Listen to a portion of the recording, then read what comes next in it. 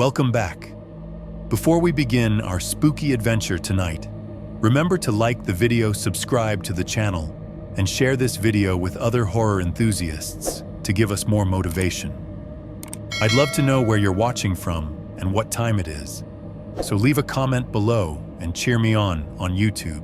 All right, here's a full intro built around that hook, ready for a YouTube horror narration. If, while you listen to this, you hear 3 metallic knocks anywhere in your house, on the wall, in the pipes, above your head, do not say my name. I am serious.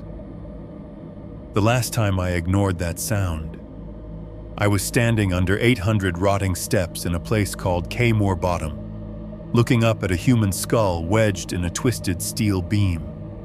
And the board beside it said there had not been an accident in 365 days. That was a lie. Right now, as this is being read to you, I am sitting at a cheap kitchen table in a 1-bedroom apartment a few miles outside Charleston, West Virginia. It is just after 2:30 in the morning. The only light in here is the sick yellow from the stove hood and the glow of this laptop screen. My coffee is cold.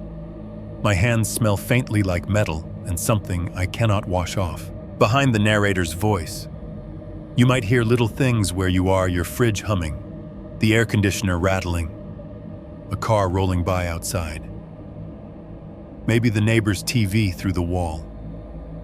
I need you to separate those familiar sounds in your head, file them away, because there is one sound I am going to talk about. And if you hear it while this story is playing, I want you to remember what I said at the beginning. 3 knocks, not random thumps, not your house settling. 3 clean hits, like something metal tapping something metal, even, patient, almost like a time clock punch, spread out across 10, 15 seconds. Kang, pause, Kang, pause, Kang. If that happens while you are listening, if it comes from the ceiling above your bed, from inside the wall behind your couch, from the pipes under your kitchen sink, do not repeat my name. Do not say, "Hey, are you there?" Do not joke about it. People think saying a name gives them control. Down there, it works the other way. I used to think all this ghost town stuff was just content. I work night shift in a warehouse. I load trucks. I scan boxes. I stare at a bright green safety board that says days without lost time accident every time I clock in, on my breaks. I listen to stories exactly like this one to stay awake. Abandoned mines, old rail towns, haunted hollers. I never thought one of them would follow me back to work. I did not go to Kaymoor for a ritual.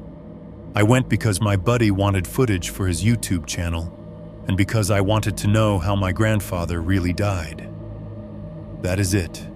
No Ouija board, no seance, just 2 tired guys with a new GoPro and a bad idea, hiking down 800 steps into an old coal camp that the Park Service swears is abandoned.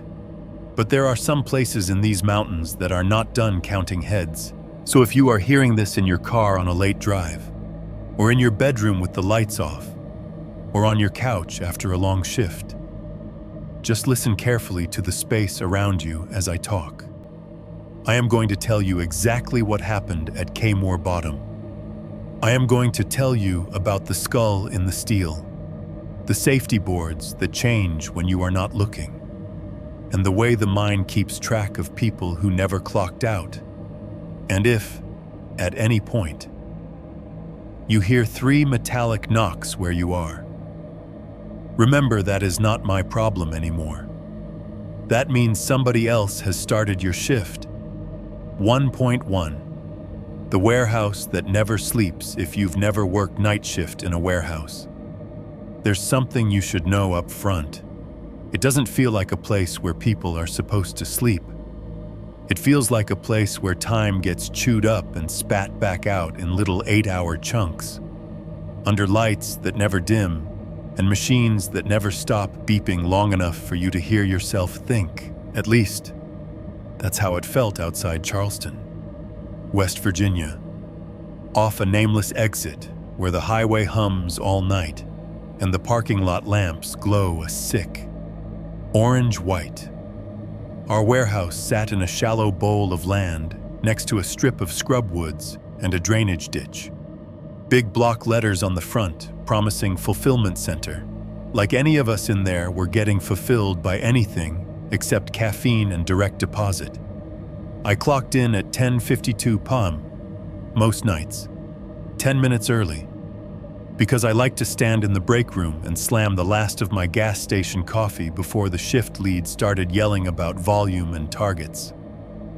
My standard pre-shift meal was whatever the vending machine hadn't eaten my money on a plastic-wrapped cheeseburger I'd nuke until the bun turned rubbery, or a honey bun hard enough to be considered equipment. Steel toe boots from Walmart, dark jeans, cheap reflective vest with someone else's name half scrubbed off the back, warehouse ID clipped to the collar, same uniform as everyone else condemned to the graveyard shift. When you walk out from the break room into the main floor, the light hits you like you're stepping onto a stage. Fluorescent tubes hum overhead in long rows, buzzing just loud enough to get inside your skull, throwing that washed-out blue-white glow over everything. Aisles of racking run like canyons in both directions, filled with pallets stacked to the ceiling boxes. Shrink wrap, barcodes, more boxes.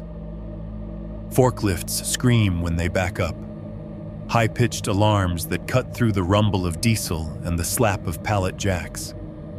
Somewhere behind all that, like a bass line you only notice if you stop, is the endless low roar of the interstate. Most of the guys and girls on nights survived off some combination of nicotine, caffeine, and passive media. On first break, 20 minutes at 1 a.m., and everyone would scatter to the same corners by the microwaves, out at the smoking area under the sagging metal awning, or sunk into the beat-to-hell plastic chairs in the break room, necks bent at the same angle over their phones. TikToks, Instagram reels, sports highlights on mute, and horror. I wasn't the only one who listened to stories out there. But I was the only idiot who took it as a form of therapy.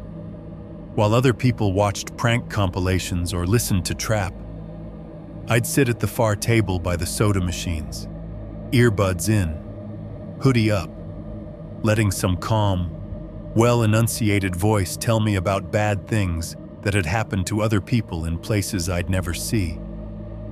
I liked the channels that sounded like news reports that never made the news. True horror. They called it allegedly true, submitted by viewers. If you have a story you'd like to share, email us here. The ones about Appalachia hit me hardest, not because they were scarier than the ones set in big cities or foreign countries, but because I recognized the names: Fayetteville, Beckley, Hinton, New River Gorge, a cabin up a dirt road outside a town with one stoplight and 3 churches. Those weren't abstract places to me. They were dot patterns on my own life. My grandmother raised me in a single-wide trailer on a hillside 2 hours from where I work now. My mother was gone before I was old enough to ask where. My grandfather died in a coal mine somewhere near the New River when I was 7. That was how she always said it, somewhere near the New River. Never at Kaymoor or at such and such seam. Just that mine or that damn hole they dragged him into. She never went into detail. No retellings of the accident. No explanation of how a man can leave for work and come back as a sealed box she wouldn't let me see. Whenever I asked, she would pinch the bridge of her nose, sigh, and say the same thing. Your family already gave enough to those mountains. You just keep your head above ground. You hear me? I heard her. I got a job moving freight instead of digging it. But there are some nights the mountains feel closer than the shelves do, even with steel and concrete between us. That first night I heard the sound. I'd been on outbound for about 3 hours. My job was simple: take a pallet jack, follow the handheld scanner's instructions, and build pallets according to whatever the computer told me. Up and down the aisles. Boxes on, boxes off, scan, beep, stack, wrap, repeat. The kind of work where your body forgets what it's doing long before your brain does. I was in aisle 17, somewhere around bay 35, under a flickering ballast that maintenance hadn't gotten around to yet. The handheld screen glowed green, telling me I needed 6 of some mid-sized box from level 3. I pulled the rolling ladder over, climbed up into the wash of bluish light, grabbed the boxes from their slot, and passed them down to the pallet below. I was reaching for the last one when I heard it. Clang! It came from deeper in the racking. Not loud, but sharp. Metal on metal. Not a box sliding or plastic cracking. I froze. Box in my hands. A few seconds later, clang. Same pitch. Same distance. Not closer. Not farther. Measured. Like someone testing something. I held my breath, heart picking up speed for no good reason, and waited. Clang! The third hit landed perfectly in line with the others. 3 beats in a row, spaced out like someone hitting a rail with a hammer and listening to how it rang each time. I stayed up on the ladder for a few seconds, listening. The air up near the 3rd level always smelled a little different, like dust and warm cardboard. It smelled the same now. No one walked past at the end of the aisle. No forklift horns blared, just the distant whine of a pallet, jack somewhere, and the constant white noise of the HVAC. "Yo," I called out, more to break the tension than because I expected an answer. "Anybody back there?" Nothing. No chuckle. No yell of my bad.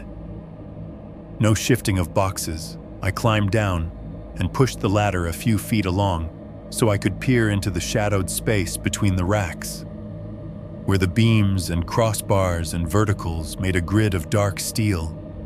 Empty. Just rows of boxes disappearing back into the dim. If something had fallen or rolled, I didn't see it. And that sound hadn't been a fall. It was too clean. A forklift passed across the main aisle at the end, the amber strobe on top spinning slowly. The driver didn't even glance my way. I shook it off, finished the pallet, and rolled it toward the shipping dock, on my way to first break. I walked past the board like I always did. It was mounted high on the wall, just outside the break room entrance, bright enough to catch your eye, but low enough that you could smack it if you were tall and pissed off. Big white plastic numbers. Black print days without lost time accident 042 underneath, in a smaller font on a laminated banner that looked like it had been printed sometime around 1998. Your family wants you to work safely. The first time I saw that slogan, months earlier, it had made me roll my eyes. It still did. Something about it felt backwards, like a threat disguised as concern. Your family wants you to work safely. Not we do. Not you should. Your family. The same family half of the guys on the floor barely saw because they were always here, standing under bad lights for a paycheck. Tonight, for some reason, it stuck harder. Maybe because of my grandmother's voice in the back of my head. Maybe because of the 3 metallic hits in the aisle, trailing me like a thought I couldn't quite remember. I stared at 042 for a second too long, then went in, microwaved a burger that tasted like warm salt and regret, and sat down in my usual corner with my phone. I put on a video about an abandoned mining town in Pennsylvania. turned the volume just high enough to drown out the break room chatter, and chewed while the narrator talked about collapsed shafts and forgotten men. By the time my 10 minutes were up, I'd almost forgotten the clangs. Almost. The human brain is good at sanding down weird moments to fit the shape of whatever you've already decided the world is like. Random sounds. Old building. That's all. Toward the end of the shift, sometime after 5 a.m., the floor got that strange early morning feel, like everyone was moving underwater. Forklifts slower, conversations quieter, the beep of the scanners a little more ragged, outside. The first hint of dawn turned the sliver of visible sky above the loading dock door from black to smoky gray. I dropped my last pallet at staging, scanned it, and walked the long way around to the front so I could hit the time clock and beat the rush. As I came down the main corridor toward the break room, I passed under the board again. I wasn't looking at it straight on. I saw it the way you see a speed limit sign on a road you've driven 1,000 times, a shape and a color at the edge of your attention. Not the meaning printed on it, except this time, in that thin slice of vision. The number didn't say 042. It said 000. 3 zeros, neat and black on white. A board that had been reset. A streak of bad luck. A day where something had happened, and someone had not gone home. I stopped walking. The soles of my boots squeaked on the polished concrete. I turned my head slowly, brought the board into full focus, exactly the way it had been all night. I stared so long my time clock window almost closed. I blinked hard, looked away at the bulletin board full of morale posters, smiling workers with hard hats. A cartoon forklift wearing sunglasses, and then back at the safety board. Maybe my eyes were playing tricks on me. Maybe the overnight fog in my brain had misread the 4 as a 0 when I was half looking. I told myself that all the way out to my car, through the smell of wet asphalt and diesel and cigarette smoke. And I kept telling myself that as I started the engine and pulled onto the service road. But on the drive home, with the highway noise buzzing in the cabin and the sky bleeding from gray to pink over the hills, every time I blinked, I saw those 3 zeros stacked on top of each other like 3 little grave markers. It was nothing, I told myself. Just a tired brain and bad lighting. Nothing at all to do with a dead man in a mine somewhere near the New River, or the way metal had sounded when it rang 3 times out in aisle 17 like someone far below us was testing the rail. 1.2. Grandma's rules and the first time I heard Kaymoor. When I leave the warehouse, the world never feels quite real for the first hour. The place I go home to is about as far from a coal camp as you can get, and still be in West Virginia. 3rd floor of a tired brick building behind a strip mall, wedged between a payday loan place and a nail salon that's always under new management. The kind of apartments you get when your credit score is bad, but not catastrophic. My front door sticks in winter and swells in summer. The hallway carpet is the color of old oatmeal and smells faintly like someone spilled a fryer basket there 10 years ago and nobody ever really cleaned it. My unit is a 1-bedroom shoebox, off-white walls with nail holes from whoever lived there before. Thin brown carpet. A galley kitchen that hums like a vending machine. On a normal post-night shift morning, my ritual is automatic. I kick the door shut with my boot, toss my keys in the chipped bowl by the microwave, and strip out of my vest and hoodie right in the entryway. The AC vent above the kitchen table buzzes faintly, like there's a trapped fly living in the duct. The fridge clicks as its compressor kicks on and off. Somebody's TV murmurs through the wall. Morning news voices leaking in like ghosts. Then it's the breakfast of champions, whatever I grabbed on the way home, usually a gas station breakfast sandwich. Egg puck and gray ham and microwave cheese wolf down over the sink while YouTube plays on my phone. Shower. Hot enough to turn my skin pink and rinse off the warehouse dust. Then I collapse onto my mattress with the blinds half closed and my phone propped on my chest. Autoplay feeding me video after video until I slide under. The sounds that live in this apartment have become part of the lullaby, the fridge compressor's low grind, the soft ticking as it shuts off, the AC vent rattling when it changes modes, the elevator ding at the end of the hall when somebody heads to a day shift somewhere, the stomp of kids' feet overhead when the family upstairs gets their morning chaos going. It's not quiet, exactly, but it's predictable. After enough nights, your brain makes a map that noise is the neighbor's toilet. That thud is someone dropping laundry. That high whine is a truck backing into the loading dock 3 blocks away. It's the unpredictable sounds that get in. I think that's why the mountains still live so easily in my head. I grew up in noises you couldn't map. Before the warehouse, before Charleston, before fluorescent lights and beeping scanners. There was the trailer on the hill. It sat on cinder blocks off a narrow road that half the year turned to ruts and mud. The siding was faded blue, pocked with hail dings, with a crooked set of wooden steps leading up to a door that had to be hip-checked to close. Inside, the wood panel walls made everything feel a little like being inside a cheap coffin. The living room was dominated by a sagging plaid couch, a squat TV on a milk crate, and my grandmother's recliner, which had a permanent indent shaped like her. On the wall beside the recliner, there was a single framed photo that never moved, no matter how many other things in our lives did. My grandfather.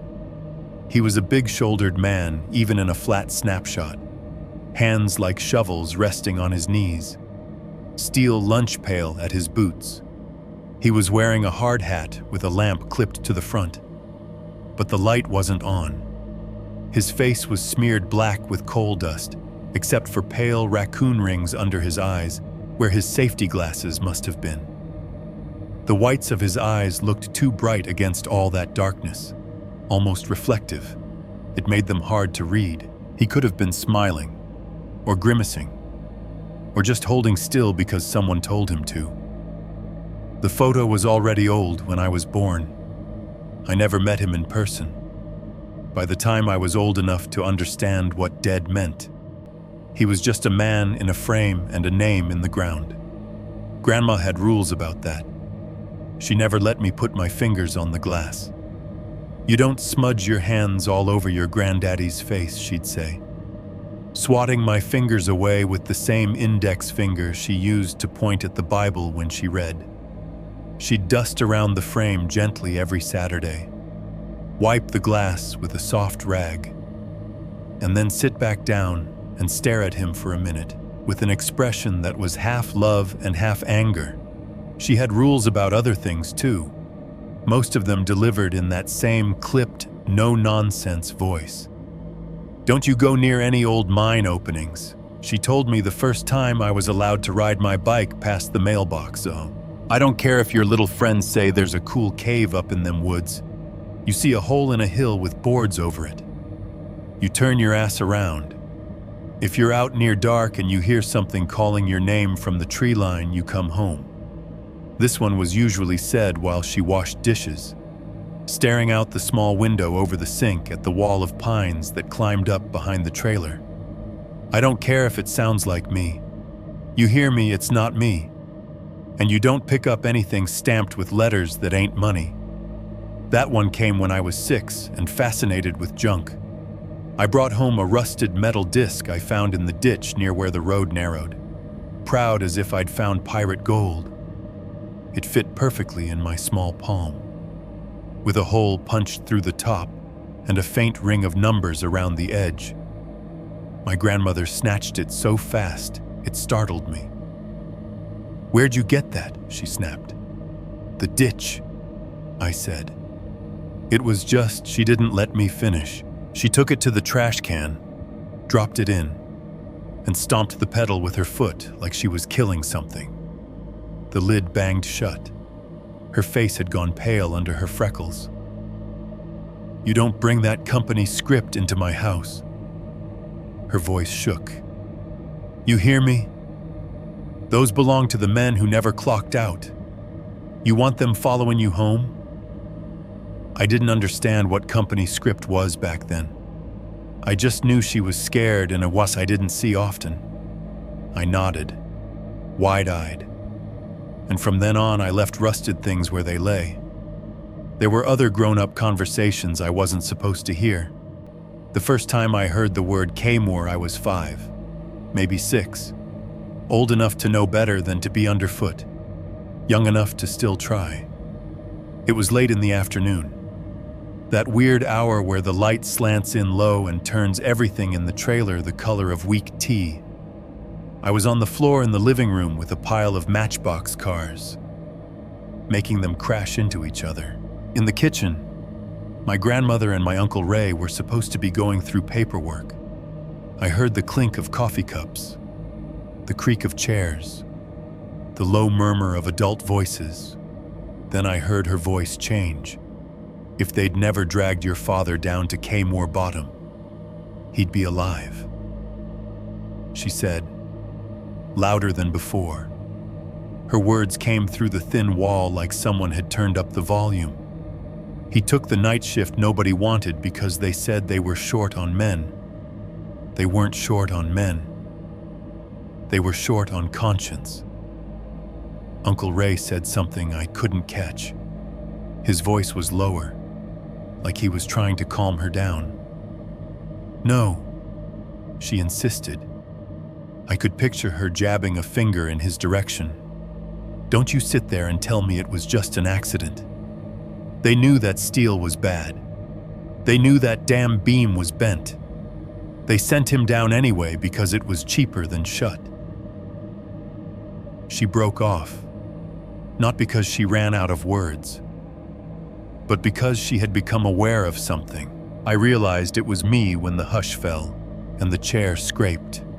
Her feet came into the doorway a second later, sturdy in those house slippers she wore year-round. I stared up from the carpet, one of my toy cars frozen halfway up a plastic ramp. "What are you doing in here, baby?" she asked. Her voice was softer, but there was still a tremor at the edge. "Playin'," I said. "Who dragged Grandpa?" "Where's Kay? That's enough." She didn't snap, but the words came hard. "Go on outside. Sun's still up. Go ride your bike." But now, she reached down, took me by the hand, and walked me to the front door. Her palm was damp. "You don't need to listen to grown folks talk." She pushed me gently out onto the steps and closed the door behind me. Through the thin wood, I heard Uncle Ray say something that sounded like, "He's gonna find out someday." And my grandmother answer, quieter now. Not from me, not from my mouth. The word Kaymoor sat in my mind like a sharp stone buried in dirt. I didn't know what it meant, only that it was somehow the name of the hole that had swallowed my grandfather. I forgot how to spell it. I never forgot how it sounded. Years later, in my apartment with the buzzing vent and the clicking fridge, I went a long time without thinking about it out loud. Then I heard the 3 clangs in aisle 17. Then I saw those 3 zeros that shouldn't have been there. That morning, after I stumbled through my usual routine and lay in bed with my body vibrating from caffeine and fatigue, I couldn't sleep. The horror video autoplayed on my phone. Some Canadian guy talking calmly about a haunted campground in Ontario, and my brain wasn't tracking a word of it. All I could think about was my grandmother's voice and the way she'd almost said Kaymoor again the last time we'd talked, then swallowed it. I stared at the ceiling, watched a crack in the paint, and then reached over and grabbed my phone. My thumb hovered over her contact for a second. Calling her right after night shift always made her worry. She'd assume I'd wrecked or gotten fired. Still, I tapped it. The call rang 3 times and then clicked. There was a rustle, a throat clear, and then her voice, older now, rougher, but still hers. "Hello, hey. Grandma," I said. My voice sounded thick in my own ears. "It's me." "Well, I figured," she said. "Who else would be calling me before 9 in the morning?" A pause. "You okay? You sound tired. Just got off work," I said. "Same as always." She made a disapproving noise. "Them night shifts'll kill you faster than a mine." "Yeah," I said. "That's kind of what I wanted to ask about." A little silence. I could hear her TV in the background, some talk show host laughing too loudly. In my apartment, the fridge clicked off, and the sudden quiet made her breathing on the other end sound very loud. About what she asked. "Grandpa," I said. "Was his mine near the New River Gorge, like near that big bridge I drove past there the other day? And I was just wondering." It was a lie. I hadn't driven anywhere near there lately. I just didn't know how else to bring it up. On the line. Her breathing stopped for a second. When she spoke again, her voice had lost the joking edge. "Why you want to know that?" she asked. "No reason," I said quickly. "Just, there's all these videos online now, about old mines and ghost towns and stuff. They talk about the New River all the time. I was curious which one he worked at." On my ceiling, the AC vent buzzed, shifting from one setting to another. The sound dipped, then rose again. I rolled onto my side, phone pressed to my ear, eyes on that metal grill. "It don't matter which one it was," she said. "It was a mine. That's all you need to know. But those places are for the dead now." She interrupted. "You stay out of those hollers. You hear me? There's nothing down there for you but busted ankles and black mold." I almost let it go. I should have. But the stone in my head had started to shift. "Was it Kaymoor?" I asked. The word came out softer than I meant, like I was afraid it would bite me on the way out. "Was that the name you said once the moment the word left my mouth?" Something tapped the metal vent above my head. 3 times. Clear, hollow, not loud, but precise. Tink, tink, tink. I flinched so hard my mattress springs creaked. The phone slipped a little in my hand. "What was that?" I blurted. What was what my grandmother demanded? Her end sounded the same TV. A clock ticking. Faint hiss of her kettle. "You didn't hear that?" I stared up at the vent. The grill was just a grid of dust fuzzy metal. My skin prickled. It sounded like somebody hit the duct with a wrench or something. "I didn't hear nothing." She sounded impatient now. But under that I caught something else. Fear. "You're overtired. You start hearing things. You need to get some sleep. Not go chasing stories on that damn phone, Grandma," I said slowly, still watching the vent.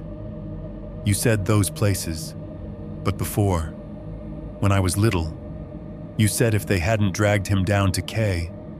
Her breath hissed in through her teeth. When she spoke, she cut me off so fast the hairs on my arms stood up. I said what I said. She snapped. "It was a mine. He took a night shift he shouldn't have. That's all. There's nothing to be gained digging around in it. You let it lie." The vent went quiet as a tomb. No more tapping. No more rattling. just the hum of cool air.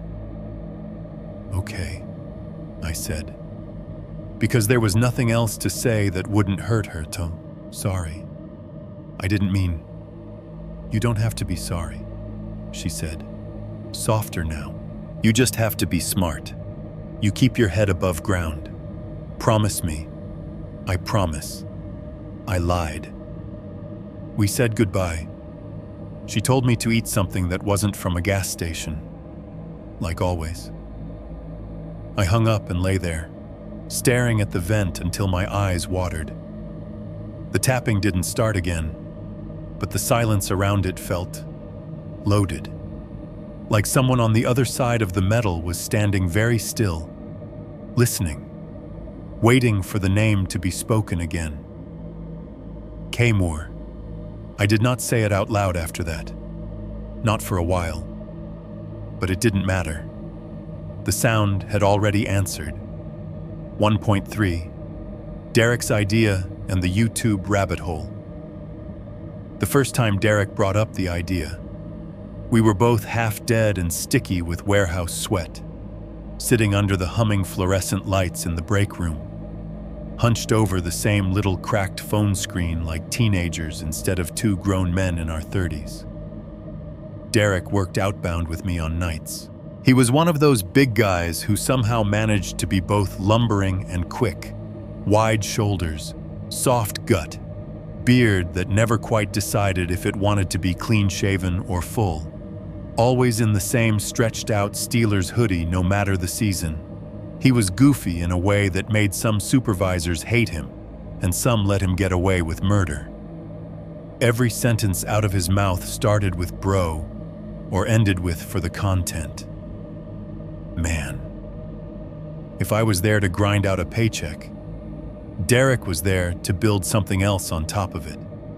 He was obsessed with YouTube. Not just watching it, though he did plenty of that, but studying it like a playbook. He could tell you which abandoned mall explorer had just hit 1 million subs, which I snuck into this haunted hospital guy had faked his last video, which commentary channel was beefing with who. I'm telling you, he'd say between bites of whatever Frankenstein meal he'd microwaved, "We're sitting on a gold mine and nobody knows it. Night shift, middle of nowhere, creepy-ass building, weird noises. People eat that up. I just need enough footage to get the ball rolling." He had a channel name picked out already, Rust Belt Relics. 0 videos, 12 subscribers, all friends he'd bullied into hitting the button. His whole dream was to pivot from stacking pallets to walking through dead places with a camera and talking about vibes while ad revenue paid his rent. We bonded over horror long before we talked about going anywhere together. On first break, while everybody else scrolled TikTok, we'd trade earbuds and show each other whatever story channel we'd fallen asleep to last. He liked the ones with clicky titles and wild thumbnails, red circles, big arrows, faces in windows. I preferred the ones that sounded like police reports read in a calm voice. Somewhere in the middle was where we met. It was on one of those breaks, a couple nights after the tapping in my vent and the conversation with my grandma, that he slid into the chair across from me, slapped his phone down on the table, and said, "Bro, you gotta see this one. This is literally your people." "That's racist," I said automatically, but I reached for the phone anyway. He rolled his eyes. "Not like that. Like mountain people, coal people. Look." The video thumbnail was a set of steep metal stairs disappearing into dense green, overlaid with the words, 800 steps into a forgotten coal town, New River Gorge, Urbex. The channel was some mid-tier travel/exploration guy. Not full horror. More adventure in weird places. The view count was in the hundreds of thousands. I popped one earbud in, and he leaned close to share the other. Grease from his fingers smudged the edge of the screen. The break room around us was its usual chaos. Microwaves beeping, the soda machine clunking out cans, somebody laughing too loud at a meme. But the moment the video started, that all faded to the background hum. The guy filming was standing at a trailhead in the woods, out of breath, talking to the camera about the Kaymoor Miners Trail in the New River Gorge National Park. The name hit me like a slap I hadn't braced for. Kaymoor. He said it twice in the first 30 seconds. Casual. Like it was just another quirky place name on a map. Not a stone lodged in someone's throat. The footage jumped to him, walking down a narrow path, then to the stairs. 800 steps of them, he said. Metal and wood bolted into the hillside, dropping down through trees toward a river you could hear but not see.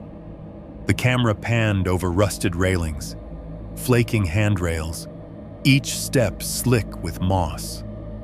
"There it is," Derek murmured. "Dude, look at that. That's a straight shot to hell." The explorer's voiceover talked about a coal camp abandoned in the 60s, about miners' houses and concrete foundations, about a mine entrance that had been gated off for safety. As he descended, the sound of his boots on the steps made a hollow, ringing thunk that went right through me.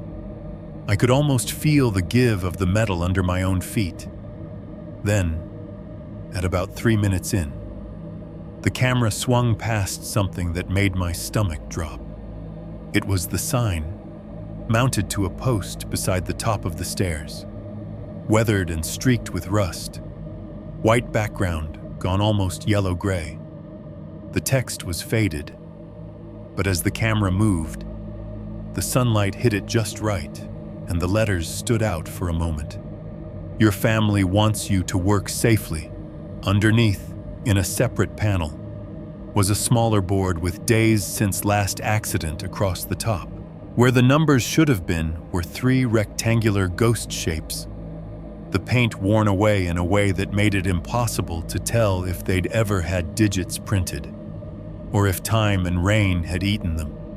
I felt it in my chest like a small, hard twist, the way you feel a missed step at the bottom of a staircase. It wasn't just that the phrase was the same as the one I walked past every night.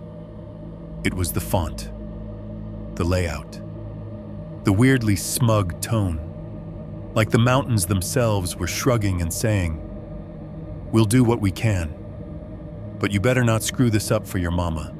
Pause it," I said. Derek thumbed the screen, and the frame turned into a still Kaymoor trailhead in the background, the sign in the foreground. The numbers on the board blurred just enough that my eyes kept trying to resolve them. "Dude, that's creepy as hell." "Right," Derek grinned. "Exact same wording as here. Maybe they bought all their signs from the same evil factory." My skin prickled. Skin. I zoomed in with 2 fingers, bringing the grainy text closer until the pixels broke apart. "Look at the bottom," I said. Near the lower edge of the signpost, where the metal met the wooden support, there were scratches, not random ones, like weather or vandalism, but what looked like letters, carved shallowly with something sharp. It was hard to make out in the compressed video, like looking at graffiti through a dirty bus window. But the more I stared, the more I saw shapes I recognized. My last name, or something that wanted to be it. The first letter was clear, the right angle of it, the way the vertical line cut just a hair deeper than the horizontal. The next 2 were fuzzier, lost in shadow and rust, but my brain filled them in anyway. It was like one of those optical illusions Derek was always sending me, where you see what you're primed to see. "Dude," I whispered, Does that say?" Derek squinted over my shoulder. "Says eat at Joe's," he said. "What are you talking about?" "Right there." I tapped the screen, my fingertips smearing the image. "That looks like my name." I swear that looks like my name. He leaned in, so close I could smell the stale coffee on his breath. Bro, that's like 3 pixels and some rust, he said after a second.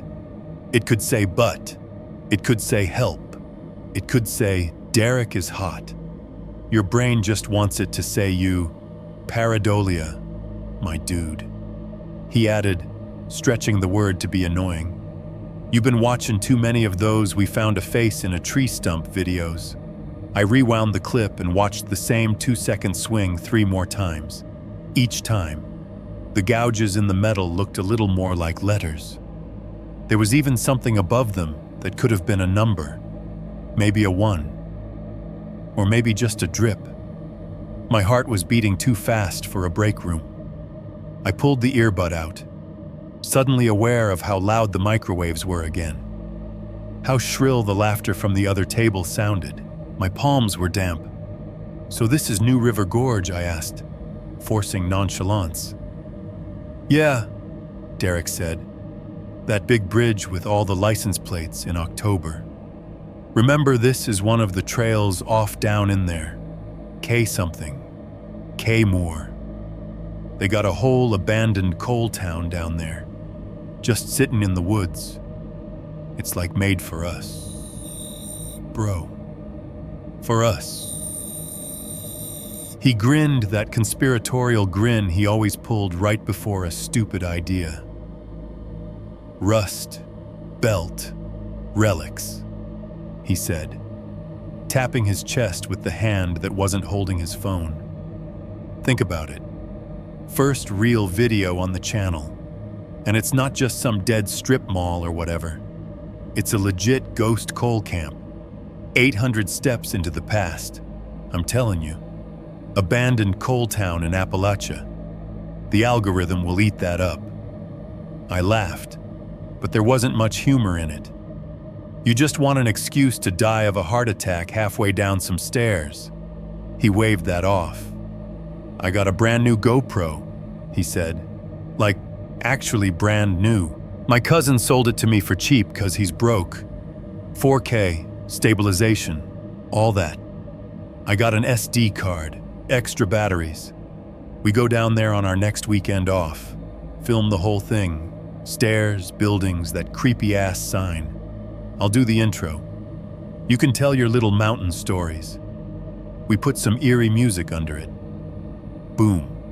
100,000 views minimum. My little mountain stories. I repeated, you know what I mean, he said. You're the only one here who actually, grew up in that world. Everybody else is Walmart parking lots and cul-de-sacs. You say holler and people think you're talking about yelling. I leaned back in my chair, stared at the freeze frame of Kaymoor, the sign, the trees, the mouth of the stairs yawning down. My grandmother's words flickered at the back of my skull. Those places are for the dead now. You stay out of those hollers. Part of me wanted to say no on reflex, to identify that horrible lurch in my chest as a warning and shut the whole conversation down. No thanks. I'll stick to listening to other people's bad choices from the safety of this folding chair. But the sign wouldn't leave my mind. That phrase, your family wants you to work safely. The same words, printed for men who had gone underground decades before my warehouse existed. Men like my grandfather, maybe exactly my grandfather, and buried under that, a smaller, more stubborn thought. What if this was the mine, not just somewhere near the New River, but here? Those stairs, that trail, those buildings. What if the place in the video was the last place he'd stood in daylight? I don't know, man, I said slowly. That's a lot of stairs. Bro, you walk like 10 miles a night in this place, Derek said. You'll be fine. We take it slow. Get some shots at golden hour on the way down. Then maybe some flashlight stuff on the way back up. Spooky. but not "we died" spooky. He saw me wavering, and his grin turned triumphant. Come on, what else you gonna do on your weekend sleep? You can sleep when we're monetized. You're an idiot, I said. Yup, a visionary idiot. He nudged my arm with his elbow. Say yes. Say for the content. I hesitated. The warehouse around us hummed and clanged, indifferent. The board outside the break room door probably still said 042. My vent at home was probably quiet, or waiting. For the content, I said finally. He whooped loud enough that a couple people looked over. That's what I'm talking about. I'll text you the date. We'll hit Sheets on the way out. Get you a real breakfast sandwich. Make a whole day of it. Rust Belt Relics. Episode 1, Kaymoor Bottom. Dude, it even sounds sick. The rest of the shift blurred. Boxes, beeps, clangs that I tried not to hear. When I finally clocked out and drove home, the sky over the hills was streaked orange and purple, and my eyes felt full of grit. In my apartment, I went through the motions, shoes off, keys down, sandwich in the microwave, shower. I didn't call my grandmother. I didn't say the name of the trail out loud. I just lay down on my mattress, propped the phone on my chest, and let YouTube lead me by the nose. One Kaymoor video turned into 3. Different channels, same stairs, same ghost town at the bottom. Different narrators stumbling over the same history coal camp. Early 1900s, company store, dangerous work. Some shots were bright and green. Summer leaves making a tunnel around the steps. Others were gray and bare. Winter skeleton trees scratching at the sky. Each time the sign came into frame, my heart did that little twist. Each time. The numbers on the accident board were just out of focus. Just unimportant enough that nobody stayed on them. Eventually, the autoplay wandered. The algorithm decided it had shown me enough West Virginia for one morning and started feeding me other things, a train documentary, a guy restoring a rusty axe, a cooking channel where a quiet woman in a spotless kitchen made casseroles heavy enough to knock someone out. My eyes slipped closed somewhere between Kaymoor Coal Camp, Then and Now, and 5 budget meals you can make from pantry staples. The voice in my ear shifted from a man talking about mile markers and river levels to a woman listing ingredients in a soft Midwestern drawl. My body sank. That weird free fall of almost sleep taking the edges off everything. That was when I heard it. Kang, kang, kang. 3 metal strikes, crisp and clear. No echo, no reverb, like a hammer tapping a rail in a quiet tunnel. For a second, I thought it was coming from the video. My half-dreaming brain tried to slot the sound into a frying pan being set down, a spoon hitting the side of a pot. It didn't fit. It was too sharp, too hollow. I opened my eyes. The woman on the screen was sprinkling shredded cheese over a baking dish. The only sounds were her voice and the soft clatter of ceramic on countertop. No metal knocks, no rail, no mine. The 3rd strike rang again, this time from my left, behind the wall, not in my ears, in the apartment. Kang. The hair on my arms lifted. My heartbeat surged so fast it made a rushing sound in my ears. I yanked the earbud out and held my breath. Silence.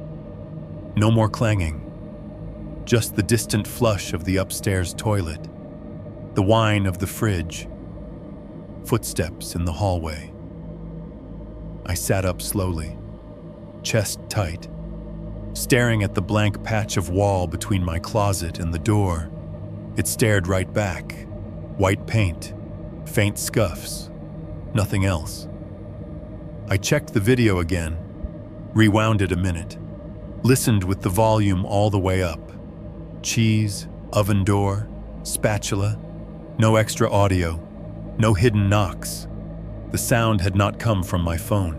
It had come from wherever the pipes ran inside the wall, or from somewhere a lot farther away, hitting both at once. Either way, by the time I lay back down, the idea of just content felt a lot thinner than it had a week before, and the pull toward 800 steps of rusted metal in the woods felt less like a choice and more like a line already hooked in my mouth. Being reeled slowly in. 2.1. Road to the Gorge. We left the warehouse on a Friday that did not feel like a Friday. Day shift was still on when we clocked out. That alone made everything feel wrong. Like we'd slipped the leash when somebody wasn't looking. Sunlight was bleeding in through the high dock doors in bright rectangles instead of that gray-blue pre-dawn haze I was used to. People from the office side, the ones who wore collars and real shoes, were coming in with coffees while we were trying to sneak out with our duffel bags. It felt like moving upstream.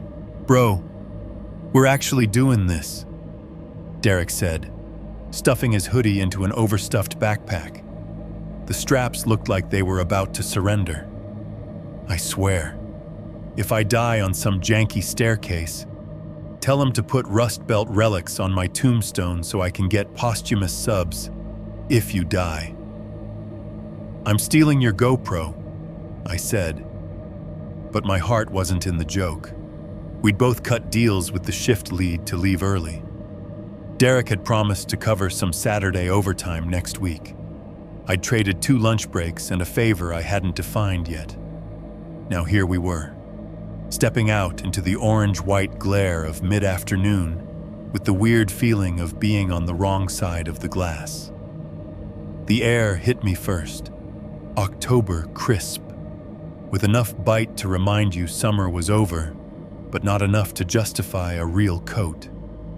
The smell of hot asphalt rose from the cracked lot, mixing with diesel fumes from a reefer trailer and the faint tang of somebody smoking by the loading dock. Derek's truck sat at the far end of the lot like a promise and a threat. It was an old F-150 the color of dirty snow, spotty with rust around the wheel wells. Bed full of junk, a busted shaw-up vac, a milk crate of tangled straps, a half-collapsed cardboard box full of empties. He popped the passenger door open and gestured grandly. "Your chariot, sir." Inside, the cab smelled like stale fast food and pine air freshener that had given up months ago. There were 3 different little trees hanging from the rearview mirror, all the same scent, all faded to the same sickly beige. The bench seat wheezed when I sat down. A crack ran across the windshield like a fault line. We loaded up what passed for our gear. I had cheap hiking boots I'd gotten on clearance at Tractor Supply, a Dollar Tree flashlight that took batteries in a size I never seemed to have, a hoodie, and a hat. Derek had the GoPro in its little hard case, spare batteries rattling around in a Ziploc bag, a cooler full of gas station sandwiches and Mountain Dew, and 2 bottles of water so we don't die. "Hydration and content," he said, thumping the steering wheel as he started the engine. The motor coughed, caught, and settled into a low, rattling idle. The 2 pillars of modern life. We pulled out onto the access road, then onto the main drag.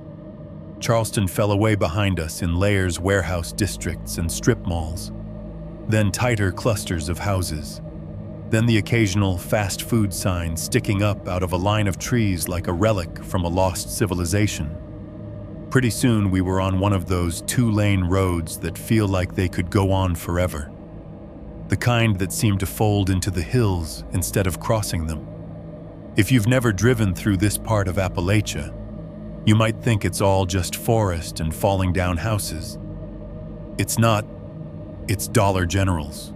I swear there was one every 8 miles. Glowing yellow boxes at crossroads where everything else was dark. Between them, hand-painted signs in front of churches shouted scripture in black on white, "Prepare to meet thy God." Jesus saves. Hell is real. We passed barns so old their sides had peeled back, revealing ribs of gray wood. Rusted cars sank into yards like they'd been parked there in 1974 and never moved. Laundry lines stretched between leaning porch posts, jeans, towels, a little girl's pink shirt flapping in the wind.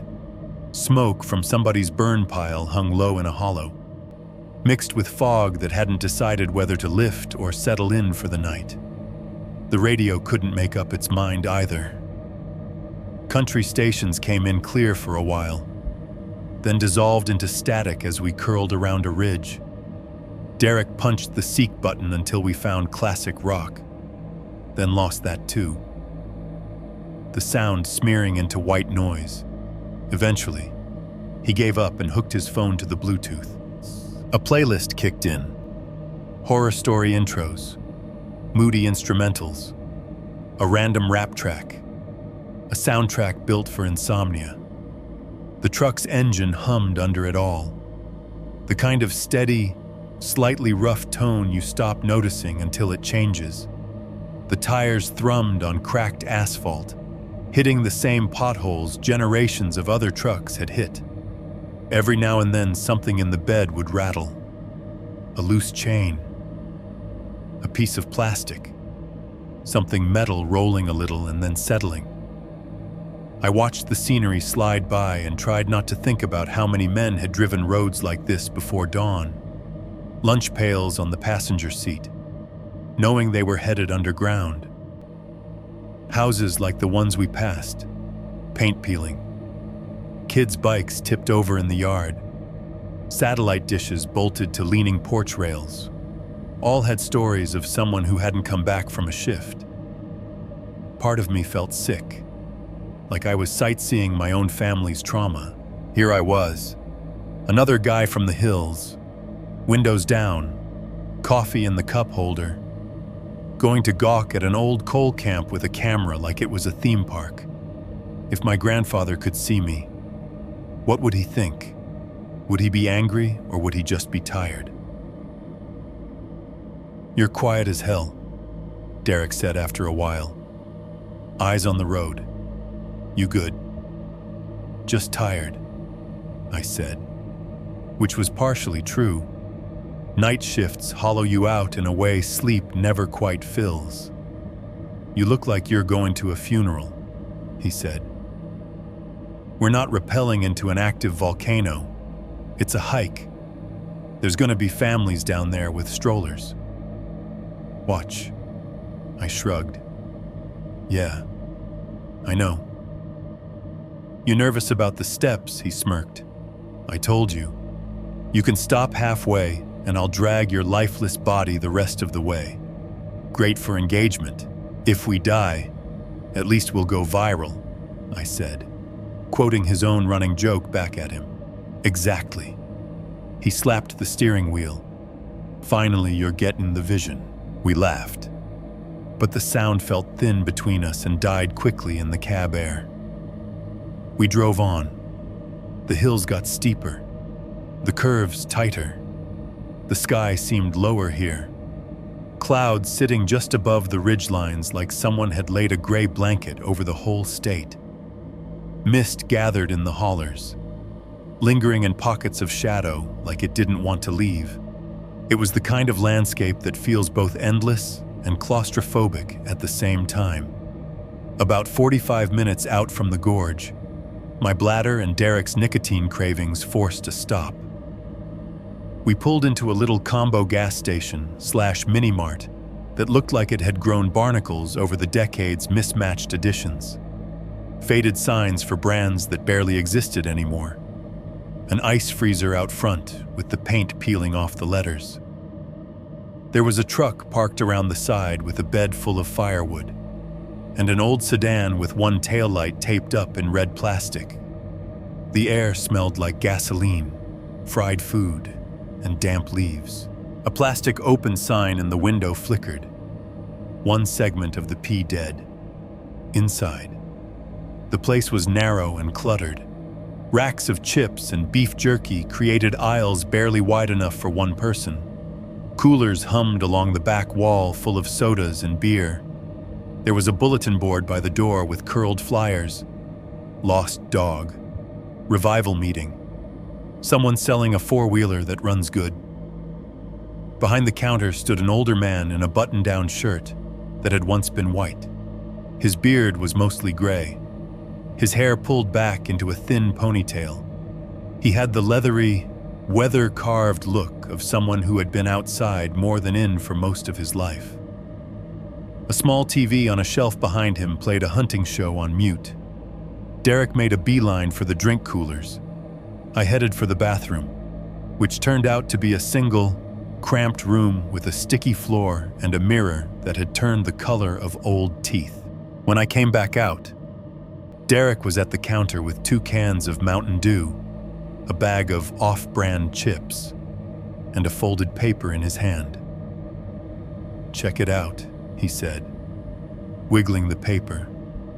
They had maps, old school. Bro, like analog Google. The man behind the counter glanced at me, then back at the map. "You boys hiking?" he asked. "Yeah," Derek said. "Gorge. Figure we'd, start taking advantage of living in the middle of a national park before we both die of fluorescent light poisoning." The old man gave a huff that could have been a laugh. His eyes moved over Derek's hand as he unfolded the map on the counter. Fingerprints darkened the glossy surface. The routes and trails spider-webbed in green and brown. Where we were headed was circled in red ink, probably by whoever stocked the rack. "That there's the Fayette Station Road," the old man said, tapping one section. "Gets you down under the bridge. Real pretty drive, if you like twisted metal and tourists." His finger slid down to a squiggle farther along the river. "And that there's Kaymoor Miners Trail." The way he said it made my insides flinch. "Kaymoor. That's the one," Derek said brightly. 800 steps into hell. "Right. Gonna go film some relics, get some exercise. Try not to have a coronary on YouTube." The man's expression changed. It didn't go full horror movie. No dramatic drop of the jaw or anything. It just dimmed, like someone had turned an internal dial down a few notches. The corners of his eyes tightened. "That place is for bats and ghosts now," he said. His voice lost some of its earlier warmth. "Trail's fine if you mind yourself. The building's down there." He shook his head. "They're tired of holding up more than ghosts." Derek grinned, unbothered. "We'll stay on the trail," he said. "Mostly. We gotta get some good angles." Right, the man's gaze moved from Derek's face to mine, lingering. "You listening to me?" he asked. And it took me a second to realize he was talking to me specifically. "Yeah," I said. My throat felt dry. We're just looking around. Not gonna pry anything loose." He gave a slow nod, then added, "Stay on the marked path. Don't go poking around in places that are trying to fall down. Place has had enough men under it. No need to add more." He started to ring up the drinks, fingers moving with habitual slowness over the keys of the ancient register. Then, almost as an afterthought, he said, "And if you hear anything that sounds like workin'." He paused, lips thinning. "You misheard it," he finished. "You understand me," Derek let out a short laugh. "Like what?" Hammers and drills and stuff, he said. That'd be kinda sick. Honestly. Haunted OSHA violation. The old man didn't smile. Work's over down there, he said. Been over. If you hear any different, you keep that to yourself and you keep walking back toward your truck. A little knot formed low in my stomach, heavy and tight. It had been there since we pulled out of the warehouse lot. Since before, if I was honest. But now it's cinched. Like someone had tied it off. Yes, sir, I said quietly. He bagged the chips, slid everything across the counter, and took Derek's crumpled bills with a nod that said the conversation was over. As we turned to go, I glanced back once. He was looking at the map again, at the little red circle around Kaymoor, like he was trying to decide if he should have said more. Back in the truck, Derek cracked open his Mountain Dew with a hiss and took a long, dramatic swig. Bro, he said, wiping his mouth with the back of his hand. Locals are always like that on these videos. Don't go up Old Widow Holler, the devil lives up there. It's like free marketing. He didn't look like he was marketing. I said, he's a gas station cryptid, Derek replied. They have to give one ominous warning per tourist, or they lose their license. He put the truck in gear and pulled back onto the road. The sun had shifted while we were inside. The shadows from the trees were longer now, stretching across the asphalt like fingers as we drove away. The little station shrank in the rear view, swallowed by the curve. I watched it go until it was gone, the old man's words looping in my head, merging with my grandmother's and my own half-remembered stories. If you hear anything that sounds like working, you misheard it. The engine hummed. The tires kept their rhythm.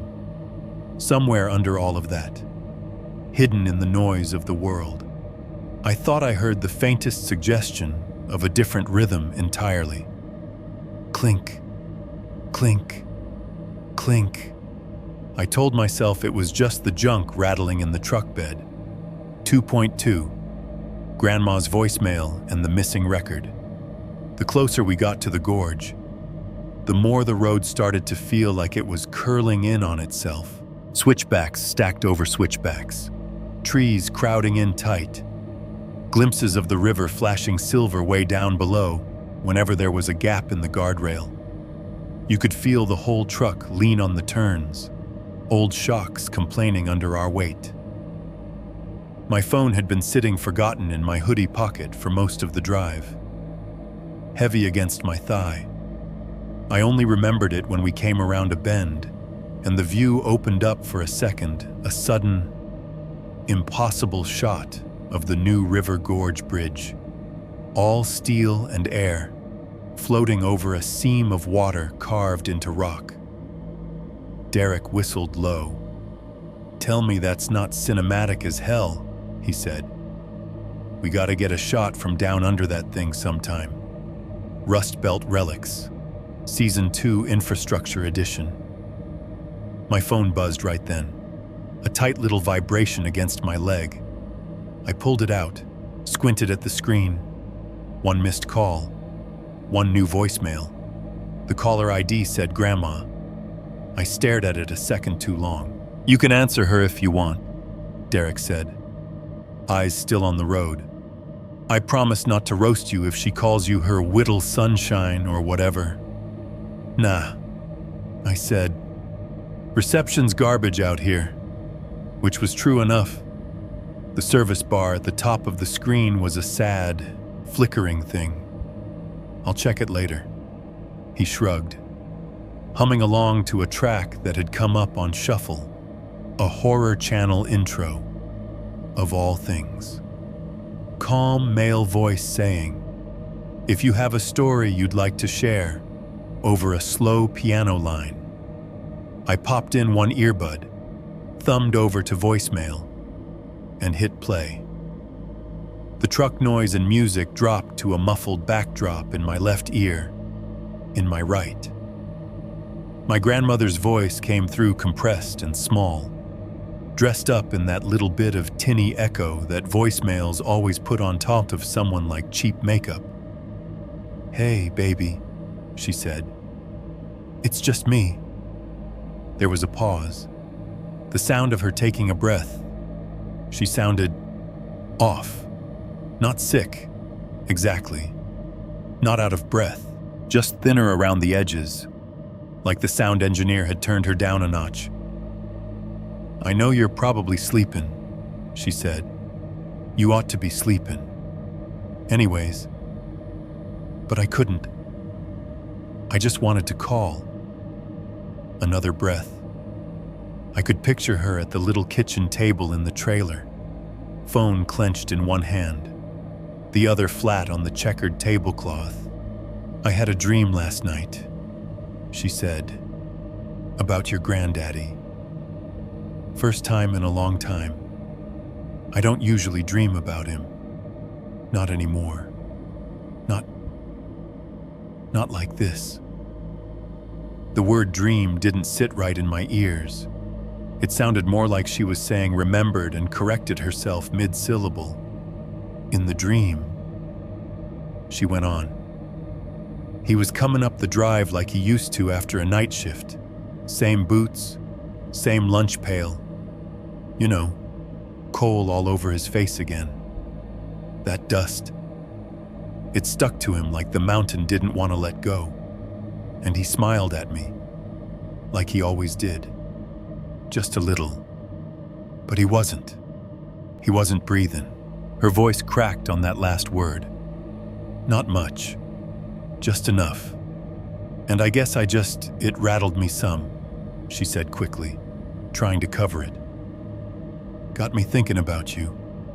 Running around at night in that big old warehouse. Doing Lord knows what in there. A little laugh after that.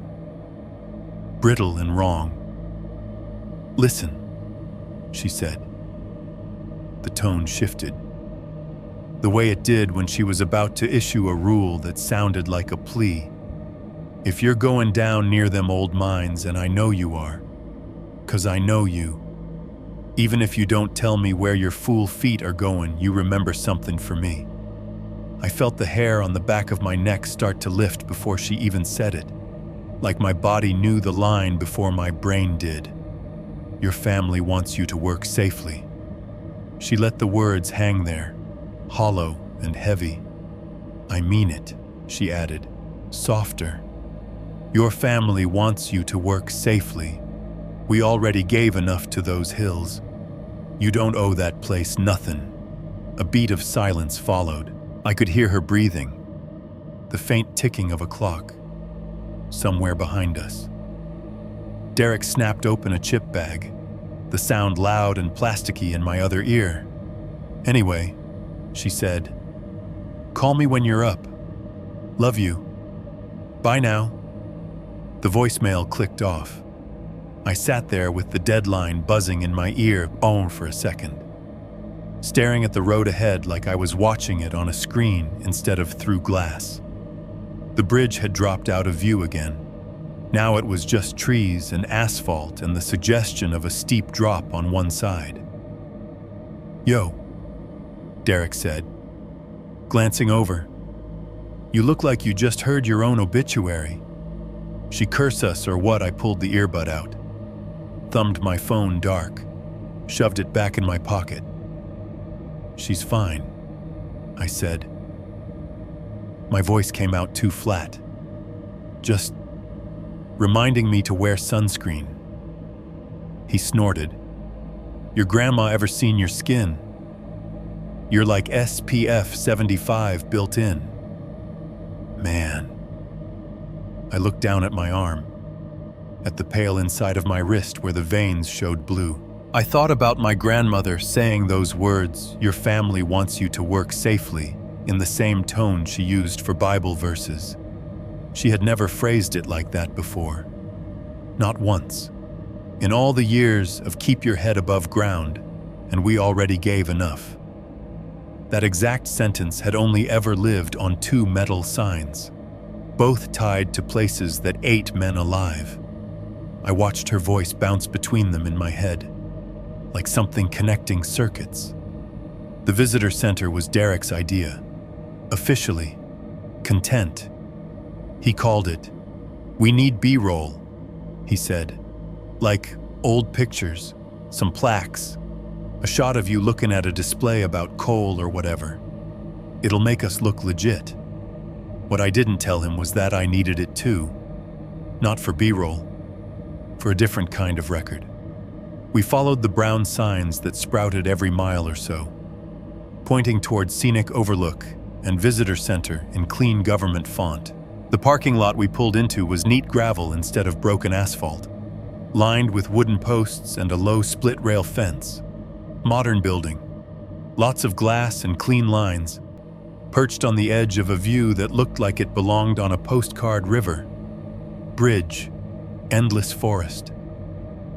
Inside, the air was cool and dry and smelled faintly like carpet cleaner and brochures. Big wall displays showed sepia photos of miners standing shoulder to shoulder.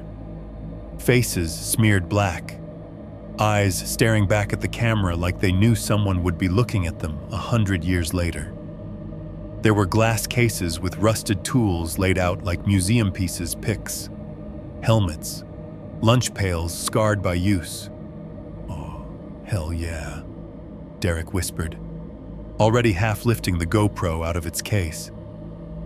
"This is fire. Probably don't want you filming in here without asking," I said automatically.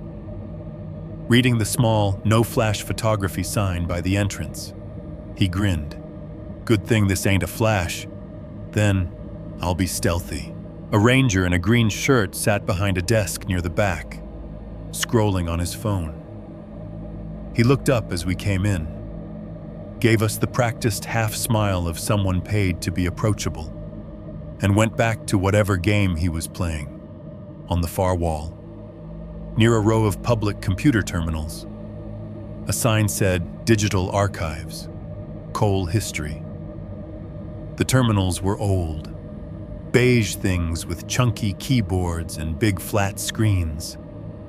"Gonna go check some history," I told Derek, nodding toward them. "Get us that lore, baby," he said, already wandering toward a display about the Gorge Bridge. I sat down at one of the terminals. The chair squeaked. The monitor was already on, showing a bare-bones menu: search archives, mines, maps, accident reports. My fingers hovered over the keyboard for a second. The keys were shiny where thousands of other hands had worn them smooth. I clicked accident reports. A search bar appeared. Last name mine/location, year optional. I typed my last name in the first field. It looked wrong in this context. Too modern and too familiar against the sterile form.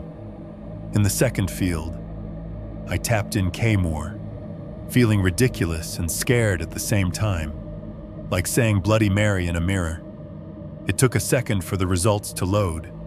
Little spinning icon. Then a list popped up, sorted by year. Most of the entries were from the early 1900s. Cave-ins, explosions, equipment failures. A few from the 1950s, fewer from the 60s. One entry near the bottom snagged my eye. Kaymoor, incident report. Night shift date, November 12th, 1963. Status scanned document PDF. I clicked it. The screen flickered, then filled with the image of an old typewritten form. The edges were yellowed in the scan, like someone had laid the paper on a flatbed decades after it had been folded and unfolded 100 times. Black ink on white, uneven where the letters had struck harder or softer. Unit processing building. Shift night. Incident type structural failure. My pulse thudded in my ears. Description. The text below was a block paragraph. Dense, no line breaks.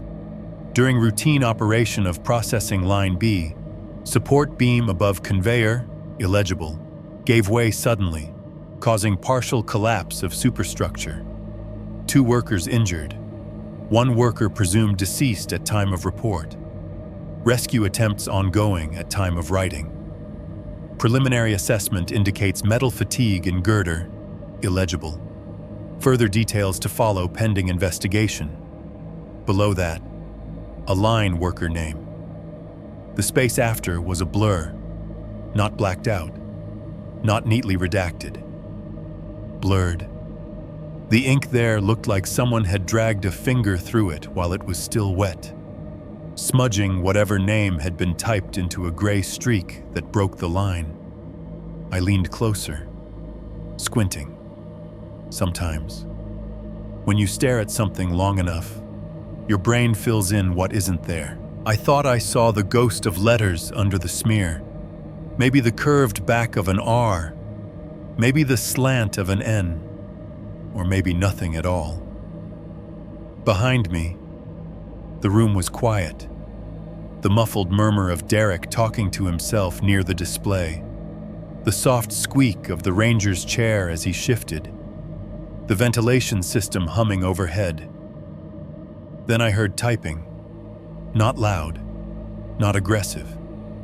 Just the steady, familiar click, click, click of fingers on keys. It sounded like someone at the next terminal was filling out a form in a hurry. But when I glanced sideways, the chair beside me was empty. So was the next one. All 4 computers were on, screens glowing, but nobody else was sitting in front of them. The typing continued. Only now it wasn't random. The rhythm wasn't the chaotic scatter of someone searching the web. It was measured, a letter at a time, with tiny pauses between C, L, A. The sounds slotted into my head like they were happening inside my skull instead of in the air. I realized, with a kind of distant, icy clarity, that the pattern matched the sequence of my last name. Not the whole thing, just the first few letters. The way you'd type it if you were filling in a field on a form. I looked back at the screen. The blurred line after worker name seemed different. That sounds stupid even as I write it, but it's the only way I can put it. The smear looked fresher, darker, maybe, as if the scan itself was breathing, the pixels shifting imperceptibly. The typing continued. R, K. I swallowed, my tongue suddenly dry. My own fingers hovered uselessly over the keyboard, not touching anything. I could feel my heart beating in my neck, in the tips of my fingers, in my gums. Hey, you find anything? Derek's voice came from across the room. Too bright, too normal. The typing stopped mid-stroke. The air rushed back in. The humming vent. The faint squeal of a kid at the far end of the center. The rustle of a brochure someone picked up. The ranger's phone chimed with a notification. I blinked. The smear on the screen was just a smear again. Gray. Static. A damaged part of an old document. I said, voice low. Kind of. He came over, GoPro in hand like it was glued there. Dude, this is perfect B-roll, he said, leaning over my shoulder. You looking up, like spooky grandpa files. I alt-tabbed back to the menu without thinking, cutting off the PDF. The list of accident reports reappeared. Rows of text safely anonymous. Nothing useful. I lied. Just old numbers. Bummer, he said, losing interest as fast as he'd gained it. We can fake it later if we need to. You ready? Light's not getting any prettier out there. I logged out of the terminal mechanically, the click of the mouse too loud in my own ears.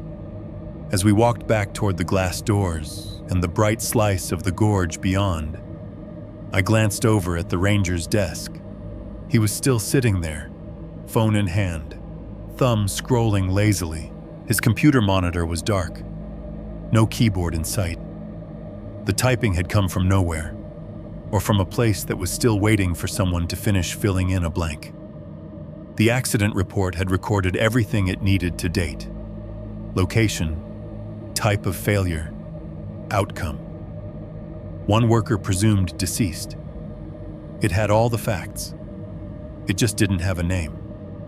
Not yet. 2.3. Trailhead and the first wrong number. The Kaymoor miners' trailhead did not look like the entrance to anything supernatural. It looked like every other trailhead you've ever seen on a government brochure gravel lot. Brown signs, a couple of metal posts with bullet dents from bored teenagers. The air felt different, though thinner, cooler. It smelled like wet leaves and cold metal and something else underneath that I couldn't name. We pulled into a slot at the far end of the lot, nose toward the woods. There were a handful of other cars there, 2 SUVs with out-of-state plates, a Subaru with a mountain bike rack, a battered sedan so covered in dust you couldn't see its color. A couple in bright, expensive hiking gear were locking their car, their laughter carrying thinly on the air, somewhere deeper in the trees. A dog barked once and then went quiet. When I stepped out of the truck, the first thing that hit me was the river air. We were still a ways above it, but you could feel it coming up through the hollow, cool and damp, touched with a faint mineral tang that made me think of rusty pipes and old pennies. The second thing was the sound, or more accurately, the lack of one. There were birds, sure, leaves whispering against each other in a light breeze. But underneath that, nothing. No highway rumble, no warehouse beeping. Just a big, patient quiet that made my skin tighten. "Bro," Derek said, slamming his door. "Tell me this doesn't look like the cold open to a banger video." He hoisted his backpack onto his shoulders and dug around in it until he found the GoPro. The little black camera looked almost silly in his big hand, like a toy, but the way he cradled it was reverent. He clicked it into its mount, checked the battery, did a little mic test into it under his breath. "Rust Belt relics," he half whispered in his YouTube voice. "Episode 1, Kaymoor Bottom, West Virginia, 800 steps into the past." I pulled my cheap hiking boots out of the truck and laced them up, feeling the gravel crunch under my soles as I shifted my weight. The trees at the edge of the lot crowded close, tall trunks rising straight up with a canopy already starting to thin for fall. A narrow path cut into them, marked by a wooden post with the trail name routed into it. Near the post stood an informational display, 3 metal panels mounted on weathered wood. Under a small roof, black and white photos showed miners in overalls and caps, women in long skirts standing in front of company houses, kids barefoot in dirt yards. A timeline ran along the bottom, 1890s. Mine opens, 1900s. Town expands, 1962. Operations cease, 1970s. Structures begin to collapse.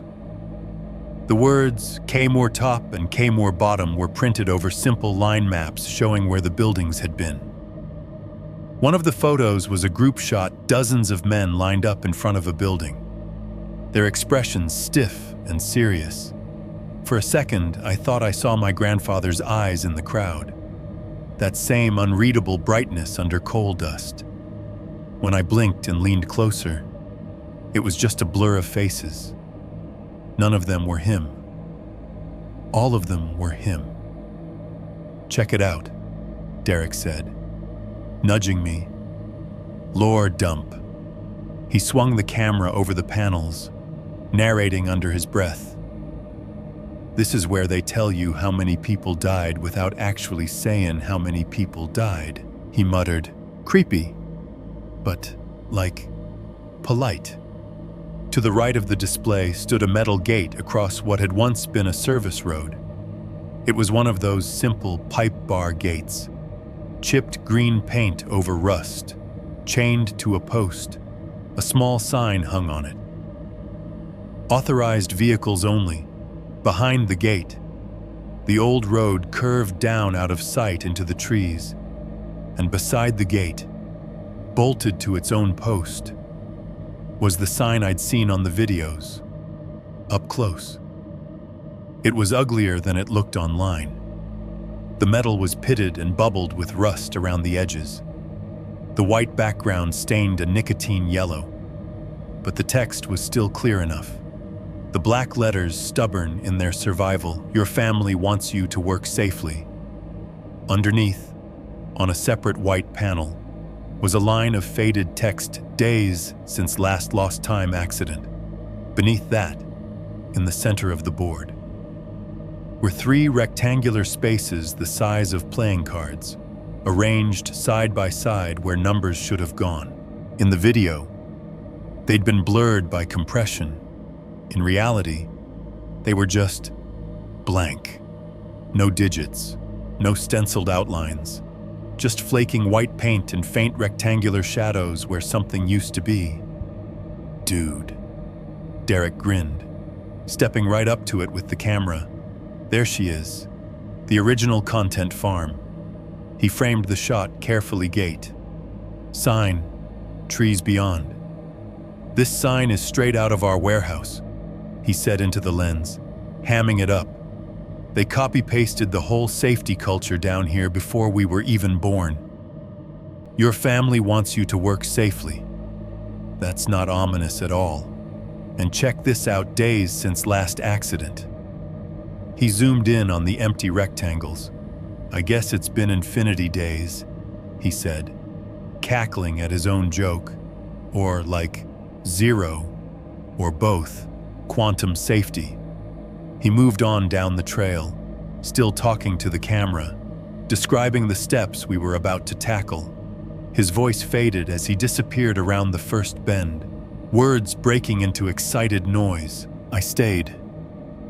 Standing a few feet back from the sign, I felt something I couldn't quite parse. Not fear, exactly. Not yet.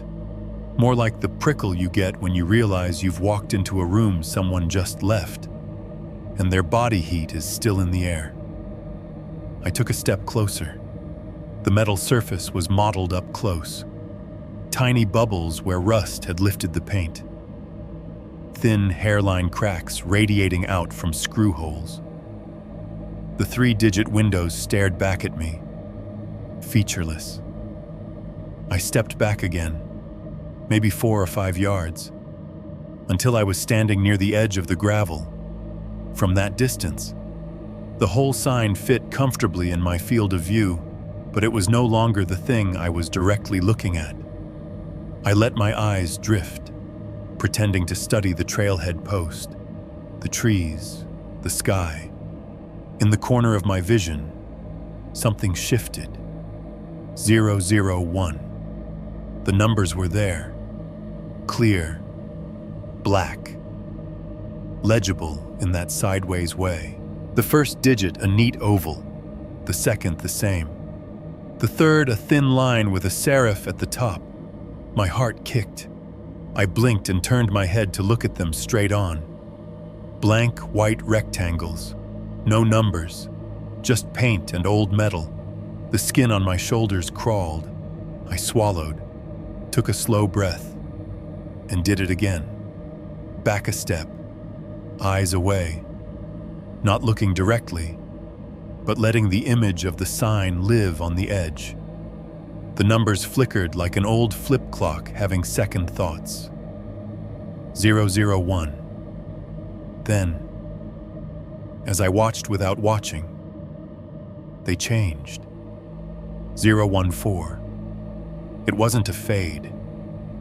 It was a jump, like someone had pressed a button. With the change came a tiny sound from inside the metal, almost too faint to register a mechanical click, a little metallic tick, like the sound of a hand tally counter being pressed with a gloved thumb. Click, pause, click, pause. Part of me wanted to step closer, rip the board off the post, see what was behind it. Gears, wires, nothing.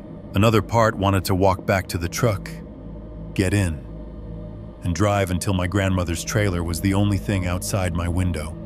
Instead, I eased forward slowly, watching the sign out of the corner of my eye as if it were a skittish animal. At about 2 yards away, the numbers blurred, 062. They weren't steady, they stuttered, flipping so fast my brain couldn't keep up. 037099000, too quick to be sure if I was seeing them or imagining them. Each shift was accompanied by that tiny internal click, a sound that did not belong to an inert piece of park signage. The air around the board felt colder, not the normal cool of shade, a knife-edge drop, a localized winter. My breath didn't fog, but the skin on my face tightened as if it could. I reached out, against better judgment. My fingers hovered an inch from the metal, my hand trembling just enough for me to notice. "Don't be stupid," I muttered. Saying it didn't stop my hand from closing the distance. My fingertips met this board. The cold went straight through my skin to the bone. It was not the dead chill of metal on a fall day. It was the cold of something that had been sitting in the back of a freezer, untouched, forgotten. The kind of cold that made me think of a coffin lid. For a second, standing there with my fingers pressed to the white rectangle where a number should be so, I had an image so strong it cut across my vision, the same board. Years ago, indoors, lit by bare bulbs, with men walking past in heavy boots, a whistle blowing, a foreman's hand reaching out to flip the numbers after someone got hurt bad enough to be sent home, the clack of the digits tumbling over. Then it was gone, and I was just a guy touching a sign on a trail. "Dude, you comin' or what?" Derek's voice echoed up from around the bend, thinner and farther away than it should have been. "Daylight's not waitin' on us." I jerked my hand back, the spot where my fingers had been tingled painfully, as if they'd fallen asleep and were waking too fast. The numbers, wherever they had been, weren't there anymore. Blank, clean, innocent. I took a step back, flexing my hand. The air behind me felt heavier, like the woods were leaning in to listen. As I turned away from the sign, something beeped. It was quick, one note only, but unmistakable. A high, sharp, electronic chirp, cutting across the natural sounds like a scalpel. For a half second, my brain dropped me back into the warehouse forklifts backing up, pallets swinging. That constant alarm drilled into my nerves. Beep. I froze, every muscle tightening. The beep had not come from my pocket. My phone was silenced. It had not come from the visitor center, which was too far away. It came from the trees, somewhere down the path ahead, where the steps began their descent. Bro Derek called again. Voice faint. "I'm starting without you." The forest around the trailhead looked normal: leaves, trunks, patches of light. The sign behind me stood still, its blank eyes watching my back. Whatever had just made that sound, it was waiting below. I adjusted my backpack, swallowed the knot in my throat, and stepped off the gravel onto the dirt. The Kaymoor Miners Trail took us in, and the safety board behind us kept counting something I couldn't see. 3.1. The descent if the sign at the trailhead was the warning. The stairs were the sentence. The dirt path ran flat for maybe 30 yards, just long enough to make you think, foolishly, that this would be a normal hike. Then the ground fell away, and there it was, the staircase, dropping down into the woods like someone had bolted half a fire escape to the side of a mountain and dared people to trust it. The first flight was wooden, planks darkened by time and weather, slick with a thin sheen of damp. The handrails were steel pipe, painted once upon a year in a color that might have been green, now flaking down to bare metal. Fallen leaves stuck to everything tanned brown, damp orange, slick yellow, slick little death trap petals. "Welcome to cardio," Derek said, swinging the camera around to get the first wide shot. Rust Belt relics, coming at you live from the ladder to hell. He started down with a confidence I envied and distrusted. His boots thudded on the boards, each step giving a little under his weight. I put my hand on the rail and followed. The steel was cold, not the sharp, biting cold of the safety board, but a more familiar chill, the kind that soaks into metal in the shade and makes your palms sting. The texture under my fingers was rough with old grit and paint bubbles. It smelled faintly of iron and something else. Something organic woven into it, old sweat, skin oil, whatever remnants of hundreds of hands had passed down before ours. Signs were posted every so often, white rectangles with black text, screwed into posts at the ends of landings. Steep trail, know your limits. Remember you must climb back out. Caution stairs may be slippery when wet.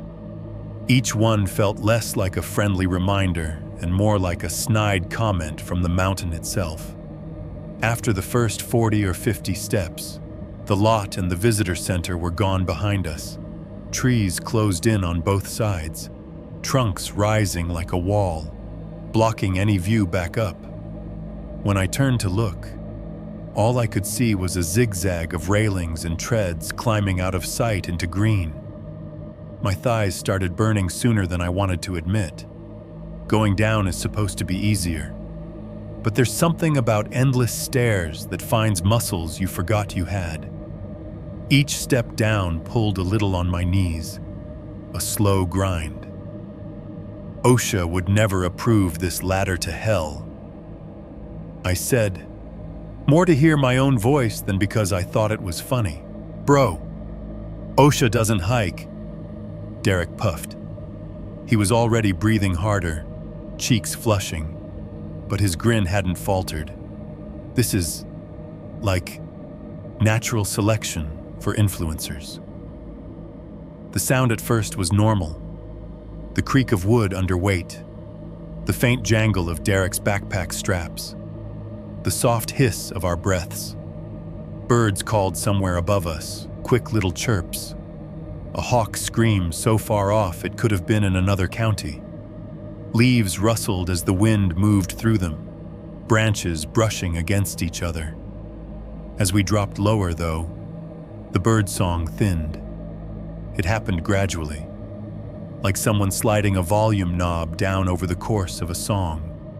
One moment you could pick out distinct calls, little melodies between the trees. A few flights later, it was just a faint background suggestion. Then it was nothing.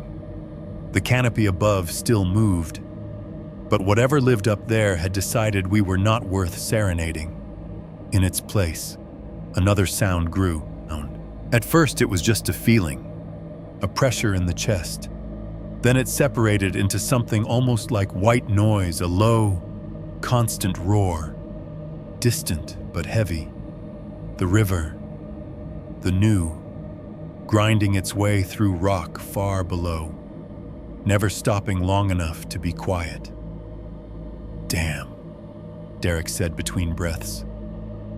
"You hear that? Feels like we're walking into a giant fan. Just water," I said. "Big one. The further we went, the louder it got.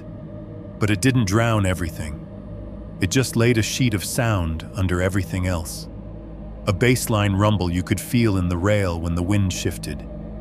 And under that, beneath the birds that had gone quiet and the river that had always been talking, I started to hear something else.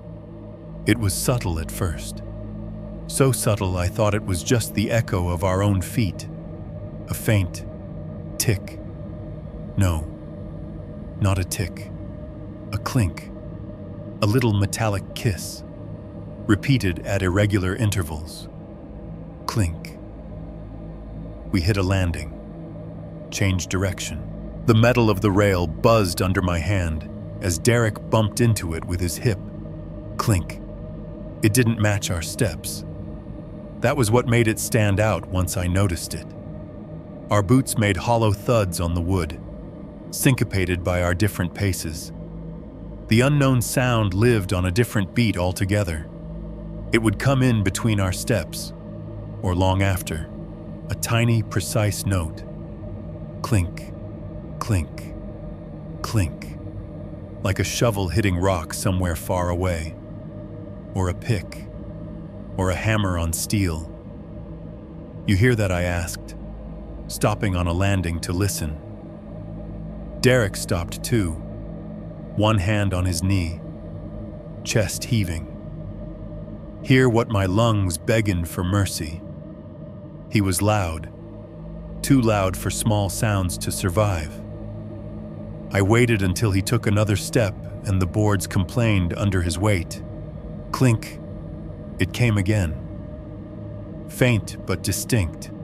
Not from above, not from below, not from any direction I could point to. Just in the air. Close and far at the same time. Probably just something loose somewhere, I said. More to myself than to him. "Bro, this whole thing is something loose somewhere," he said. And then he laughed. And the laugh bounced off the trees and died quickly. We kept going. Flight after flight. Some sections switched from wood to metal grating. The pattern under our feet changing from solid thuds to a more hollow ring. Moss grew in the corners where treads met risers, slick and dark. A few steps had sagged visibly. The boards bowed in the middle from age and weight. Signs of repair showed in random places, a newer plank bolted next to an older one. Shiny hardware among the rust. Every 50 steps or so. Derek would call a brake. "Hold up." He'd gasp, hauling himself over to the side, one hand on the rail. "I am not dying on the way down. That would be so embarrassing." He'd lean there, sweat beading on his forehead, glasses sliding down his nose. The GoPro would still be running, catching snippets of him talking to the camera, half joking, half whining. "Fun fact," he said at one point. "Around what felt like step 300. If you're fat and out of shape, this is not the content for you. Smash that like button if you want to see me have a stroke. You're gonna have to tag the paramedics in the description," I said. My own breathing was getting rougher. Each inhale edged with heat. My thighs felt like someone had poured sand into them. Another sign appeared at a landing. "Remember, you must climb back out." Somebody had drawn a little stick figure beside the text, lying on its back with X's for eyes. The sound of the river swelled. We still couldn't see it, but it felt closer. Like being inside a building where the ventilation hum is right behind the wall instead of the floor above. The air grew damper, each breath tasting more like stone and less like leaves. Clink, clink, clink. I tried to time it. That was the mistake. As soon as I focused on it, it became more elusive. If I counted the seconds between, it would stop right when I expected it.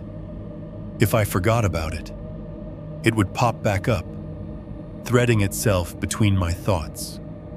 We were somewhere around the halfway point when the first real scare happened. The stairs turned sharply left, hugging a rock face. Moss and ferns crawled over the stone, glistening with moisture. Derek was a few steps ahead of me, camera out in front, narrating something about, "We've probably gone, like 400 steps now. My quads are on fire. Send help." His boot came down on the next tread.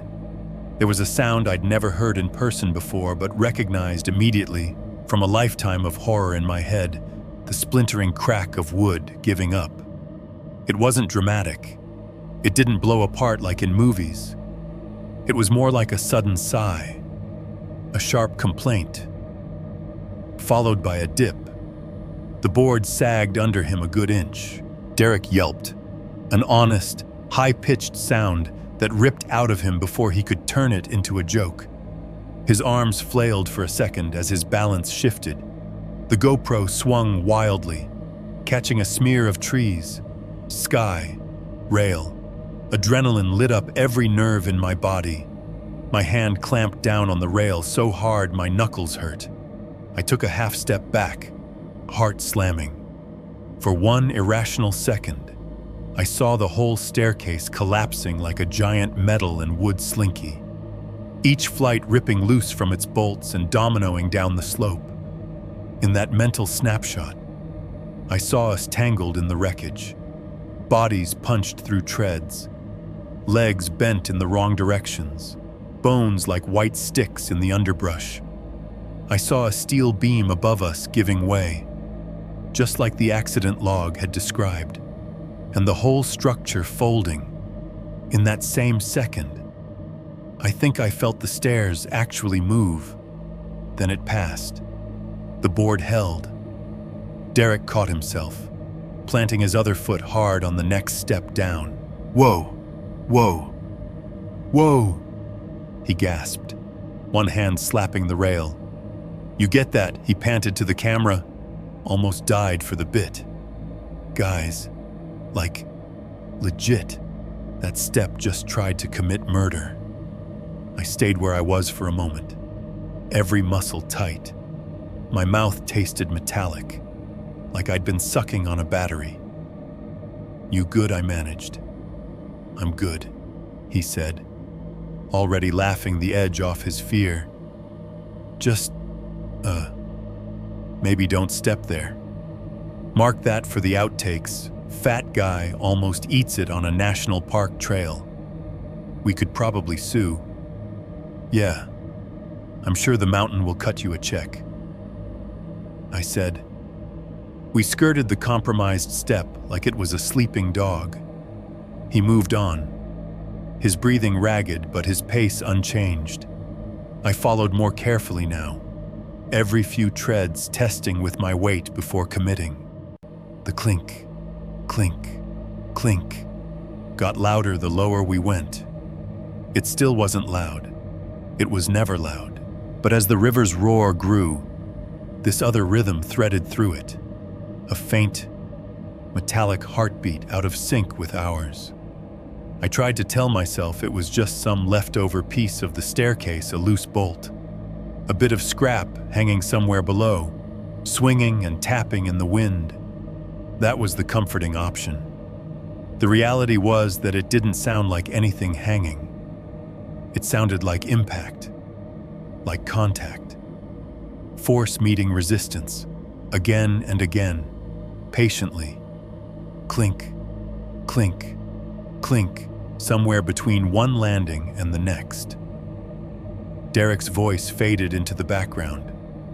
The jokes, the commentary, even his wheezing, all of it turned into a kind of noise wallpaper. The steps took over everything else. Down, down, down, muscle burn, rail cold, breath hot. A part of my brain, the part that remembers useless trivia when it should be worrying about survival, piped up to tell me that 800 steps is like descending the height of a 60 or 70-story building. In a city, you'd have landings and elevators and doors every few floors. Here, it was just us and gravity and whatever had built this thing out of thin air and metal. Every now and then, through gaps in the trees, I could see the bridge high above, a slice of steel against the sky. Cars moved along it, tiny and silent. Up there, people were driving across the gorge in seconds, music on, a sea humming, completely unaware that under their tires, men like me were walking down a rusted rib cage into a dead town. I don't know when exactly it hit me that we weren't alone on the stairs. Not in the human sense. There were no other hikers in sight. The couple from the parking lot was either far ahead or had turned off somewhere else. It was just us. But as the clink, clink, clink kept threading through the river roar, I got the distinct, nauseating impression that there was another set of steps somewhere, mirroring ours, not above, not below, not on the wood or metal, somewhere else, somewhere deeper, as if on another shift in another year that had never ended. Someone was also descending, boots hitting invisible treads in perfect counter-rhythm, making their way down to a job site that didn't exist anymore, following a whistle that had blown 6 decades too late. We kept going. The staircase creaked, the river roared, and the mountain's old work song kept time in the spaces between our breaths. 3.2, the mid-landing, and the invisible numbers about halfway down. The stairs widened out like the mountain had decided to give us one merciful inhale before the next plunge. The landing was a little platform jutting out from the slope, maybe 10 feet across, with a low rail along the outer edge. Somebody, at some point, had decided this was a scenic overlook. The wood here was slightly less rotten, the posts a little thicker, as if the Park Service had grudgingly admitted people might stop here and not just march themselves into the earth. From that spot, you could actually see the river. It wasn't a full postcard view, more like glimpses through gaps in the trees, a smear of slate-green water far below, sliding past dark rocks, flecked with white where it broke and foamed. On the far side, a narrow cut in the slope held the railroad tracks too bright, hard lines hugging the contour of the gorge. They looked small from this height, like model train pieces laid on a textured mat. Derek dropped onto the steps with a theatrical groan, backpack thumping against the rail. Sweat darkened the front of his hoodie. His chest rose and fell in big, ragged breaths. Time out. He wheezed. I'm tapping out. Leave me here. Tell my story. You're not even dead yet, I said, though my own lungs were burning. My thighs throbbed in that deep, slow way that promised they'd hate me tomorrow. He fished a can of Mountain Dew from the side pocket of his bag and cracked it open. It hissed. The smell of corn syrup and artificial citrus burst into the damp, leafy air. So wrong, it was almost funny. He took 3 massive gulps, wiped his mouth with his sleeve, and let out a satisfied ah that sounded more pained than refreshed. Gourmet hydration, he said. I can feel my arteries clogging and my soul ascending at the same time. I moved toward the outer edge of the landing, hands on the rail, eyes on the river. The roar was louder here, the sound clearly coming from below instead of everywhere at once. It had weight now, a physical presence in my chest cavity. The tracks along the far bank gleamed dully, empty. For a second, I imagined a train down there, a line of coal cars grinding past, full and heavy, lights cutting through the canyon. I could almost hear it, the clatter of steel on steel layered over the water's roar. I blinked, and the illusion was gone. Just trees, river, 2 empty rails. Something on the rail beside my hand caught my eye, a sign, smaller than the ones up top, bolted to the middle post. The board was metal, once white, now the color of old dishwater. Letters were stenciled on it in fading black paint. Report unsafe conditions to foreman immediately. Below that, screwed into the same post, was another little panel, a miniature of the board at the trailhead. Days without incident in small caps across the top, and beneath it 3 small windows where numbers had probably lived once. Now they were just rectangles of grime. A greasy, gray-brown film covered the whole surface, thicker in the middle where fingers had never reached. Yo, safety culture from beyond the grave, Derek said, getting to his feet with a grunt and wandering over. They wanted to make sure you knew it was your fault when a rock fell on your head.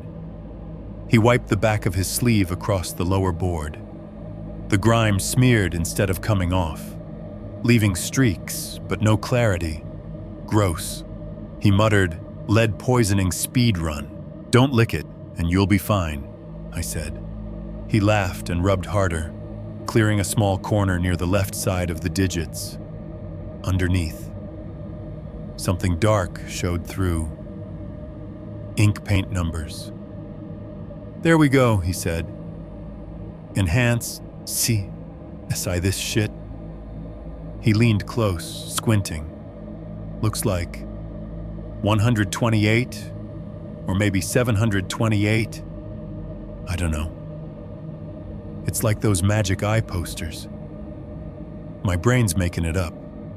From where I stood, a step to his right, the angle was different. The smudge his sleeve had made looked less like random streaks and more like the edges of something deliberate.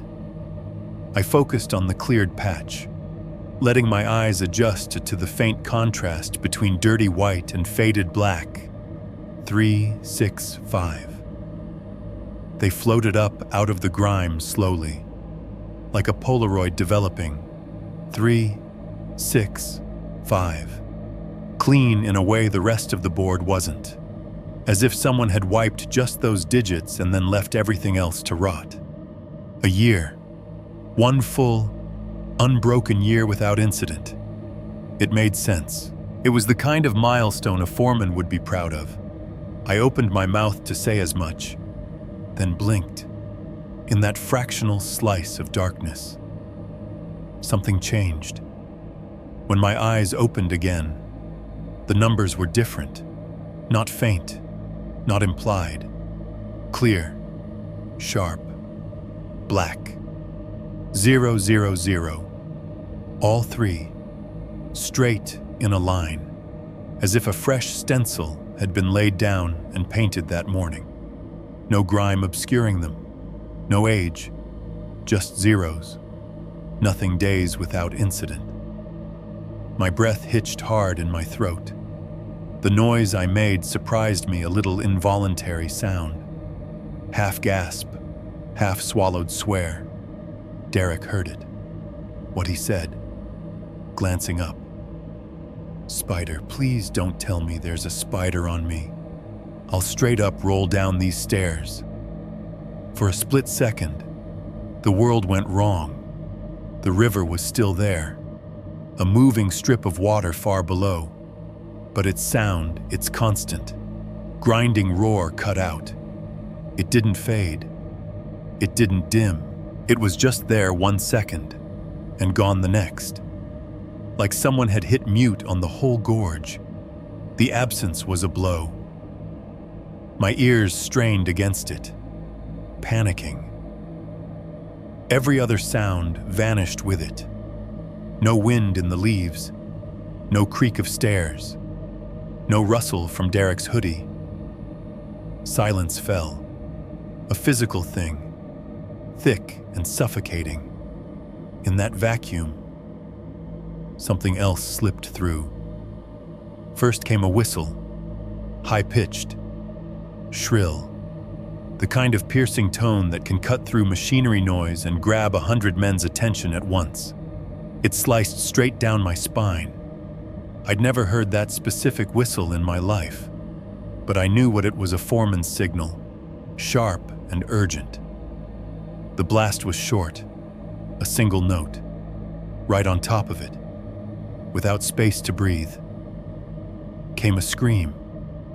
Not the drawn-out horror movie shriek you hear from teenagers on a screen. This was shorter, more raw. A man's voice, mid-shout, cut off mid-syllable, as if something had closed over it. It came from below and above, and right next to my ear all at once. Then, just as suddenly as it had gone, the world came back. The river roar crashed into place like someone dropping a heavy blanket. Leaves hissed. Wood creaked under our weight. My own heartbeat slammed inside my chest in triple time. I staggered a half step, hand flying to the rail. "Dude, what is your problem?" Derek said, eyebrows up. "You look like you saw God." Or like the opposite. The numbers on the board stared back at me. Harmless. The grime was just grime. The digits faint again. Barely there, maybe a 1, maybe a 2, maybe nothing. No clean zeros.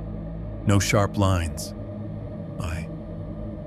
My tongue felt thick in my mouth. Adrenaline had left a metallic tang in my throat. I thought I heard something. "Yeah, me too," he said. "It was you making that noise like my grandma when she finds a snake in the garden." He squinted at the panel again. "This thing's useless," he declared. "We'll fix it in post. I'll just Photoshop 666 on it and call it a day." He lost interest and moved back toward the center of the landing, lifting the camera to get a wide shot down the next flight of stairs. "Behold," he intoned, panning slowly, "the 9th circle of cardio." I stayed by the sign, fingers still curled around the rail hard enough that my knuckles were white. "You misheard it," the gas station man had said. "If you hear anything that sounds like working, you misheard it." That hadn't just sounded like working. It had sounded like work stopping. Like the moment everything went wrong. Could altitude do that to you? We weren't high enough for altitude sickness. Could anxiety? Sure. Panic attacks could make people hear and see things that weren't there. But this didn't feel like my mind spinning out. It felt like something outside had leaned in, nudged the world aside for a heartbeat so it could be heard. Lead paint, I told myself. In a desperate, stupid grasp at normal, old metal, weird fumes. Maybe the staircase and this landing were coated in enough historical poison to mess with your head. Maybe my brain was folding in on itself from lack of sleep and too much horror. Lightheaded, I said finally, forcing a laugh that sounded wrong. Guess I'm more out of shape than I thought. Dude, same, Derek said easily. After this, I'm buying us both salads, which we will eat while weeping. He started down the next flight, humming a horror theme under his breath. The GoPro's little red light blinked, capturing every step, every breath. None of the things I'd just heard. I took one more look at the board, Report unsafe conditions to foreman immediately. Days without incident. If there had ever been a foreman to report to, he wasn't here now. If there had ever been a day without incident, it wasn't today. I let go of the rail and followed Derek down. Behind us, the landing stood empty again, halfway between the highway and the river, its little sign waiting patiently for the next set of eyes that might see something in the grime besides dirt. 3.3, the last steps and the smell of burned dust. The stairs did not get kinder as we got closer to the bottom. They got meaner. The flights were shorter now, choppier, as if whoever installed them had started to run out of patience and lumber at the same time. Some sections shifted from wood back to metal. The grating under our boots rust rough and slick in patches where water had seeped and settled. The treads felt just a little narrower. Or maybe it was just my legs shaking hard enough that my balance went to hell. My thighs were officially in open revolt. Every step down sent a small tremor through them. Little bursts of lactic acid that made my knees feel hollow. Sweat had soaked the back of my hoodie and the band of my hat. In the cooler air down here, that sweat had turned clammy, clinging to my spine like a cold hand. The air kept changing as we descended. Up top, it had been all leaf mold and dry dirt and sun-warmed bark. Down here, it thinned and cooled, lost the sweetness. The smell shifted towards something denser and older stone, wet and patient, with a hint of iron. The river's breath, pushing up through the gorge, almost there. Derek panted. He was a few steps ahead, one hand on the rail, the GoPro clamped in his other like he was afraid it might jump. My watch says we've done, like, 1 million flights. That's accurate. Right, GoPro. Confirm. His voice had lost some of its performative hype. The exhaustion stripped it down to something more honest. Rougher. But he still managed a half laugh. The camera's red light blinked steadily. The roar of the river was no longer a suggestion. It was a presence. It pushed up through the trees and the metal and the wood, a constant, grinding white noise that filled my ears. Every few seconds, there'd be a slightly sharper rush where the current hit a rock and fanned out, like breath catching on teeth. Under that, disturbingly, the clink, clink, clink was still there. I had hoped, irrationally, that getting closer to the water would drown it out. If anything, it had adjusted. The rhythm had changed slightly. The spaces between strikes stretching and contracting in a way that made it feel aware. It was syncopated now, living between the river's swells. Every time I tried to focus on it, to really nail down the pattern, it stuttered and stepped aside, waiting in the gaps of my attention. Then the air did something I did not know air could do. We were halfway down a short flight. The ground visible now between the trees, a sliver of flat. Open space with a suggestion of structures beyond when a wave of heat rolled up the staircase. It was short, 2 seconds, maybe 3, but it was undeniable. One moment, everything was cool and damp and stone-scented. The next, a blast of hot air hit my face and chest, as if someone had opened an oven door just below us. Along with the heat came the smell. Not campfire, not cigarettes, not the clean, dry burn of wood. This was heavier, greasier, burned rubber. First, that weird, almost synthetic tang you get when a belt slips on a motor. Or someone locks up their brakes on pavement and leaves a skid mark and smell hanging in the air. Layered under it, a dry, sharp bite of ozone like the hot breath of an old transformer, or the inside of a welding mask. And under both of those, thick and unmistakable, something organic, burned hair, singed in clumps. The way it smells when someone gets too close to a candle and their bangs catch. And beneath that, deeper, uglier. A note my brain tried very hard not to identify as burned meat. It hit me hard enough that my eyes watered. I stopped dead, one hand on the rail, the other covering my mouth. The heat washed over me and then was gone, replaced instantly by the cool, river-damp air, like someone had flipped a switch. "You smell that?" I croaked. Derek glanced back, blinking sweat off his lashes. "Smell what, that?" I gestured uselessly, fingers clenched around nothing. That burned smell, like tires or something. He sniffed theatrically. "Smells like trees and my own BO, he said. "Maybe you're having a stroke. Dude, this is how Rust Belt Relics ends.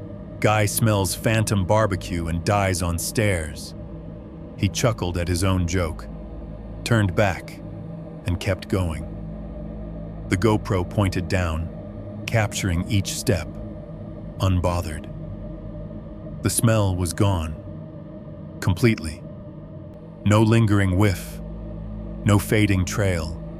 Just the clean, cold scent of rock and river and wet leaves, if not for the bile creeping up the back of my throat. I could have convinced myself I'd imagined it. We hit the last few flights. The trees thinned, trunks giving way to a more open view. The stairs here were metal, bolted into poured concrete landings. Rust streaked down from the mounting points, leaving bloody-looking stains on the gray. The handrails were colder again, as if they'd sucked something out of the air. Derek's voice picked back up, performing for the camera. "All right. Folks," he puffed, "we are almost at Kaymoor Bottom. If you're still watching this, 1, you're a legend, and 2, you're about to see some real-life ghost town coal camp action." The last flight ended on a wide concrete pad. I stepped off the final tread, and the change under my boots was jarring. After so many minutes of hollow thuds and creaks, the solid, unmoving feel of the ground almost knocked me off balance. It felt like stepping from a swaying boat onto a dock that refused to move. The world opened. In front of us, stretching along the contour of the hillside, was what remained of Kaymoor Bottom. Not the tunnel mouths and deep shafts I'd half expected, but the ghosts of a town. Concrete foundations squatted in the leaves, rectangular and square.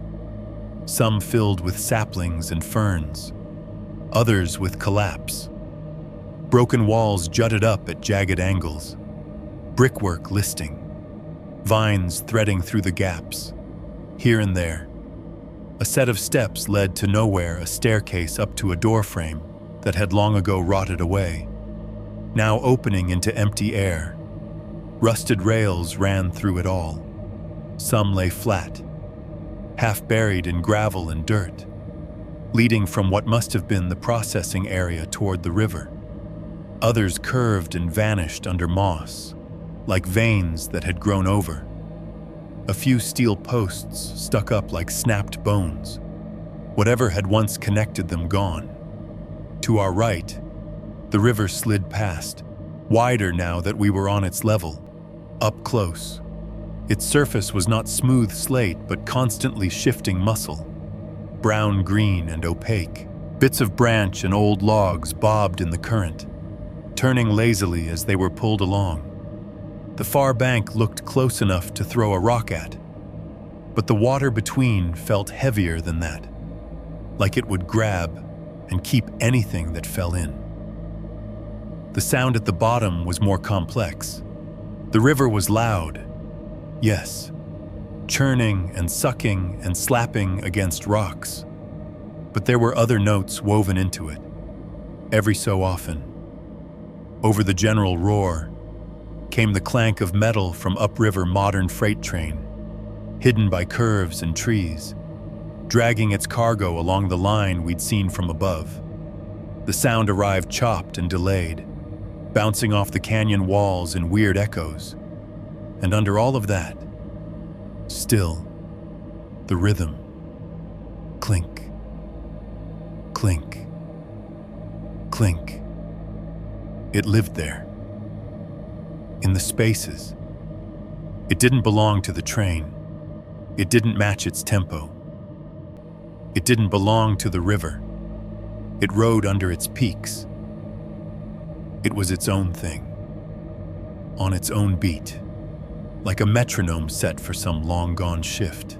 Every time I tried to pin it down, to count the exact seconds between hits, it would blur and vanish. When I stopped trying, let my thoughts drift toward the shapes of the buildings, the color of the rust, it would sneak back in, insinuating itself between normal sounds. This is insane. Derek breathed, spinning slowly with the camera, doing a 360-degree pan. His earlier joking tone was gone. The tiredness and the sight had stripped him down to something more genuine awe. Dude, look at this. It's like the apocalypse happened before we were born. We walked forward slowly, boots crunching on gravel and broken glass. The structures loomed on either side, low and squat, built for function, not beauty. A brick wall ahead of us bore a faded warning. Half flaked away, no admittance beyond this point. The rest of the building it had guarded was now just ribs and rubble. The smell of burned stuff didn't come back, but the memory of it clung. Every gust of wind that brought a new scent, wet metal. Rotting leaves carried a phantom echo of that scorched reek against the roof of my mouth. Imagine living down here, Derek said, pointing the camera at a long concrete slab that had probably been a row of houses. You wake up. You hear the river. You hear the trains. You go to work with a rock over your head and hope the mountain doesn't decide it's your day. Then, all this just stops. His words trailed off. We both stood there for a moment, listening. The clinking sound had spaced out. Now it came less often, but sharper. Each strike a tiny bright point in the dull roar. It made the hairs on my arms stand up. I turned around to look back at where we'd come from the bottom. The staircase looked impossible. It rose in jagged sections through the trees, a crazy switchback of lines and angles disappearing into the green. Somewhere up there was the mid-landing with the little days without incident sign. Somewhere above that, the trailhead, the visitor center, the road, the world. For just a fraction of a second, as my eyes tracked up the stairs, I saw them. They were crowded on the mid-landing, not shoulder to shoulder, not solid enough to bump elbows. But there, a cluster of figures, maybe a dozen, maybe more, all roughly the same height, all standing still, facing down. Hard hats caught what little light filtered through. Dull white domes hovering over darker shapes. The bodies under them were just suggestions, dark jackets, broad shoulders, the outline of work pants, no faces. Or if they had faces, my brain refused to sharpen them. They were silhouettes cut out of the air. Every one of them was looking our way, for that breath-long moment. The river's roar seemed to fade around the edges. The clink, clink, clink, lined up with the way their heads might have turned, the way their unseen hands might have tightened on invisible tools. Then I blinked. The landing was empty, just the rail, the boards, the slice of view we'd looked at earlier. No crowd, no helmets, no anything. Higher up, a tiny shape moved just Derek, adjusting his grip on the GoPro strap, clicking a button to check battery level. Except he was next to me. The movement resolved into nothing but a branch in the wind. "You all right?" Derek asked, sweeping the camera past my face, catching my expression. "You look like you just saw about 17 OSHA violations. Just getting the lay of it," I said. My voice sounded thin. I looked back at the ruins. We'd come all this way chasing content and closure, chasing a story that wasn't ours to begin with. Now, standing at the bottom of 800 steps with the river talking in one ear and the ghosts of somebody's workday tapping in the other. It hit me that we hadn't just arrived at a place. We'd stepped into a shift that might not be over. Whatever had once clocked in here, whatever had once answered whistles and watched numbers flip on a board, hadn't entirely gone home. 4.1. Lamp house, lockers, and the first face, if the stairs were the throat of the place, Kaymoor Bottom was its lungs. We started with the building closest to where the rails ended, a low, rectangular concrete structure with a half-collapsed roof and dark square openings where doors used to be. A weather-worn park sign, half buried in weeds nearby, called it the Lamp House, though the printed picture beside the text showed a tighter, neater version than the one in front of us. "Lamp House," Derek read aloud, filming the sign, "where they kept the headlamps and batteries.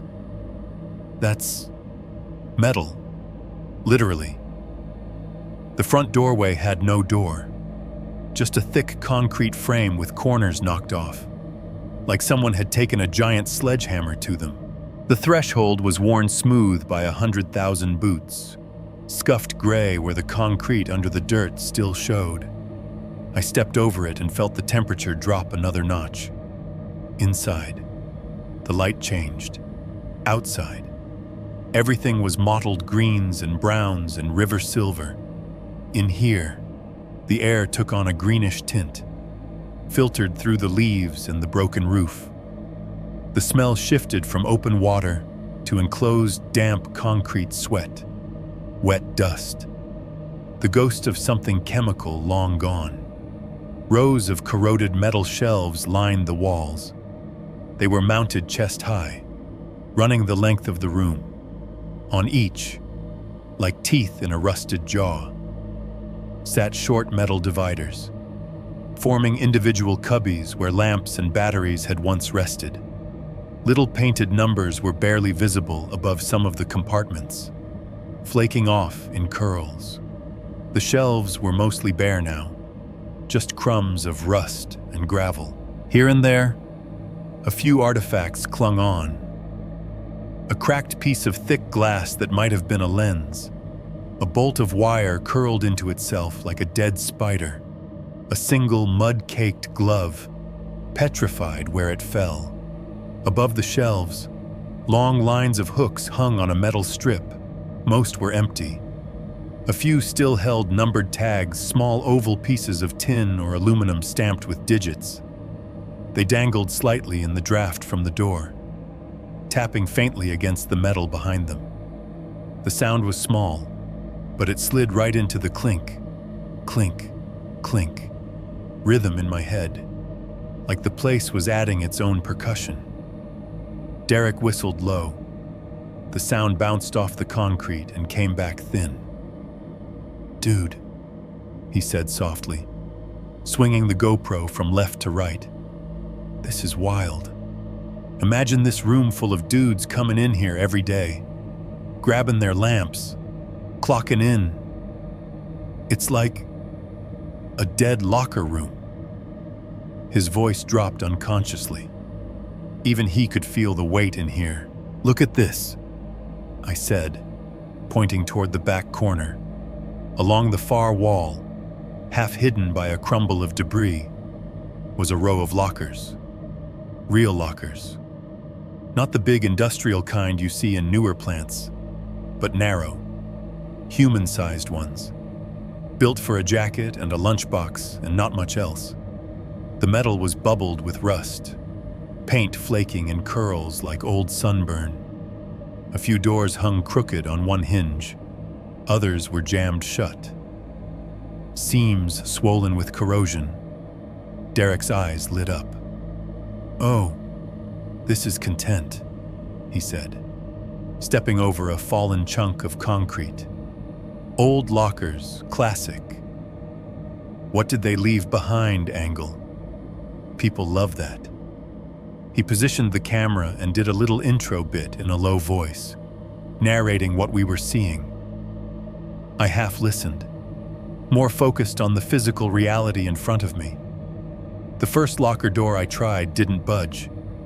The handle was fused to the frame by rust, the metal around it rough and jagged.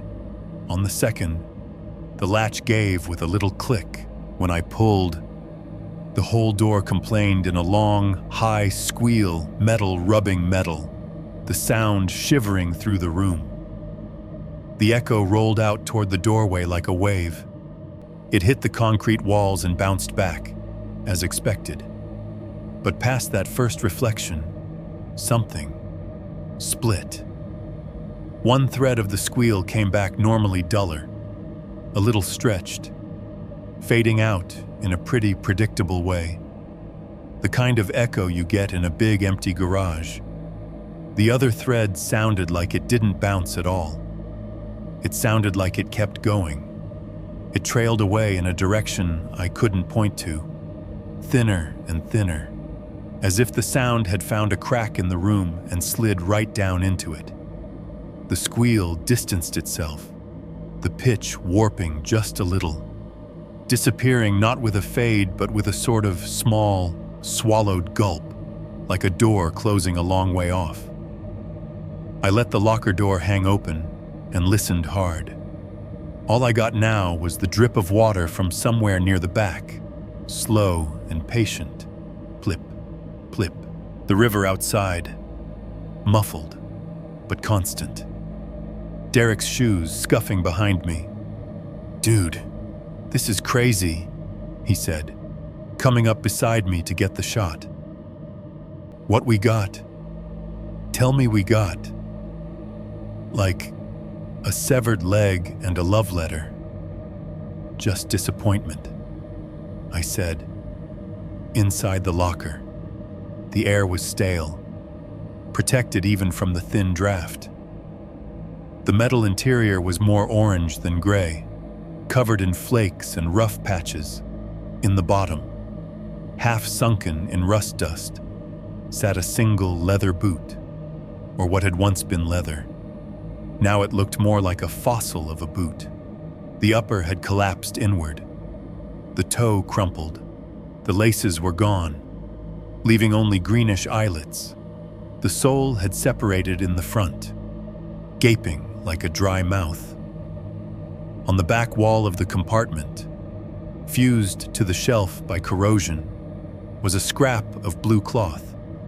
It was thick, like denim or work uniform material. The edges feathered. The fabric had partially melted into the metal, becoming a weird hybrid of textile and rust. If I squinted, I could see the curve of a hem, like a cuff, maybe a sleeve someone had shoved in there and never pulled out again. On the top shelf sat a circular shape I almost didn't recognize until I focused on it, a tin lunch pail. The kind with a hinged lid and a little handle on top. Only now, the lid and the body had become one welded, orange-brown mass. The handle was frozen halfway up, stuck in a forever rise. A faint, pale shape on the side suggested where a sticker or someone's name might have been. Derek got everything in a slow, lingering pan. "Look at that," he murmured. "Boot still in there. Lunch pail still in there. Bro probably left it on a Friday, thinking he'd be back Monday. That's messed up." He wasn't wrong. I moved down the line, trying another locker. This one fought me more. When it finally gave, the jerk made my shoulder twinge. Inside a collapsed hard hat. The plastic rippled and cracked, straps brittle as bone. Beside it, on the floor of the compartment, a crumpled pack of cigarettes so old the paper had become part of the rust. The brand logo was just barely visible white letters on faded red, a brand my grandfather had smoked. Back when you could still smoke in kitchens and trucks and break rooms, I shut that one more gently. "Let's get a little establishing shot of you standing there," Derek said. He backed up to frame me between the rows of shelves and the lockers. "Like you're looking at all the ghosts of health insurance past." I snorted despite myself and leaned against the open locker door with my shoulder. Facing him, the GoPro's tiny screen showed a live view me, pale as ever, hoodie dark with sweat and patches, face drawn tight with something that wasn't just exertion. Behind me, the row of metal doors, streaked with orange and black. "Say something deep," Derek said. Like, "We're walking in the footsteps of the forgotten working man or some shit. This is where they left their lives." I started, trying to sound normal, and went to something on the GoPro screen moved. Not me, not Derek, not any physically present thing. Reflected in the warped metal of the locker next to my head, where in real life there was only peeled paint and flaked rust. A face swam up out of the blur. At first I thought it was a trick of the angle my own features stretched by the dented door. But the outline was wrong. The head was wrong. There was the suggestion of a hard hat, its rounded top cutting a smoother silhouette against the mottled background. Beneath it, a face, or something trying to be one. The skin, if you can call it that, was darker than soot. Not just dirty, but deep. Like the reflection was a hole burned through to something underneath, and that underlayer was pitch. The hardness of bone pushed against it in strange places, too sharp at the cheekbones, too flat along the jaw. The eyes were what pinned me. They were too white. In the tiny screen, they shone with a clarity nothing else in the shot had. On a frame full of muted grays and browns and greens, those whites cut through, not glowing. Exactly, not flashlight bright, but wrong. Like two polished stones set in ash. The pupils were there, black pinpoints, but they didn't seem to sit right in the sockets. One was a little higher than the other, giving the whole face a lopsided intensity, a look of terrible, focused interest. The gaze wasn't locked on the camera. It was locked on me, on the side of my head. The mouth hung open. I don't mean it was just parted. It looked pulled, stretched sideways, like fingers I couldn't see had hooked into the corners and given a long, patient tug. One side climbed almost to where an ear might have been, if the shape of the skull made sense. Inside, there was no detail, no teeth, no tongue, just more of that same blackness, as if the whole of the mouth connected directly to the dark behind the eyes. I froze. For a moment. The only thing moving was the red light on the GoPro, blinking calmly. "Say it again," Derek said. Oblivious. "You cut off." My eyes were glued to the screen. The face held, solid for one heartbeat. Then the image on the GoPro jittered a tiny, normal camera wobble as Derek adjusted his grip, and the reflection became just that, a reflection. Dull metal, rust streaks, chips of paint clinging to smooth steel. My own shoulder, hoodie, a hint of my cheek. No hard hat, no eyes, no pulled mouth. I turned my head hard toward the actual locker, searching for anything that could have made that shape. A pattern in the rust, a flake of paint, a freak smudge. Nothing. It was just a ruined door, the kind you'd find in 100 other dead factories. "You good?" Derek asked. "You went, like, zombie mode for a second there. Which, not gonna lie, pretty on brand. You didn't see that." My voice came out softer than I intended. He frowned. "See what? You just stared at the camera like I was tax season." "Nothing," I said quickly. "Thought. Never mind." I forced a breath in, tried to unclench my jaw. "Do that pan again." He obliged, swinging the camera past the lockers, the shelves, the hooks with tags. I watched the screen this time, hawk-focused, looking for any ripple that didn't match. There was nothing but grain and compression, a century of dust translated into ones and zeros. The sound in the room had changed, though. The clink, clink, clink had gone very faint, like whatever was making it had paused to watch. The echo of the locker door's earlier squeal still lingered in the back of my skull, not in my ears, as if part of it really had gone somewhere deeper and was still traveling. I swallowed, my throat dry. All my life, the horror I consumed lived in earbuds and screens, voices telling stories about dark roads and things in the woods, faces caught in reflections by somebody else's shaky camera. Now I'd just watched something do the opposite, use our device to get my attention from the other side. Not loud, not dramatic, just present. "If you're watching this," Derek liked to say in his imaginary intros, "smash that like button. If you're watching this, something in the lamp house had just watched me back." 4.2 Payroll office and script that was not dead. If the lamp house was where they handed you light, the next building was where they pretended to hand you a life. We left the rows of lockers and hooks and stepped back out into the open. The river's voice washed over us again, a constant undertone. The clink, clink, clink slid back into its little cracks in the soundscape, patient, indifferent.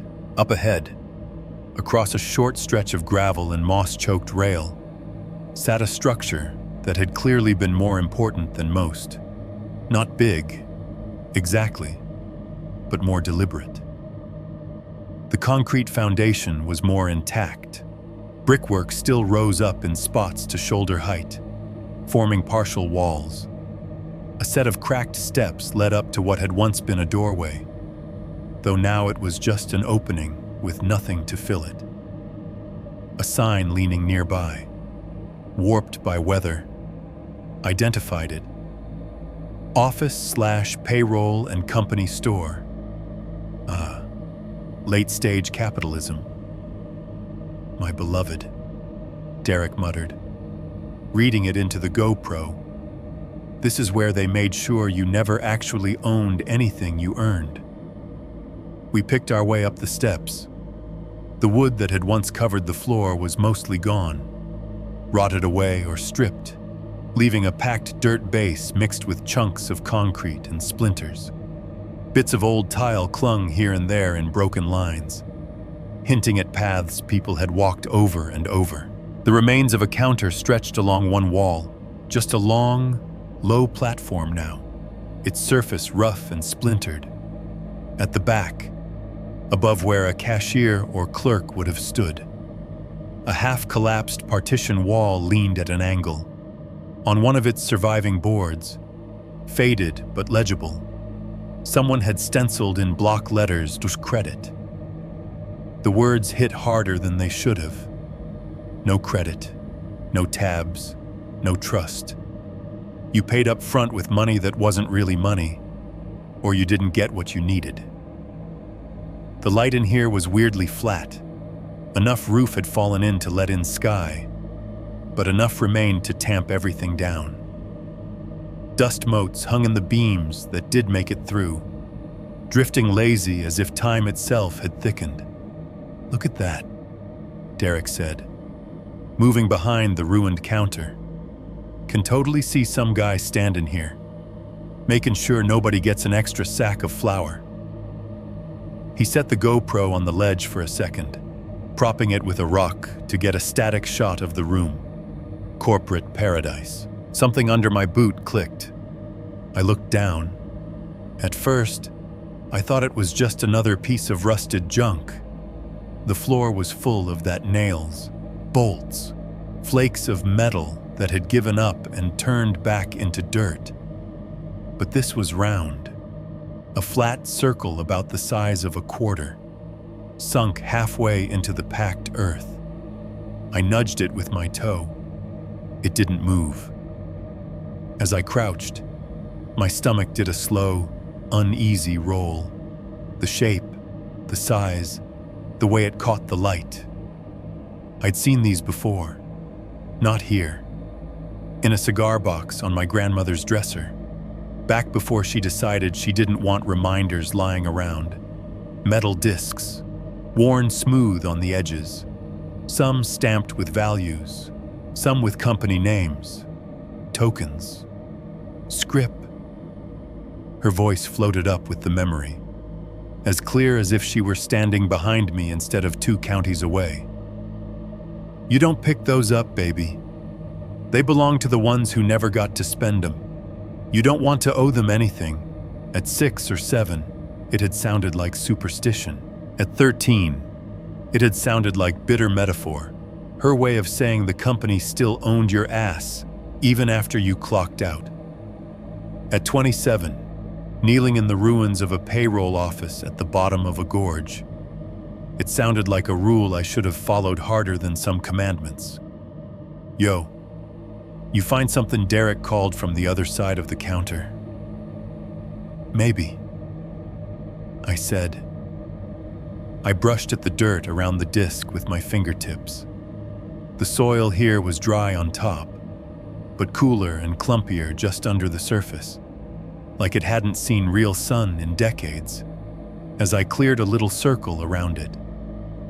Lettering emerged in the metal, faint but readable. Kaymoor Coal Co., good for 1.00 in merchandise. The words were stamped deep, the kind meant to outlive paint. Around the edge, a simple border of raised dots. Somebody had carried this token in a pocket once, thumbed it during a smoke break, maybe planned to trade it for bread, or boots, or a bag of sugar to take up the hill to a wife who'd been stretching the last of the flour for days. And for whatever reason, they never did. You don't pick those up. Baby, I sat there, breathing slow, the river rumbling somewhere beyond the walls. It's just a relic, I told myself. It's metal in the dirt. History, that's all. Also, this is the kind of thing people want to see in videos. Something tangible. Something you can hold up to a camera lens and say, "Look, this isn't just a story." And, if I was honest, a small, mean part of me thought if I bring this home, if I put it on my dresser or my dashboard, then what happened to my grandfather isn't just some rumored accident at some unnamed mine. It's tied to a place I can prove I went. My fingers hovered over the disc a second longer. Then I reached down. The instant my skin touched the metal, the room tried to jump out of itself. There was a sound behind me, not the soft clink I'd been hearing.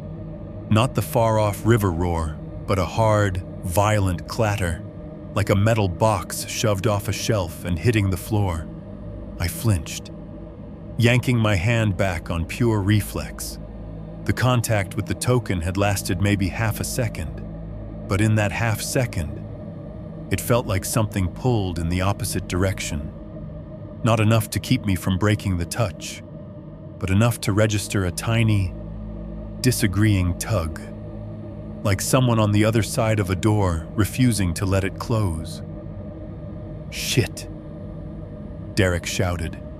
I spun around, heart slamming.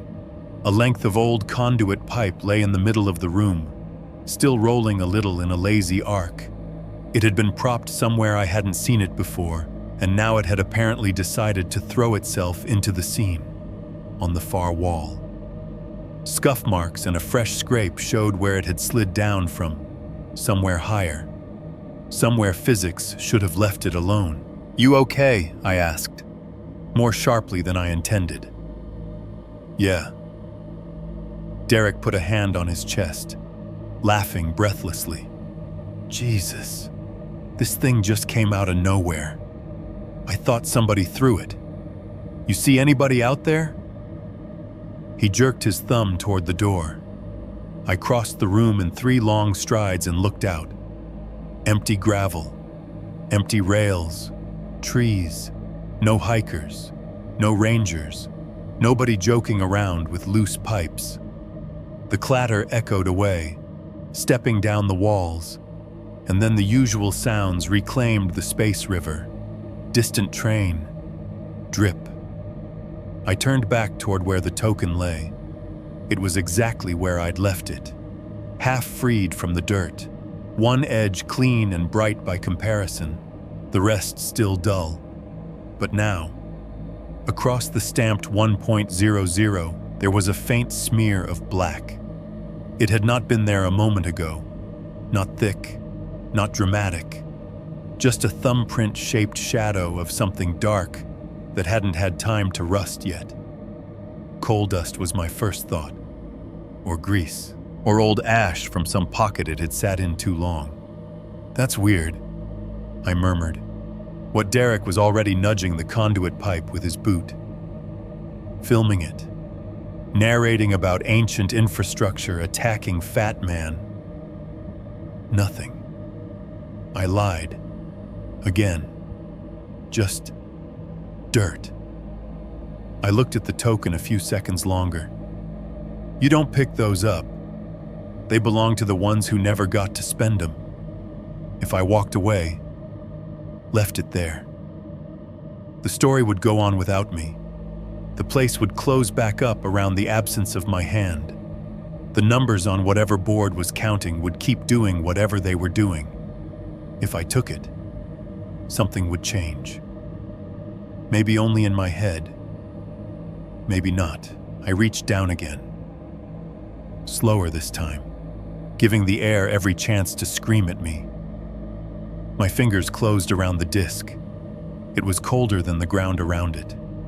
Colder than the rail outside. The chill sank into my skin, then into the tendons, settling in the soft meat between thumb and index finger like a knot. I half expected another bang, another thrown object. The room stayed the same, only my body reacted stomach clenching. A wave of nausea rising fast enough to make my vision tunnel for a second. It felt like the first drop of a fever. That weird, hollow lightness right before the chills start. "You good?" Derek asked, noticing my sway. "You look like you licked that pipe. Just stood up too fast," I said. The line between truth and lie was getting blurrier by the hour. "Blood sugar or something." "Cool," he said. "Don't puke on camera. That's my job." I slid the token into my front pocket. The move was automatic. The way you pocket change at a checkout counter without thinking. The motion, though, made my skin crawl. It felt like I'd just done something in a church I wasn't supposed to do. Taken something off an altar. Stolen from a grave. As the metal settled against my leg, the cold didn't dissipate like it should have.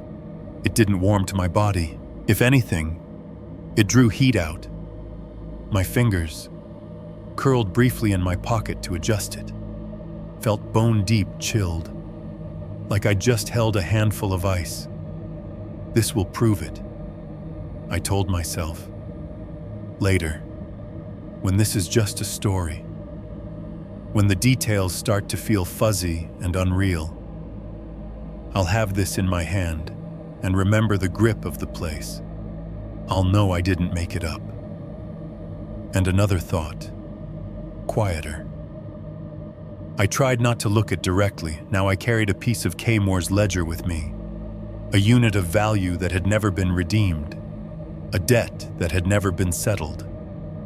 The clink, clink, clink in my head seemed to change tempo, just for a second, like someone had added another tally on some unseen counter. "You ready to see the real creepy stuff?" Derek said, oblivious. Scooping up the GoPro and angling it toward the doorway. "I think the actual mine entrance is down that way."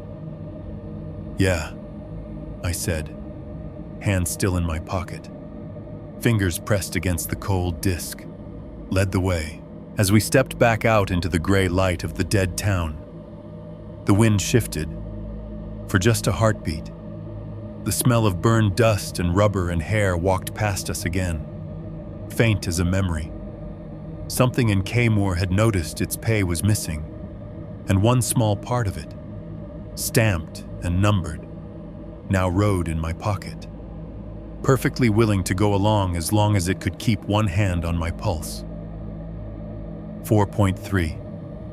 The time clock that still clicks from the payroll office. The ruins of Kaymoor Bottom stretched in a rough line along the slope, like the bones of some industrial animal that had lain down and never gotten back up. "Mine entrance is supposed to be that way," Derek said, pointing downslope past a stand of saplings growing up through a collapsed foundation. "We'll get some exteriors of these other buildings on the way. Keep it cinematic." He swung the camera, catching the brick shells and concrete pads as we walked. The river murmured to our right, steady and disinterested. The clink, clink, clink had settled into a background presence, like a watch ticking in another room. We passed what might have been a bathhouse, rows of pipes jutting from crumbling walls, nozzles long since stolen or rotted away. Farther on, a narrow structure clung stubbornly to the hillside. 3 walls still standing, the 4th gone to nothing. The bricks there were darker, soot-stained in a way the others weren't. A rusted pipe stuck out at an angle near the entrance like a broken arm. A sign, half-eaten by moss, leaned nearby timekeeping/dispatch. "Time clock," I said under my breath. Derek caught it. "Oh, hell yeah." He grinned. "Dude, we gotta go in there. Ghost time cards. Let's go." The doorway was just a gap now, bricks rounded off by weather where a frame had once been. The floor inside was concrete, cracked in a spiderweb pattern, with tufts of grass poking up through some of the wider splits. The roof over this one was mostly gone. Enough beams remained to throw weak shadows across the interior. On the far wall, opposite the door, was what we'd come for. A long wooden rack, maybe 8 feet wide, was still bolted there. Age had turned the wood nearly the same color as the concrete, but the shape was unmistakable vertical slats, evenly spaced, forming a grid of narrow slots where time cards would have hung. Most of the slats were still intact. A few had broken, leaving jagged gaps like missing teeth. Up close, the slots looked almost like little mailboxes for ghosts. Empty. Waiting. Each one big enough to hold a stiff piece of cardboard with a man's name on it and a week of his life marked in ink. To the right of the rack. The wall was lighter in a rectangle, cleaner than the rest. 4 heavy bolt heads stuck out of the concrete, too high, too low, framing an absence. Whatever had once been mounted there was gone. The time clock machine itself, the heart of the whole operation, had been removed or collapsed or stolen, leaving only the outline of where it had been. Seeing that blank space punched an unexpected hole in my chest. I thought of our warehouse back home, the little plastic box mounted by the break room door, the RFID reader that chirped when you held your badge to it, an LED screen, green numbers blinking, tracking our hours to the second. Beep, and your time started belonging to someone else. Beep, and you got it back. At least on paper. I thought of myself, half asleep at the start of shift, shuffling in line with my coworkers, each of us stepping forward, raising an arm, hearing that cheery little chime as we logged in for the night. Name in the system, time captured. No way to argue with what the computer said. Here, the machine was gone, but the rack remained. Stubborn. Look at this thing, Derek said, keeping his voice low for once. He ran the camera along the top row of slots, then panned down the columns. You can practically see the cards still hanging here. I reached out and laid my hand along the edge of the rack. The wood felt dry and splintery, but solid. It had lived through almost everything else falling apart. My fingers slid along the tops of the dividers, over the mouths of empty slots. Once upon a time, each of these had held a very specific noise, the soft shuffle of cardboard being lifted out, the quiet slap of it going back in, names and numbers written in pencil at the top. J. Miller, R. Jones, L. Clay. My grandfather's last name fit there creepy easy in my head. I moved my hand slowly, feeling the grain, the little chips where cards had been jammed back in too hard, and then something above me clicked. It was sharp and mechanical, not echoing from outside. It came from right over my head. In the empty air where the clock should have been, a clean, decisive sound, like metal engaging. Click. I froze, fingers still resting on the wood. For a heartbeat.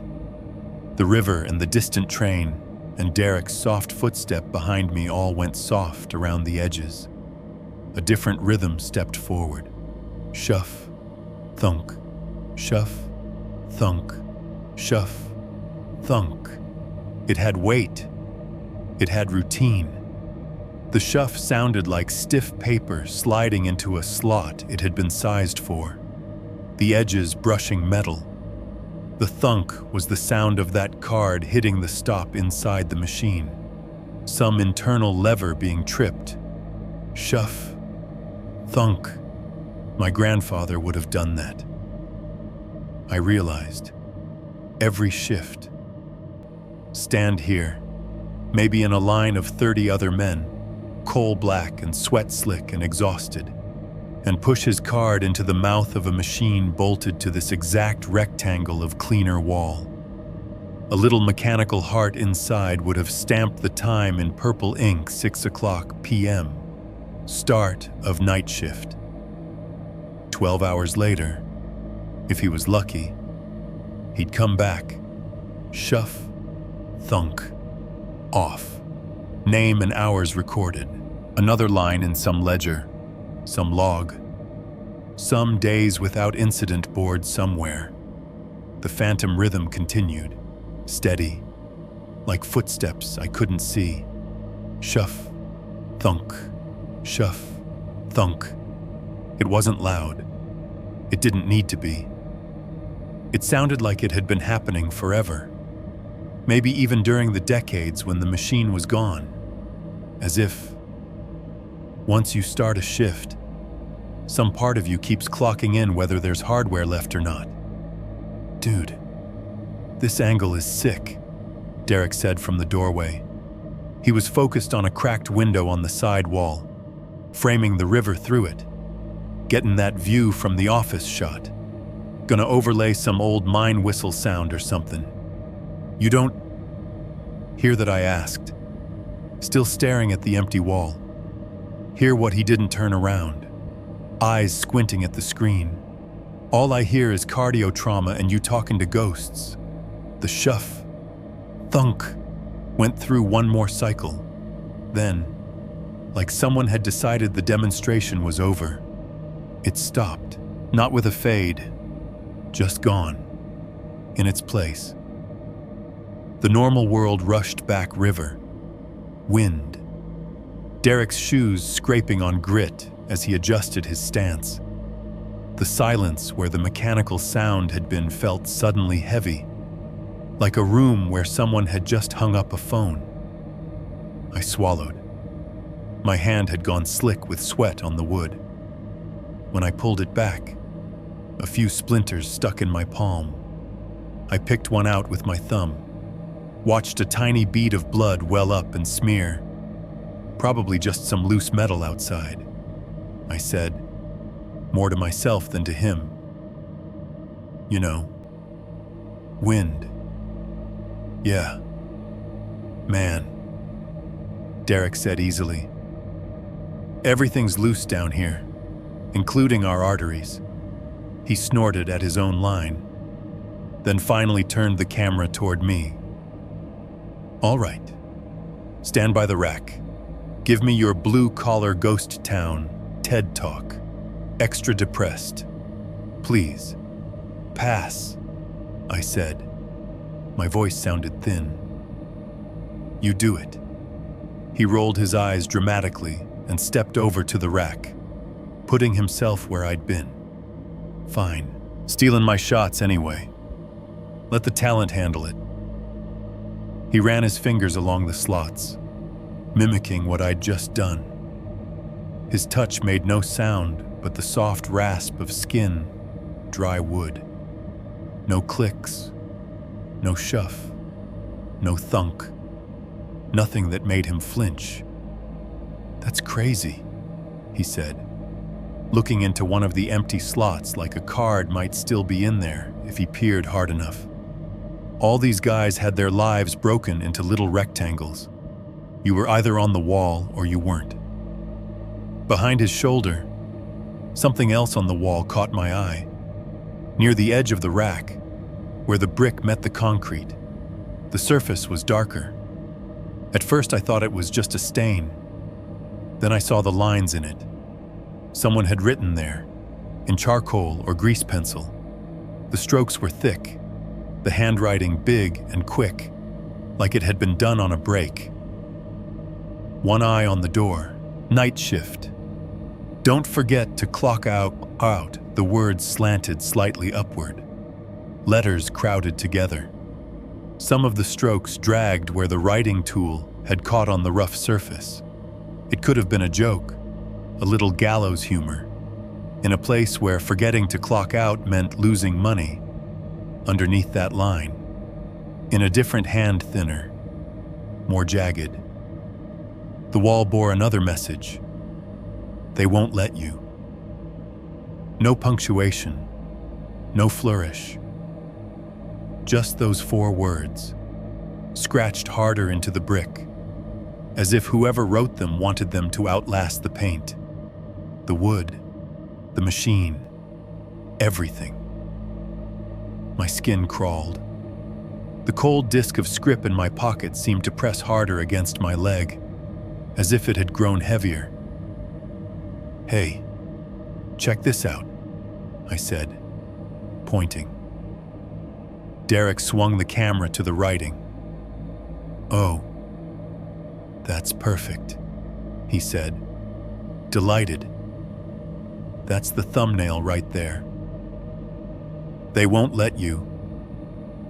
"Bro, that's straight creepypasta font in real life." He stepped back to get both lines in frame. I stared at the words, at the difference between the first and the second. Night shift. Don't forget to clock out. They won't let you. In my head, the shuff, thunk, started up again, soft and insistent, overlaying the memory of my warehouse time clock's friendly little beep. 2 systems in 2 centuries, doing the same thing, taking time, slicing lives into measurable chunks, deciding when a shift was over. Only here, under this roof, somebody had tried to tell the truth what happened if the place decided not to give you that last punch, if the ledger stayed open, if the machine, gone or not, kept you on the clock.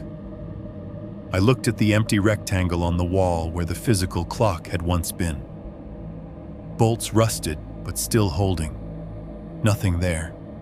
But under the roar of the river, under the distant freight clatter and the wind through broken windows, I could swear I still heard it click, shuff, thunk, someone, somewhere, clocking in for a night shift that had never officially ended.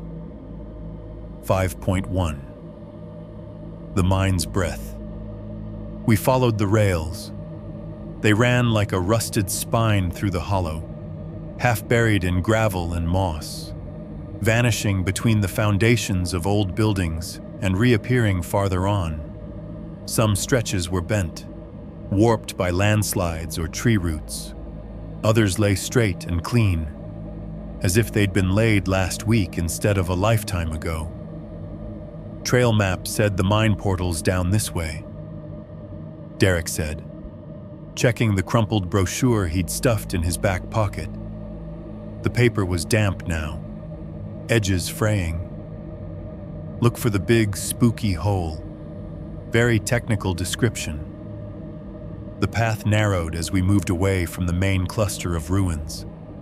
Trees leaned in closer, their trunks thinner here, their roots knotted around chunks of stone and concrete. The river stayed on our right, still talking. But its voice had dropped slightly, muffled by the bend in the gorge every so often. The ground dipped and rose, as if something huge had tunneled underneath, and the earth had settled in lumpy waves. The cold disk of script in my pocket rode against my thigh, stubbornly refusing to warm. Every step made it tap, faintly, like a coin against glass in a jar. The rhythm didn't match our footsteps. It matched something else. Clink. Clink. The clink. Clink. Clink. That had followed us from the warehouse to the stairs to the lamp house and office had thinned. But it never vanished. If anything, it felt more focused now, less like a general echo, more like a direction.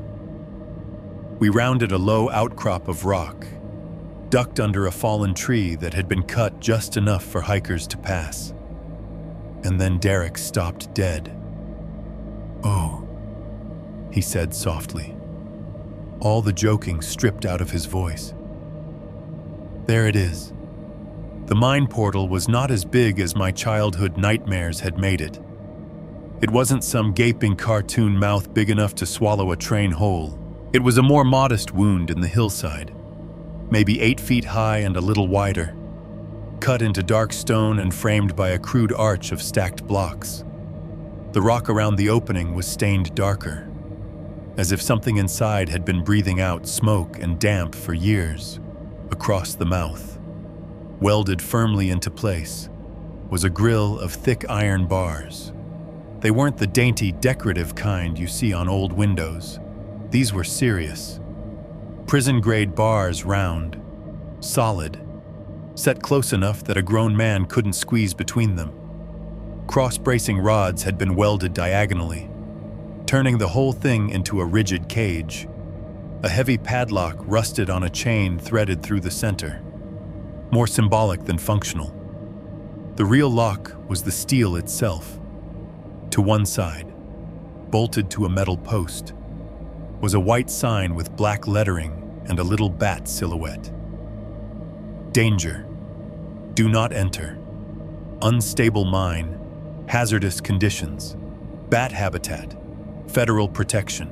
The Bat Union owns your ass now, Derek murmured, lifting the GoPro.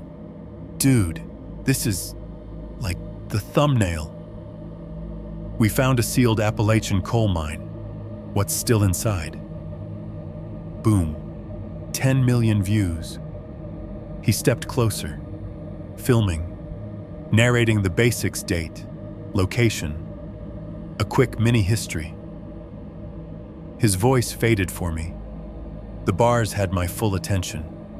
Standing in front of them, a few feet away, I could feel it. Air, moving. I'd expected the portal to be dead, stagnant, a sealed cave. Instead, a steady stream of air flowed from the darkness beyond the bars, across my face and chest, around my shoulders. Not a gust, not in pulses. Continuous, like the exhale of a sleeping animal. It was cold, colder than the already cool gorge air. It slid under my hoodie, through the damp cotton of my t-shirt, right to the skin.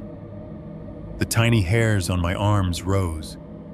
It smelled like wet stone, not just damp dirt, but deep rock wetness, the scent you get in caves, in basements that never see sun. Mineral, metallic. The ghost of iron and coal. Layered under that was the moldy sweetness of things that had grown and rotted and grown again in the dark fungus. Rot. Some kind of invisible, clinging life. And under even that, beneath the stone and the mold and the ancient water, was a thinner, sour note that made my tongue taste copper. Old sweat, old oil, the ghost of bodies working in a confined space.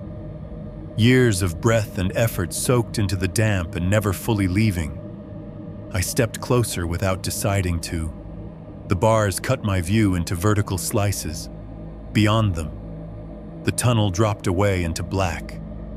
The daylight died a few yards in, swallowed by a gradient of gray. The beam of sun cutting across the entrance caught glints on wet rock, little shining spots where water dripped slowly. I listened, waiting to hear the drip.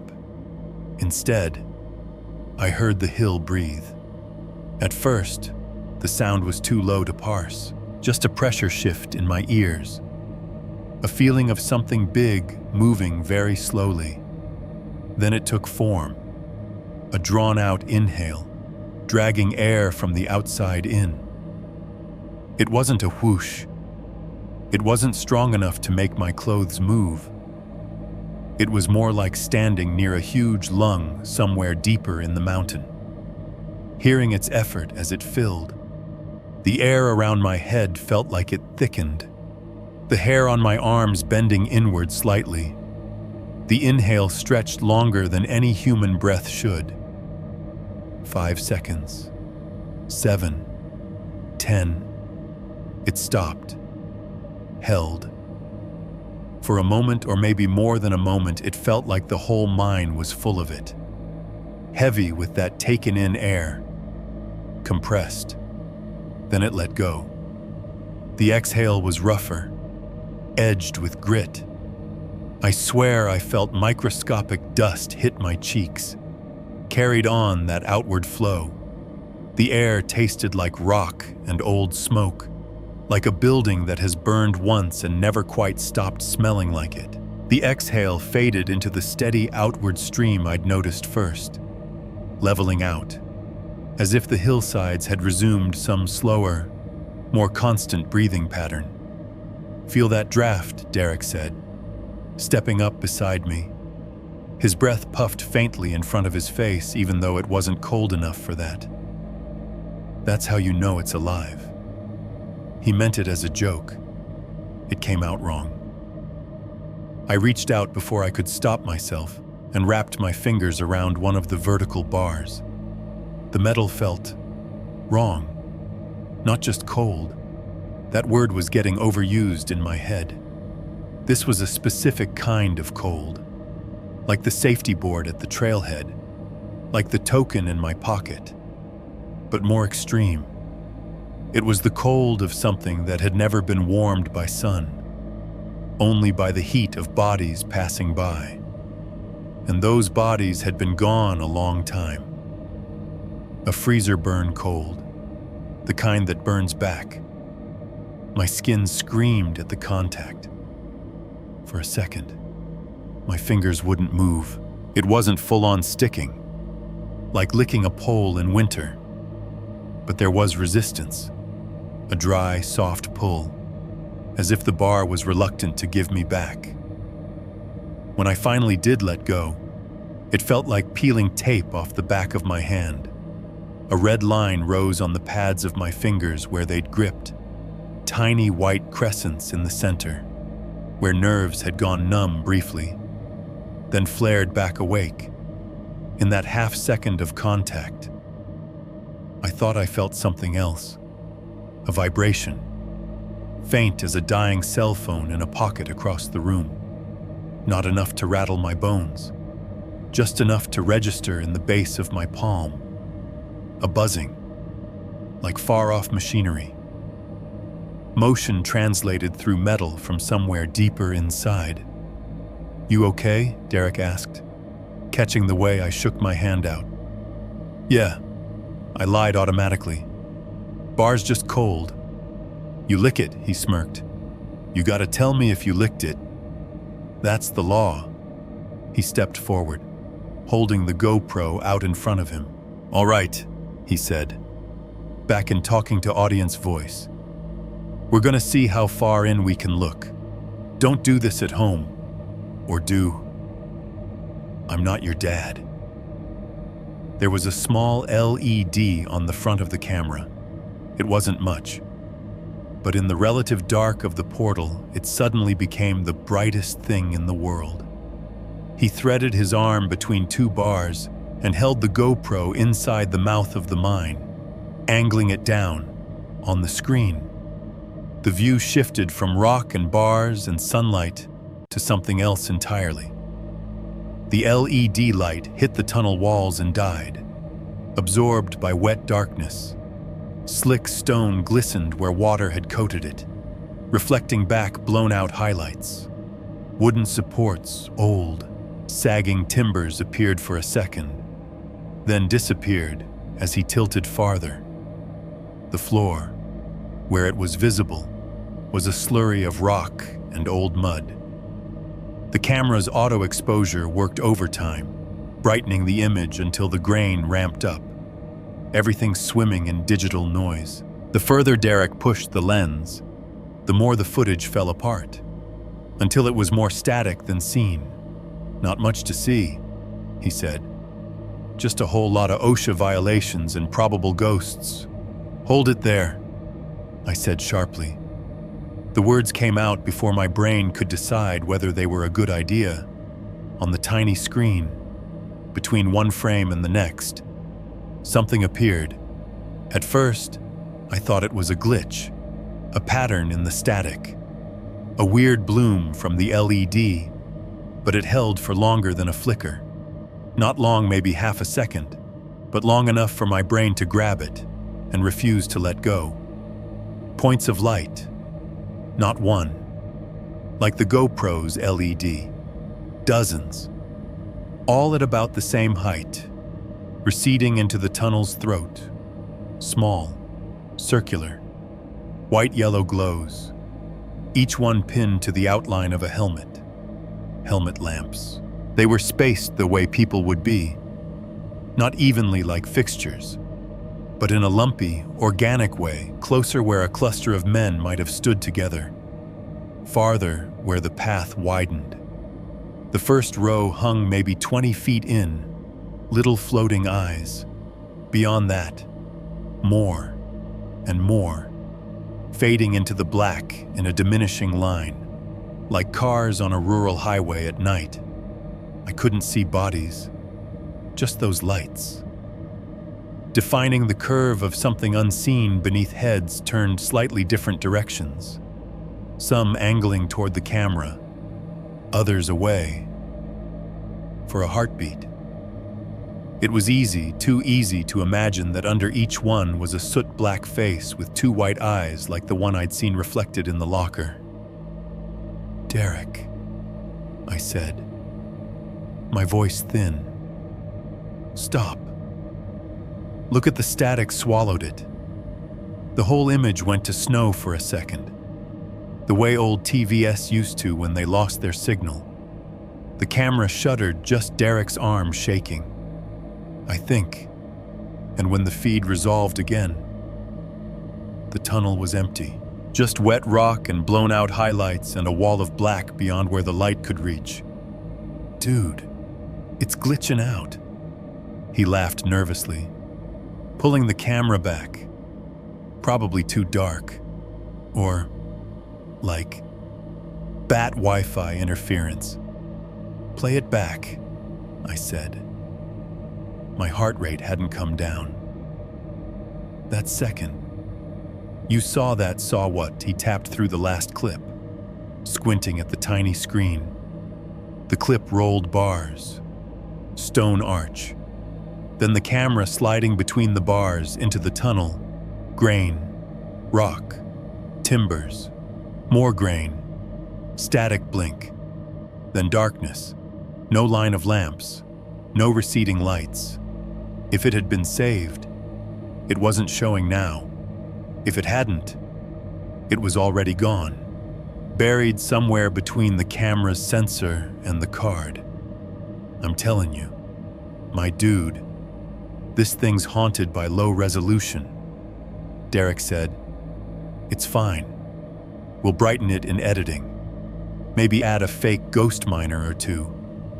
You look like you just watched a snuff film." The air from the portal washed over us again, cool and steady. Inhale, hold, exhale. It wasn't synced with my breathing. It wasn't synced with his. It had its own cycle, slow and indifferent. The hill wasn't panting. It wasn't straining. It was just working. I stood there, hand throbbing where the bar had bitten it, script cold in my pocket, and thought about shifts. You punch in, you punch out. The machine logs your start and end. The board counts days without incident until something happens, and then it resets, and everybody pretends the number means anything. But what if something goes wrong badly enough that the machine never logs you out? What if the board never flips that last day? What if the place itself keeps your name on some ledger that isn't made of paper, standing in front of Kaymoor's sealed mouth, feeling its breath on my face? I knew two things with a clarity that made my stomach twist. One, whatever was supposed to have stopped down there, whatever work, whatever noise, whatever lives had not really stopped. Two, if the mind decided you were on its shift, it didn't much care whether you could walk out or not. 5.2. The safety board under the hill. If the gate was the mouth, the sign beside it was the teeth. I did not see it at first. The mine entrance is what your eyes lock onto the bars, the black, the bat sign. Everything else becomes background. It was only when I stepped back, trying to shake off the feeling of that breathing, that another shape in the weeds resolved into something too straight to be natural. "Hang on," I said. to the left of the portal, half tilted against the slope. Something metal lay tangled in ivy. A corner stuck up a square of rusted sheet iron bolted to a short steel post. Vines had wrapped it in a tight green shroud, leaves glossy from the damp, tendrils biting into any edge they could grip. Probably another bat sign. Derek said, already turning the camera to follow me. Or, like, don't die. Thanks. Management. I crouched in the wet moss. The ground here was colder, as if the air from the tunnel had seeped into the dirt. The ivy leaves were slick under my fingers. When I pulled them aside, they came away with a tearing, fibrous sound, like pulling tape off cardboard. Little white sap strings snapped between stems underneath. The sign's original color might have been white once.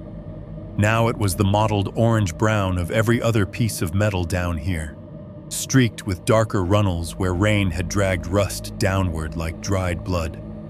There was lettering, barely, at the top, in block capitals so faded they were almost more absence than paint accidents this month. The underscore was literal a blank line where a number should have been painted or stenciled. To the right of it, nothing. Empty space that felt unfinished, indecisive. Below that, in a slightly larger font, days without lost time injury. 3 little boxes had been painted. Once to hold digits. They were empty now. No stickers, no numbers, just rust flowing down through them. Like whatever information the sign had carried had been washed off and smeared into the dirt years ago. The streaks below the boxes had a different color than the rest. Darker, concentrated. They looked disturbingly like drool marks from something that had licked the paint off. This is your kink. Huh, Derek said softly, leaning in to film over my shoulder. Ghost OSHA signage. You're in your element. I scraped more ivy away, wanting the whole thing exposed. My nails caught on the rough surface, picking up flecks of rust that stuck under the tips. My fingertips went orange, lines of old iron embedded in the whorls. Something about the emptiness of the boxes bothered me. The other boards we'd seen, the one at the trailhead. The one on the mid-landing had fought to show me numbers, whether I wanted to see them or not. This one was blank on purpose, a refusal, not just neglect. Maybe they stopped counting down here, I muttered, or stopped pretending. As I cleared the bottom edge, my hand brushed over a place where the paint felt different, not smoother, rougher, scored. There, near the lower right corner, where rain and rust had done their work, but not completely erased it. I saw lines, thin, shallow scratches in the paint, cutting through to bare metal in places. They weren't random. They crossed at angles that made sense to my brain. Letters, not big, not neat. Carved with something blunt, maybe a nail, maybe a knife tip, maybe the corner of another sign. I had to squint, tracing each stroke with my eyes, filling in the gaps where rust had swollen the cuts. 3 letters jumped out first, the last 3 of my last name, then the rest wrapped around them, like my brain was eager to complete the pattern, the whole thing. Skewed and crooked, but there, it was my last name, right there, scratched into the bottom of a safety sign beside a sealed mine portal. For a second, my thoughts went totally blank. No rational noise, no jokes, nothing, just a cold rush through my chest, like somebody had doused my heart in the river. It was an old surname, the kind you can find in half the phone books in West Virginia if you go looking. I knew that. I knew there had probably been other men down here with it. Uncles, cousins, people I'd never met. Branches of the family tree that had snapped off before I was born. But seeing those letters carved into this particular plate of rusted metal, in this particular place, under this particular hill, felt like someone had signed a form that I was now being asked to finish. Derek must have noticed my hand stopping. What he asked, angling the GoPro closer. Find a secret code. Help. I hate my job. It's nothing, I said automatically, because the alternative was trying to explain that I thought a needed safety sign had my family name on it. Just scratched up. The air from the mine flushed over us again, cooler this time, and then a hill knocked. Kang! The first hit came from inside the tunnel, deep enough that it carried the tunnel's resonance with it. It was not a natural rockfall sound. It was not a little clatter of gravel. It was a clean, bell-like strike on metal. Something big and hollow pipe, rail, beam taking a focused blow. The noise rolled out through the bars and into the clearing around the mouth, bouncing off the lamp house behind us. The office ruins, the trees. Kang. The second hit followed after a beat that was almost exactly the length of the one I'd heard in the warehouse at home. A rhythm I knew now in my bones. 1, 2, 3. Not too fast, not too slow. Deliberate. With the second strike, the air changed. The steady cold flow from the tunnel heated a couple of degrees. It wasn't the sudden blast from before, the wave of hot burned smell. This was subtler, like the mine's breath had gone closer to body temperature. A faint warmth rode the exhale, brushing my face, stirring the ivy leaves by my knees. Kang. The third blow landed right on time. The warmth peaked with it, a momentary envelope of less cold air, and then, as the echo faded, the temperature dropped again. The breath from the tunnel slid back into its chilly, damp baseline, as if nothing had happened. We both stayed very still. Derek was the first to move, letting out a short, disbelieving laugh that sounded a little too high in his throat. "Okay," he said. "That was pretty metal. Literally. Wow. Rocks settling." "I guess that was not rocks," I said. My voice came out quieter than I meant it to. "Rocks don't hit 3 times like that. Thermal expansion," he said quickly, as if saying it faster made it truer. Or, like, old rails popping. You know how your car goes tick, tick, tick after you turn it off? Same thing. But, more dramatic. The explanation hung there between us like a bad smell. We'd been standing here long enough to know what random noise sounded like.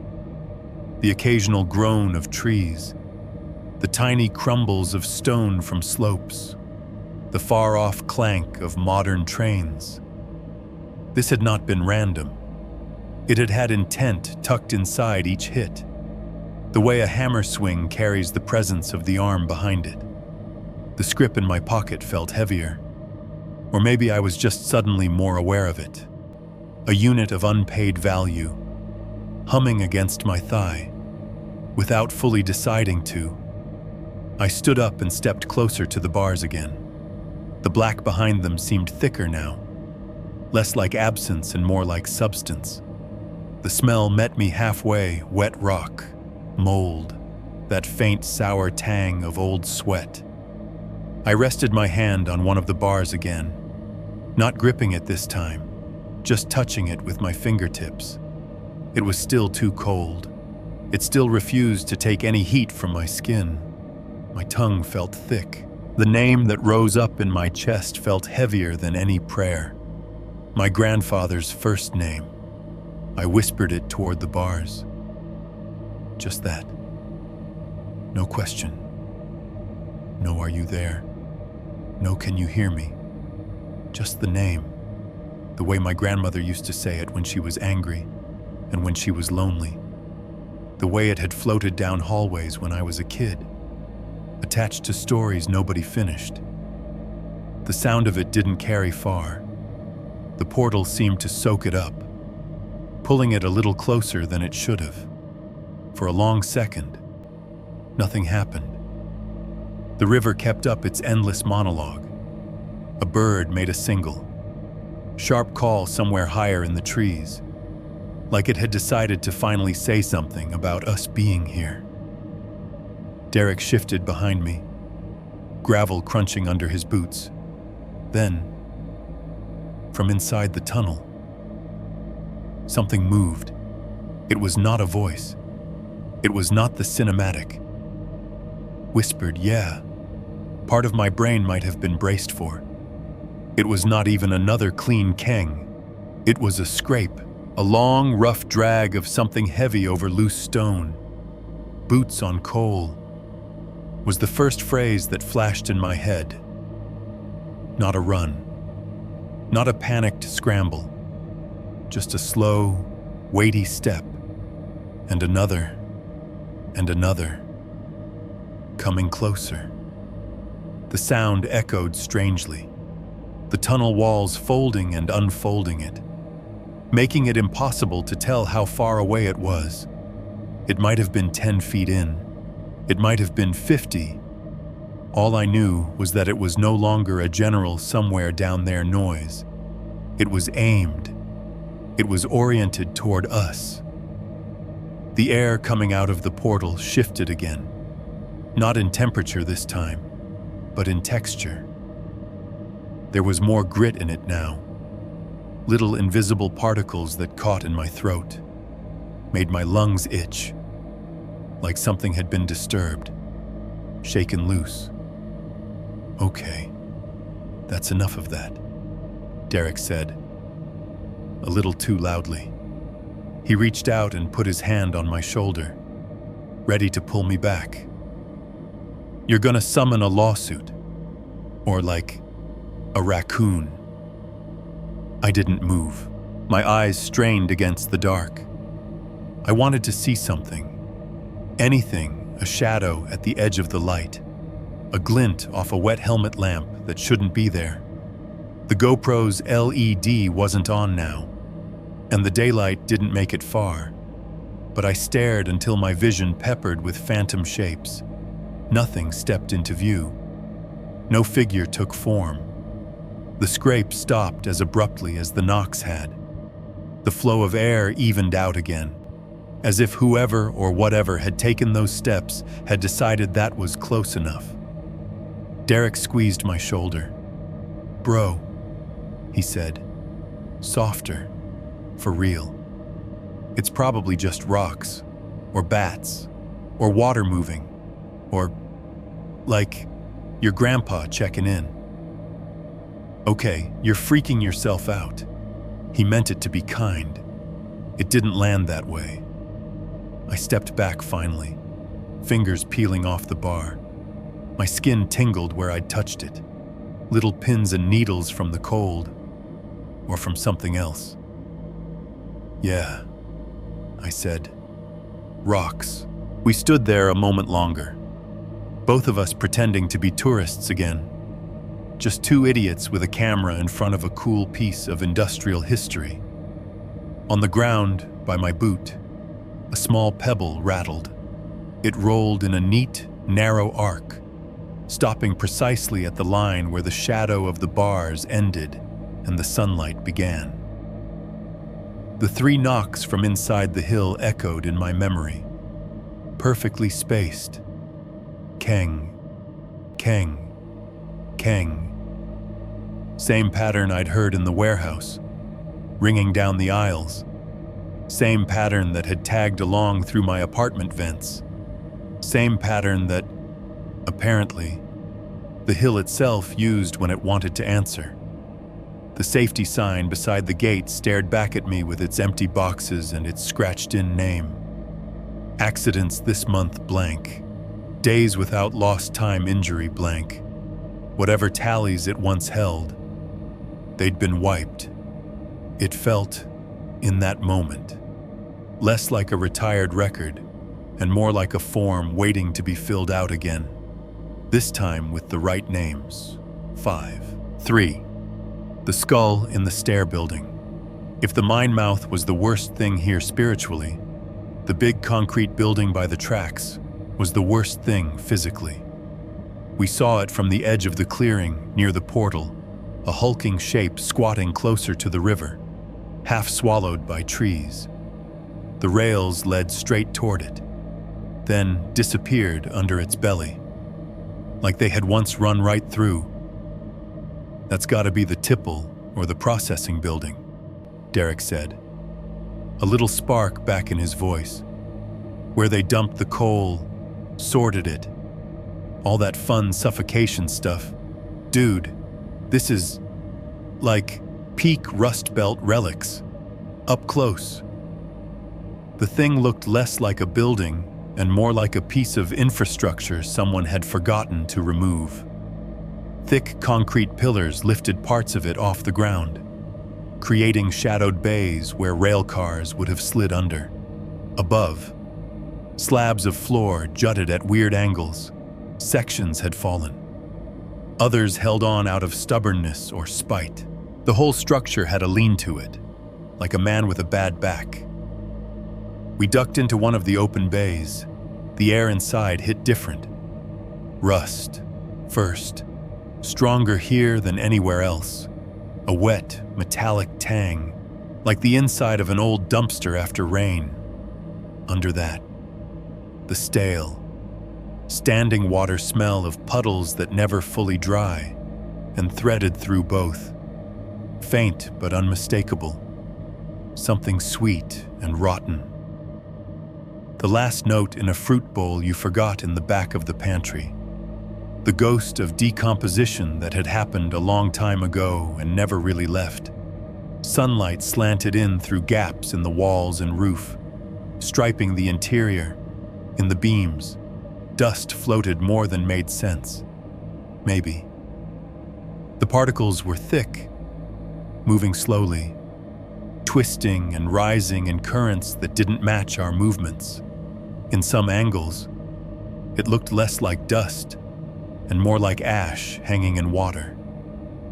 Jesus, Derek whispered, his voice bouncing around in the concrete. Imagine this thing full of conveyor belts, crushers, all that noise. You'd go deaf by 30. The clink, clink, clink that had followed us everywhere was different in here, less obvious, more folded into the space. Sometimes it was a drip, sometimes a tick as some rusted piece contracted. It still felt deliberate. It still seemed to count something. On the far side of the bay, a staircase rose. It had been built into the structure itself, concrete steps, narrow and steep, pressed against a supporting wall.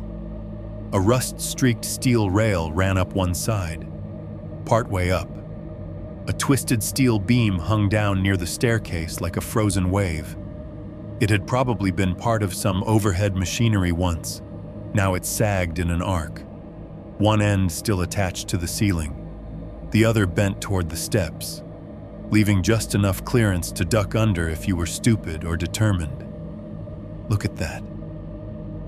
Derek breathed. He tilted the GoPro up, framing the staircase and the hanging beam together. Tell me that doesn't look like it wants to kill somebody. Yeah, I said. Probably already did. The steps were coated in a thin layer of dirt and fine gravel. Patches of moss clung to the corners where moisture had collected.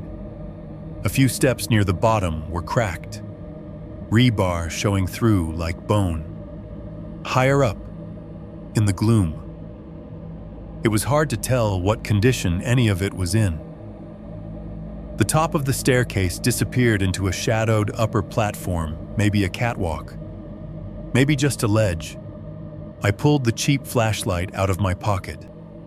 The gas station had called it tactical. The weak cone of light it threw suggested otherwise. I clicked it on and shined it up along the steps. The beam slid over concrete, over the twisted steel, over a tangle of fallen cable, and hit something that didn't fit. White, curved, wedged under the bent beam near the top of the stairs, where the metal arced down almost to the step. For a second, my brain tried to label it as a rock. A weirdly smooth, oddly rounded rock that just happened to be tucked under a steel lip, like it had rolled there and stuck. Then the light caught the front. Two dark hollows, a larger, triangular opening below. The beam picked out thin ridges of bone, curved and delicate where they shouldn't have been. Eye sockets, nasal cavity, the contour of cheekbones. "Derek," I said, my voice gone thin. "Hold up." I stepped onto the first stair. The concrete creaked under my weight, not loudly, but enough to make every muscle in my body tense. I tested the next step, then the next, moving slow, keeping my center of gravity low like I'd seen guys do on sketchy ladders at the warehouse. My thighs burned again, angry that I was giving them more stairs. My shoulders still ached from grabbing the rail by the portal. The air got thicker the higher I climbed, dust moving in front of my face like ghostly snow. I raised the flashlight. No mistake, it was a skull. Human. There was no getting around it. The scale was right too small to be a cow, too neat to be anything else. It had been wedged under the lip of the twisted beam at some point. Maybe it had rolled from somewhere else. Maybe the beam had come down on it. Either way, it was trapped between metal and cracked concrete like something the building had tried to chew and not quite finished. One side of the cranium was flattened in, a spiderweb of fractures radiating out from a point of impact near the temple. The bone there was caved, jagged. The rest of the skull had adjusted around it, warped by the force.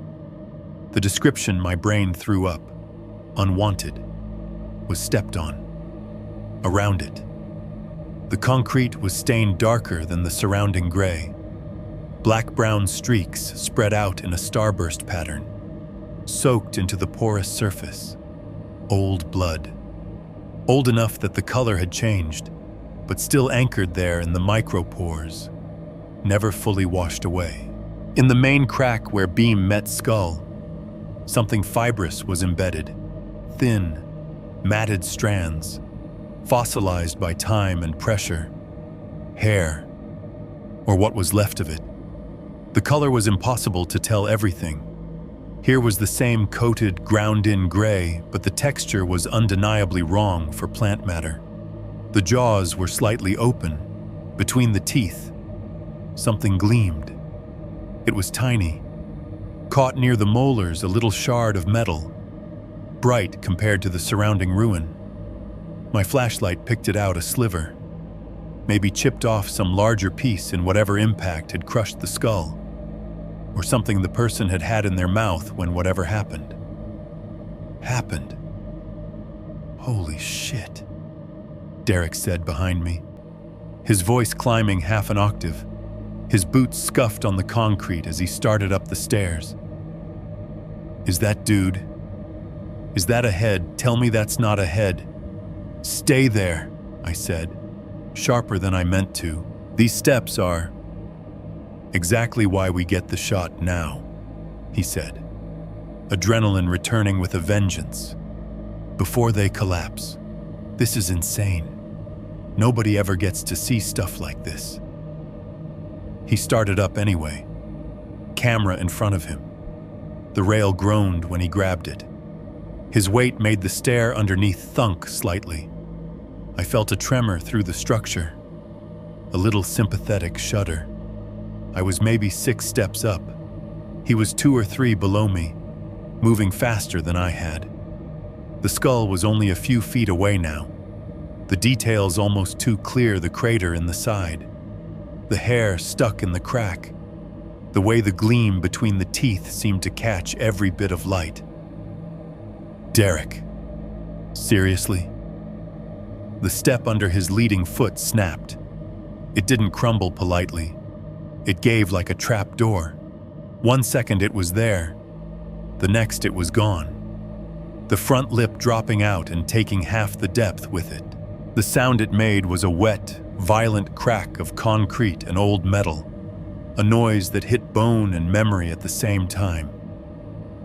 Derek's leg punched through the gap up to his knee. His other foot skidded on the grit, losing purchase. His whole body pitched forward, toward me, toward the bent beam, toward the skull and the open air beyond the rail. For one stupid, useless half-second, my brain showed me the outcome, him going face first into the beam, teeth on steel, body folding, then falling sideways off the stairs to the concrete below, neck at an angle that doesn't happen to anyone who gets to stand up again. I moved before the image could finish. My hand shot out, fingers closing around his ankle just as gravity finished the sentence it had started. The impact wrenched my shoulder, pain singing up through the joint into my neck. My boot slid a couple of inches on the gritty step. For a heartbeat.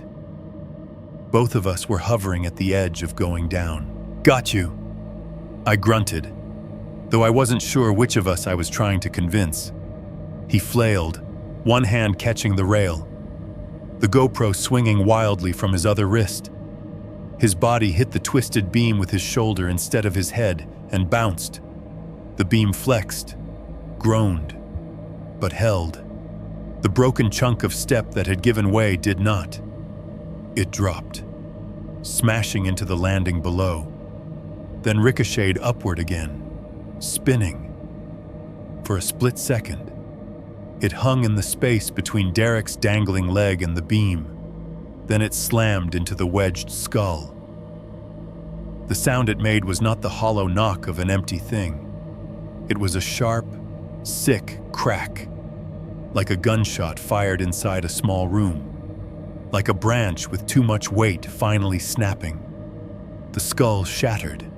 Pieces went everywhere. Chips and slivers of bone sprayed outward, pinging off the beam, bouncing down the steps.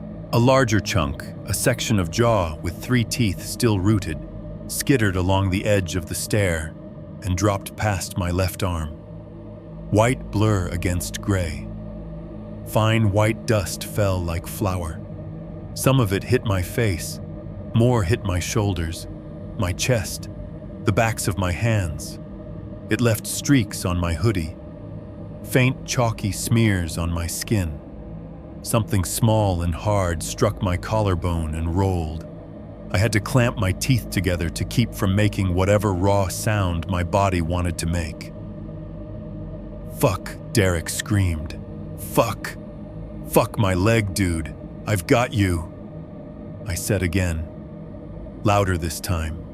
My fingers were locked around his ankle so tight I could feel his heartbeat through the fabric of his jeans. "Stop moving. You're okay. Just hold still." He did, breathing fast, little panicked grunts between the words. His one trapped leg hung into empty space where the step had been, foot dangling. His other foot scrabbled for purchase until he found the edge of the next intact tread. I braced my back against the wall, used what leverage I had left in my legs, and hauled. The torn edges of the broken step scraped his shin as he came back up. He yelped. Then his boot found solid concrete again. His whole body folded inward, away from the void, away from the beam. He grabbed the rail with both hands, knuckles white.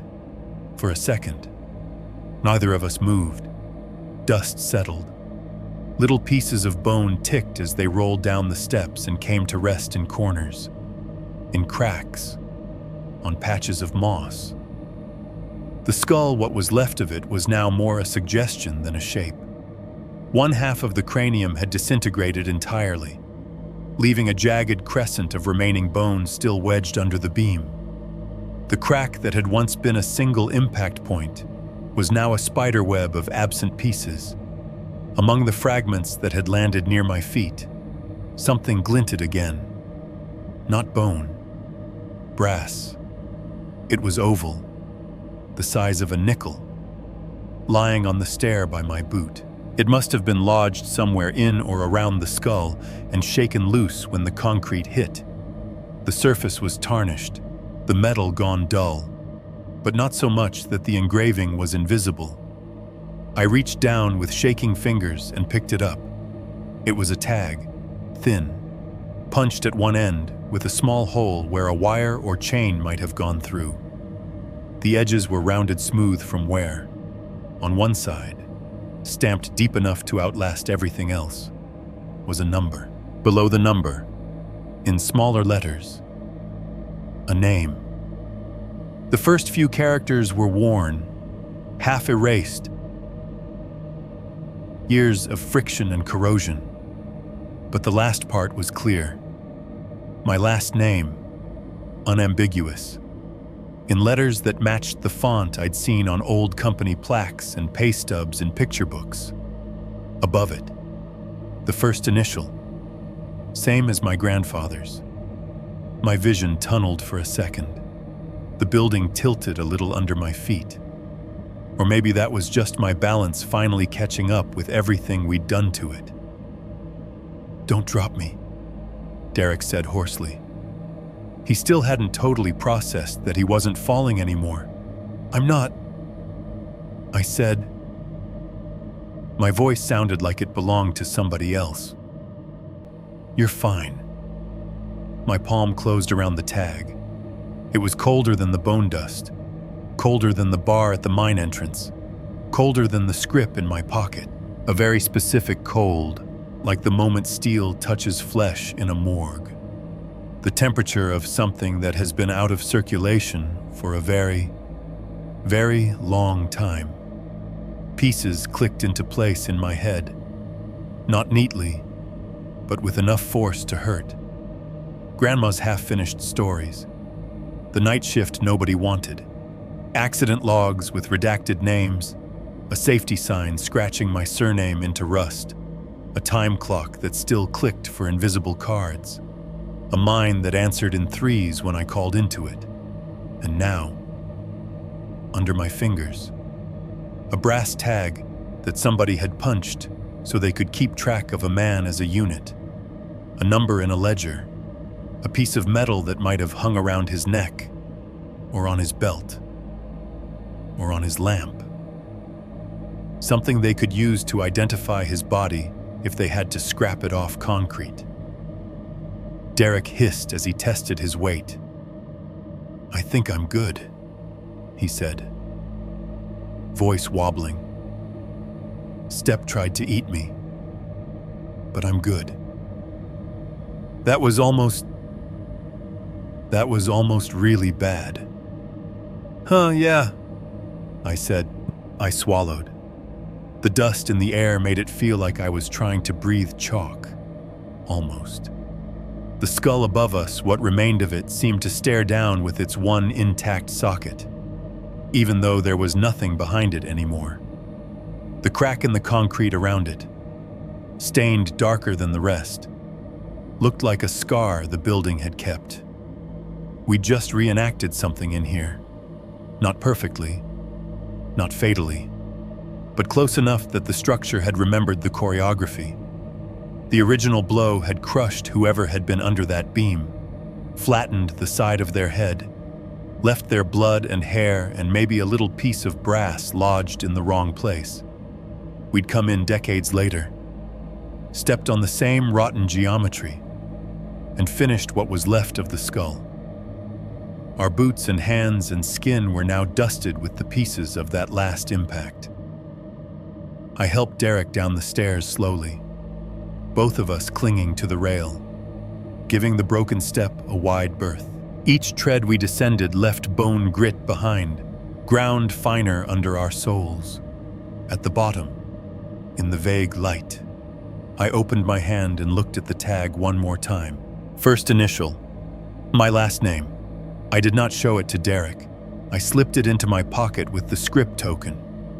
2 units of value the company had once used to keep track of a man, one for what he could buy, one for who he was to them, both now riding home against my leg, pulsing cold as if they were still tied to a ledger somewhere under our boots, still attached to an accident report that had never fully closed. 6.1. The climb out, and the whisper in the trees. If going down was like being swallowed, going back up felt like being coughed out. We left the stair building slower than we had entered it. Derek was pale under his beard, sweat drying in streaks on his cheeks.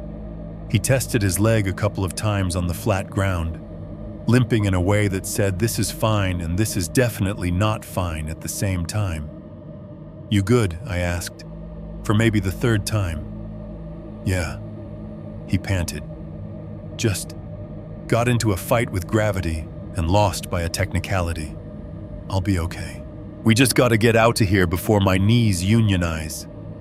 I laughed automatically, because that's what you do when your friend almost dies and then makes a joke. The sound felt thin in my throat. The brass tag and the script token rode heavy in my pocket. Every step made them click together, a tiny, metallic heartbeat against my leg. The path back to the stairs seemed longer than it had on the way in. The ruins of the lamp house and the office and the time clock building watched us as we passed, their empty windows suddenly more like eye sockets than architectural features. The river noise had lost whatever romance it had had. It sounded like a constant hiss now, white noise over something I did not want to hear underneath. We reached the bottom of the 800 steps and looked up. From there, the staircase didn't even look real. It just went up and up, vanishing into trees and fog and the faint suggestion of sky. The rails were 2 thin gray lines scrawled beside it. Somewhere near the mid-landing, the angle foreshortened everything into a narrow, impossible strip. Who the hell thought this was a good idea? Derek muttered, "This is not ADA compliant." "You want a chairlift," I said, because the alternative was saying, "We might not make it." Little gondola that plays banjo music. Honestly, I would sell my soul for a ski lift right now. Mine's probably already in collections anyway. He slapped the GoPro back into its chest mount, tightened the strap with a wince, and started up. The first 50 steps weren't so bad. Our muscles were still warm from walking. The rhythm was familiar from coming down, just reversed. Foot, rail, foot, rail. Breath in, breath out. The wood creaked. The bolts in the metal supports complained. The river receded behind us, its sound dropping in pitch as the angle changed. Then the burn set in. By step 100, my thighs felt like someone had poured concrete into them. My calves twitched with every push-up. Sweat had come back with a vengeance, dampening my hoodie, trickling down my spine, making the straps of my cheap backpack bite into my shoulders. By step 150, Derek was full-on limping. Every time he put weight on the leg that had gone through the broken stair, his face pinched. He tried to hide it, but you can't fake the way your body flinches from pain. He started using the rail more, hauling himself up with his arms, breath coming in rough wheezes. We stopped often, sometimes just for 10 seconds, leaning hard on the rail, heads down, listening to our hearts slam against our ribs, sometimes longer. huddled on one of the tiny, wider spots where two people could stand side by side without one of them falling off. At first, the soundscape was exactly what you'd expect our own breathing. The creak of the wood, distant birds, the river below. Then the river started to disappear. It didn't fade because of distance. It just stepped back. Stepped. One moment. Its steady hiss was under everything. The white noise generator the gorge runs at all times. The next, like somebody had turned down a volume knob. It dropped low, far enough that you could almost forget it was there. In the space that opened up, other sounds moved in. At first, they were faint, just little suggestions. A clank that didn't fit the rhythm of our boots. A soft metallic rattle that seemed to come from somewhere above and behind. The hint of voices, low and indistinct, like a radio in another room tuned between stations.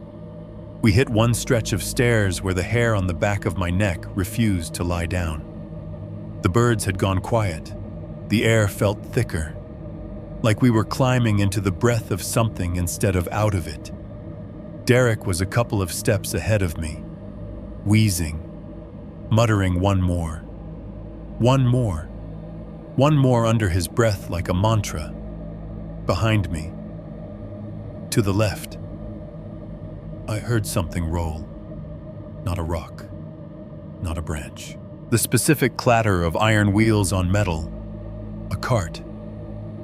Not on these stairs, obviously, but somewhere close enough that the sound followed the same incline.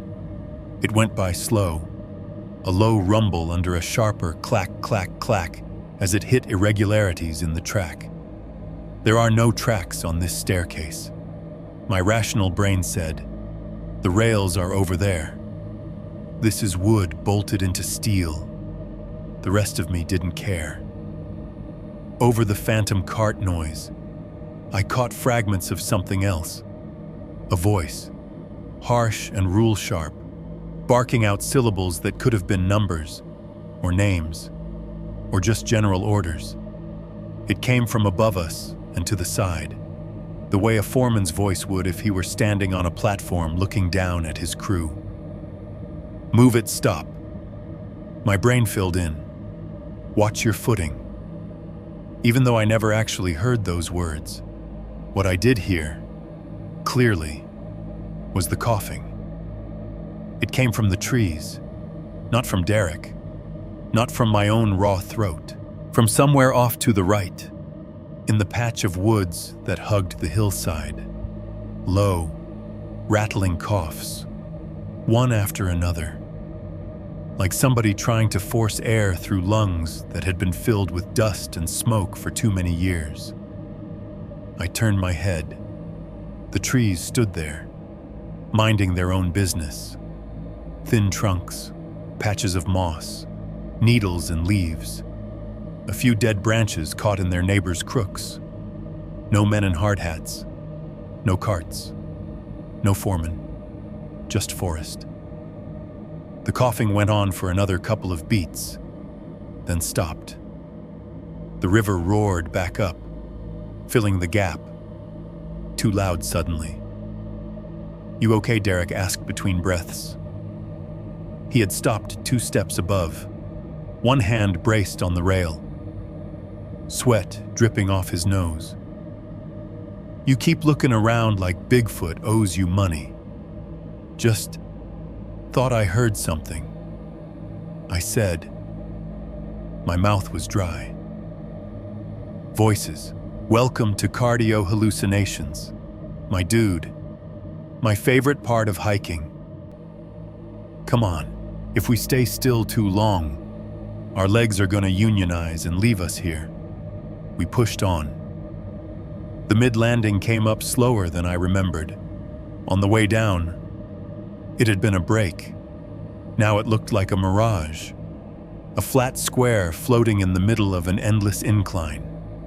When we finally stumbled onto it, both of us just stood there for a minute, hands on knees, sweat pattering down onto the wood in dark spots. Derek flopped onto the lowest step of the next run, back against the railing, chest heaving. "Time out," he gasped. "I'm about to see Jesus, and he's gonna be disappointed in my cardio." "Take 5, I said. My own legs were shaking hard enough that my hips twitched. My shoulder had settled into a deep, steady throb that pulsed with my heartbeat. The brass tag and script were 2 cold coins welded into the fabric of my pocket. The river was quieter here. The angle of the gorge blocked some of it. The wind came in little fits, rattling the leaves of the trees that leaned close to the switchback. I moved toward the railing, wanting to see how far we'd come. The view down was dizzying, the lower runs of the stairs zigzagging into the green, the hint of ruined buildings through the trees, the silver smear of the river. When I turned back toward the slope, the trees on that side seemed closer than they had before. Their trunks were just a few feet beyond the railing, their branches reaching in like fingers, some of them dead and gray, others thick with leaves. The wind sighed through them. Then, right to my right, maybe 3 feet from my ear, someone said my name. Not in Derek's voice, not in my own, bouncing back from a previous conversation, in my grandfather's.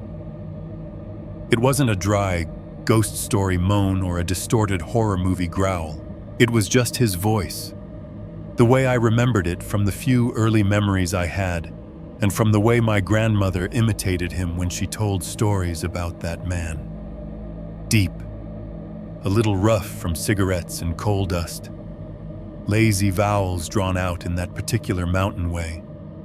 He said my name like he was calling me in from outside, like I'd overstayed my time in the yard and he'd been waiting at the door. I went cold all over. My skin prickled, every hair on my arms and neck standing up at once. The sweat cooling on my back turned to ice. I didn't turn my head right away.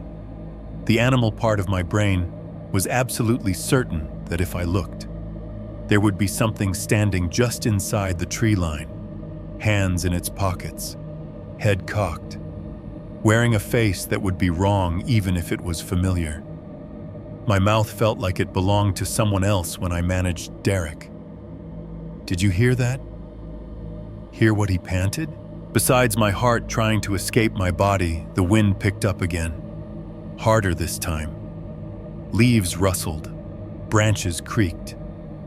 In that rustle, the voice came again, lower, closer to a whisper now, but still in that same cadence. "You should not have taken the night shift." He had said those words to my grandmother once. According to her, the story came back with painful clarity, him talking about switching from days to nights for the extra pay, her telling him it wasn't worth it, him brushing her off with a laugh and that exact sentence, "You shouldn't take the night shift. Hell, you're scared of the dark." But evidently I had misremembered whose mouth it had come from. The trees were not moving in any way that looked unusual. No human shape, no face peering through, just branches nodding in the wind, leaves flickering light and dark as the sun ducked behind a cloud. "You didn't hear that?" I said. It came out as a statement, not a question. "I heard wind," Derek said, "and a squirrel, I think, and my own wheezing. Everything okay, yeah?" I lied, because truth felt dangerous to say out loud right then. Just thought I heard my phone, service ghost or something. He squinted at me. The joke landed like a lead balloon. He let it go.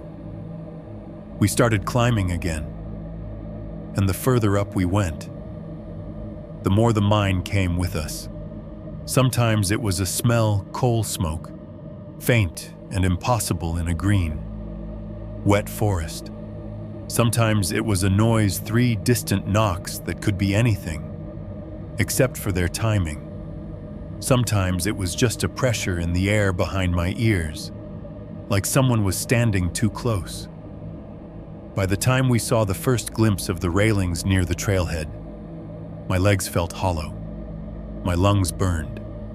Derek had gone quiet, his usual chatter stripped away by pure effort.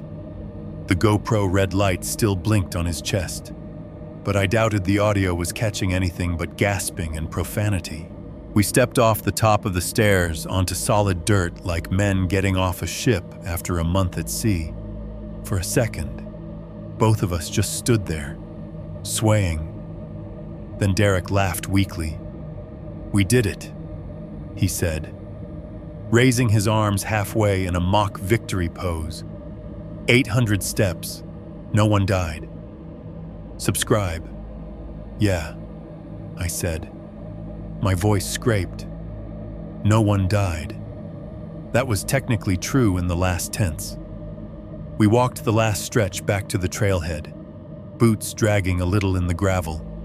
The air up here felt wrong in its own way, too bright, too thin. The parking lot came into view, our beat-up car. A couple of out-of-state SUVs, a minivan with a stick-figure family on the back window. Normal life, stacked neatly on crushed limestone. We passed the informational signs, again the map. The black and white photos of smiling miners and their families posed outside company houses. Their faces looked different now, less like old history, more like mugshots taken right before something bad. And there, on its post, stood the main safety board. "Your family wants you to work safely," it said, cheerfully, in all caps. Beneath that, the white metal board with 3 empty digit boxes. Derek kept walking toward the car, already talking about cheeseburgers and ibuprofen. I slowed, just enough to let him get a few steps ahead. From straight on, the boxes were blank, just chipped paint and light reflecting off tiny rust blooms. I took one more step, angling my body so the board sat at the edge of my vision, not looking directly at it, just letting it be there. In the corner of my eye, the digits slid into place like they had been waiting. 000. No flicker this time, no blur, just 3 perfect zeros, black and sharp, sitting crisply in their little windows. For a second, the whole world seemed to narrow down to those 3 marks. The river, the trees, Derek, the parking lot, the buzzing in my shoulder, all of it dimmed. 0 accidents, 0 days, 0 time between something happening and the board having to be reset. Or maybe the counter had just been wiped. Whatever tally Kaymoor had been keeping, the slate had been cleared, ready for a new count. I blinked, and the digits were gone. The boxes were back to peeling white. "Hey," Derek called over his shoulder. "You coming? Or are you gonna marry that sign?" "Yeah," I said. "I'm coming." I took my eyes off the board and headed for the car.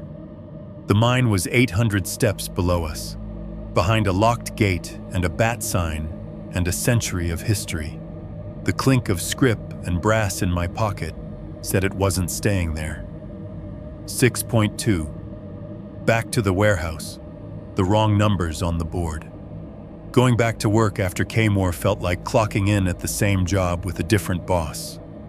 2 days later, my legs still ached like I'd run a marathon in steel toes. My shoulder protested every time I reached up. Sleep had been more a suggestion than an actual thing.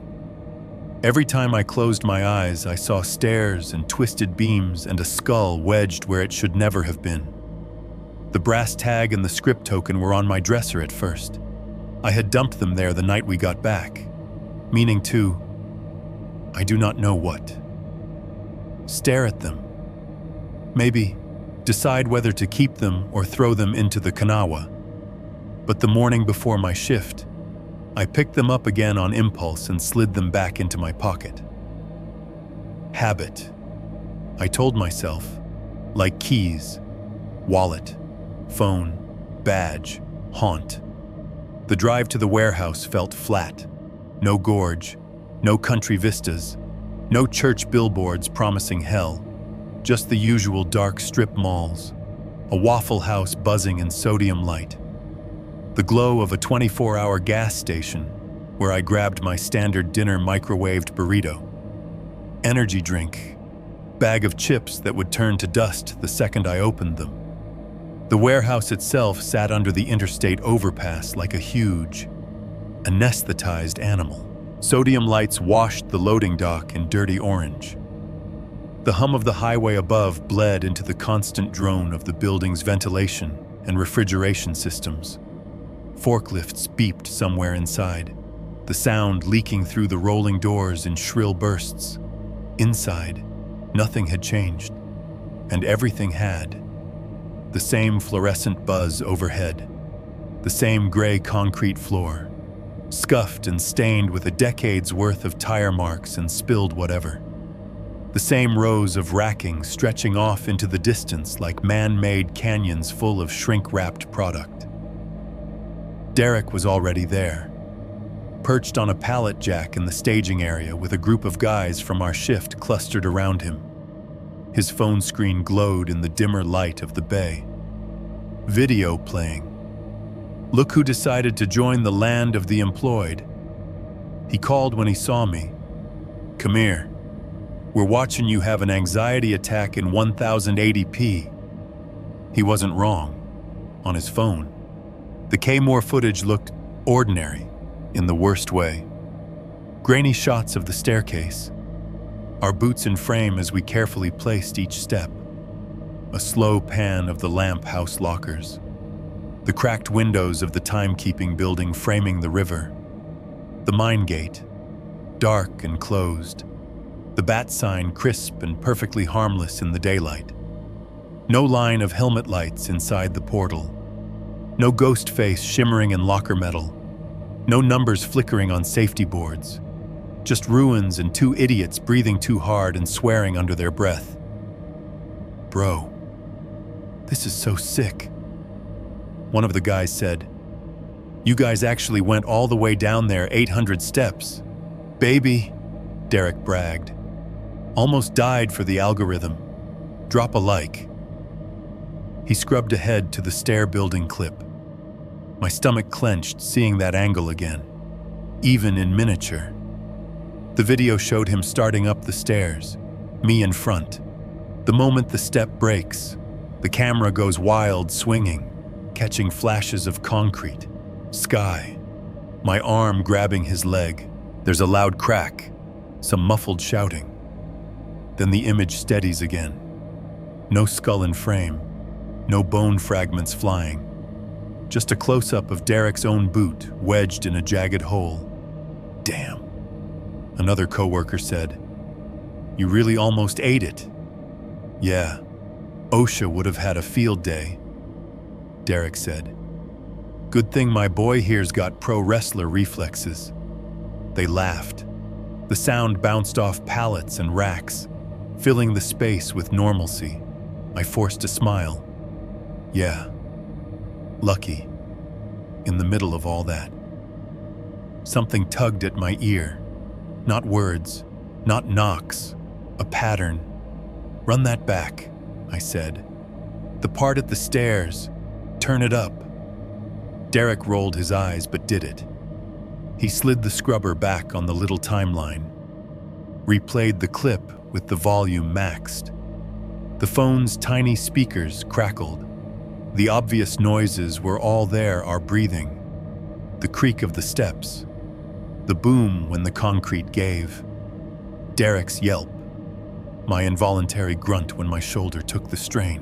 Underneath that, though, something else rode the waveform, a steady, soft shuff, shuff, shuff, like cloth or boots moving over loose rock. Then clang, not the crack of the step, a thinner, sharper metallic impact, like a shovel blade hitting stone. "You hear that?" I asked. "Hear what one of the guys said? Besides your lungs giving out."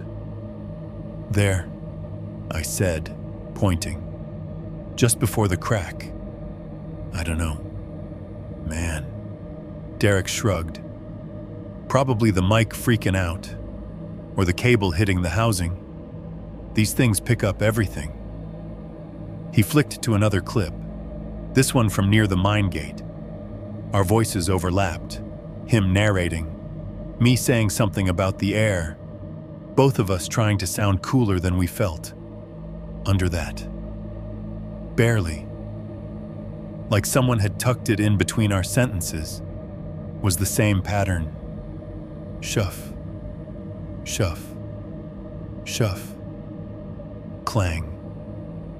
It was quiet enough that I wasn't sure I wasn't imagining it. But once I heard it, it was hard to unhear. A background rhythm laid under everything. The sound of work that should have stopped 100 years ago, but hadn't gotten the memo. "You're trippin'," Derek said, taking his phone back when I handed it to him. "Stop watching your own trauma on loop. We got trucks to load." The bell at the time clock station chimed. People started drifting toward the wall, pulling their badges out of pockets and off lanyards. I joined the line, the routine suddenly feeling heavier than it ever had. Badge in my hand, the plastic edges warm and worn smooth. The little badge reader blinked its green LED patiently. When it was my turn, I held my card to it. "Beep," the system said cheerfully. "You have entered the shift." I glanced at the safety board beside it, more out of habit now than anything. It had always been tucked there, to the left of the break room doors. The company's high-tech way of saying we'd rather not get sued. Days without lost time accident, 000. The zeros were big and bright and official. No flicker, no blur, just an honest reset count. Derek whistled low. "Oh, come on," he said. "We were at, what, 40-something when we left 42. I said automatically. I had been counting without meaning to. Who biffed it, someone else called. "Day shift guy," our supervisor said as he walked by, coffee in hand, clipboard under his arm, spilled a whole pallet of detergent, slipped in it like a cartoon, sprained his ankle. Maybe his pride. Corporate made us reset the clock. He'll live. Everyone chuckled. No one looked particularly disturbed that our streak was broken over a sprain. The board's numbers were more about insurance and posters than anyone's sense of cosmic balance. But standing there, watching those 3 zeros glow under the fluorescent lights, I felt the hair on my arms rise anyway. The mine had zeros too. Zeros on a board at the trailhead, clear in my peripheral vision for 1 second before vanishing. A wiped log in a PDF, name field smudged out, safety signs with empty boxes, and now the warehouse, 800 steps and a couple hundred miles from Kaymoor, was wearing the same expression, cleaned slate, ready to start counting again. The shift went on. Forklifts beeped, their high-pitched backing alarms echoing off the racks. Pallet jacks squeaked as we dragged them like reluctant dogs. The intercom crackled with misplaced pallets, wrong aisles, the usual litany of human error. On my first run to my locker, I spun the combination more from muscle memory than thought. The metal door squealed when I opened it, same as always. The shelf inside was thick with dust. That was not new. Dust was part of the job. Cardboard and plastic and who knows what shed particles everywhere. Most guys wiped their lockers out about as often as they went to the dentist. What was new was the color. It was not the usual gray-brown fuzz of regular grime. It was darker, fine, almost velvety, when I brushed my fingers through it. It clung in a way that felt familiar from somewhere else. My fingertips came away black. Not pitch black. Not like ink. But black enough that when I rubbed my thumb over them, little streaks smeared onto the skin underneath. My fingerprints were still there, but they looked like someone had traced the whorls with charcoal. I brought my hand closer to my face. My brain filled the smell in before my nose caught it. Coal, or something enough like it that my lungs did not care about the distinction. We did not handle coal at this warehouse. We handled detergent, bulk food, packaged goods. The closest we got to carbon was charcoal briquettes in shrink-wrapped pallets in the summer. I wiped my hand on the front of my hoodie. The black smudge stayed. A pale echo remained under my nails. Thin lines of darkness I couldn't shake out. The sight of it made my stomach lurch. A sudden vivid flash of bone dust raining down in the stair building. I went to the bathroom and washed my hands. Soap, water hot enough to sting. I scrubbed harder than necessary. Nails scraping against palms. Foam turning gray as it ran under the faucet. When I finished, the pads of my fingers were pink from friction. The lines under my nails were still there. Thinner, maybe, but there, the rest of the night. The noises came for me the way you know they do in stories like this. Rolling a pallet down a long aisle, alone. The backup beeps and distant voices fading behind me. The building's hum settling into a low, steady growl around the fluorescent buzzing keng, keng, keng. From somewhere ahead, 3 metal hits, perfectly spaced. I stopped. Pallet jack handles digging into my hands. The racking on either side towered up into shadow, stacked with boxes of cereal and toilet paper and canned soup. Nothing moved. No forklifts. No workers. "Hello," I said, immediately hating how cliché it sounded even as it left my mouth. Silence. Then the squeal of a forklift 2 aisles over. Someone laughing at a joke I couldn't hear. Normal life resuming, as if nothing had happened. I started moving again. The pallet wheels click-clacked over a crack in the concrete. The sound of steel on steel slipped under it. A half-second later, scanning barcodes at a dock door. I heard it again. This time not 3 knocks, but a weird, off-kilter pattern. Keng, keng, keng, keng, keng. Almost like someone trying to tap out Morse code on a pipe. Only I didn't know the language. I tried counting the beats between them. I tried assigning dots and dashes in my head. After a minute, my brain gave up and wrote them all down as the same thing anyway present. Here. Working. On break. Derek pulled up the Kaymoor footage again, scrubbing through it while we sat at a plastic table under the buzz of the vending machines. He was picking clips for a rough cut, talking about which parts he'd overlay with music, where he'd cut for pacing. "You sure you're cool with us posting this?" he asked around a mouthful of vending machine chips. "It's kinda your family trauma collabing with my clout." "Yeah," I said, not taking my eyes off the waveform dancing on his screen. The audio levels rose and fell, little peaks and valleys. In the quiet parts, the same background rhythm pulsed. Shuff, shuff, shuff, clang. "It's fine. Awesome." He grinned. "I seriously think this one might blow up. Ghost Coal Town. Real injury. Local boy returns to cursed mine. This is content. My dude, you brought it home." Something in my head said, in my grandfather's voice and my own at the same time. "It punched in when you did." The safety board by the break room door still said 000, somewhere deep in the warehouse.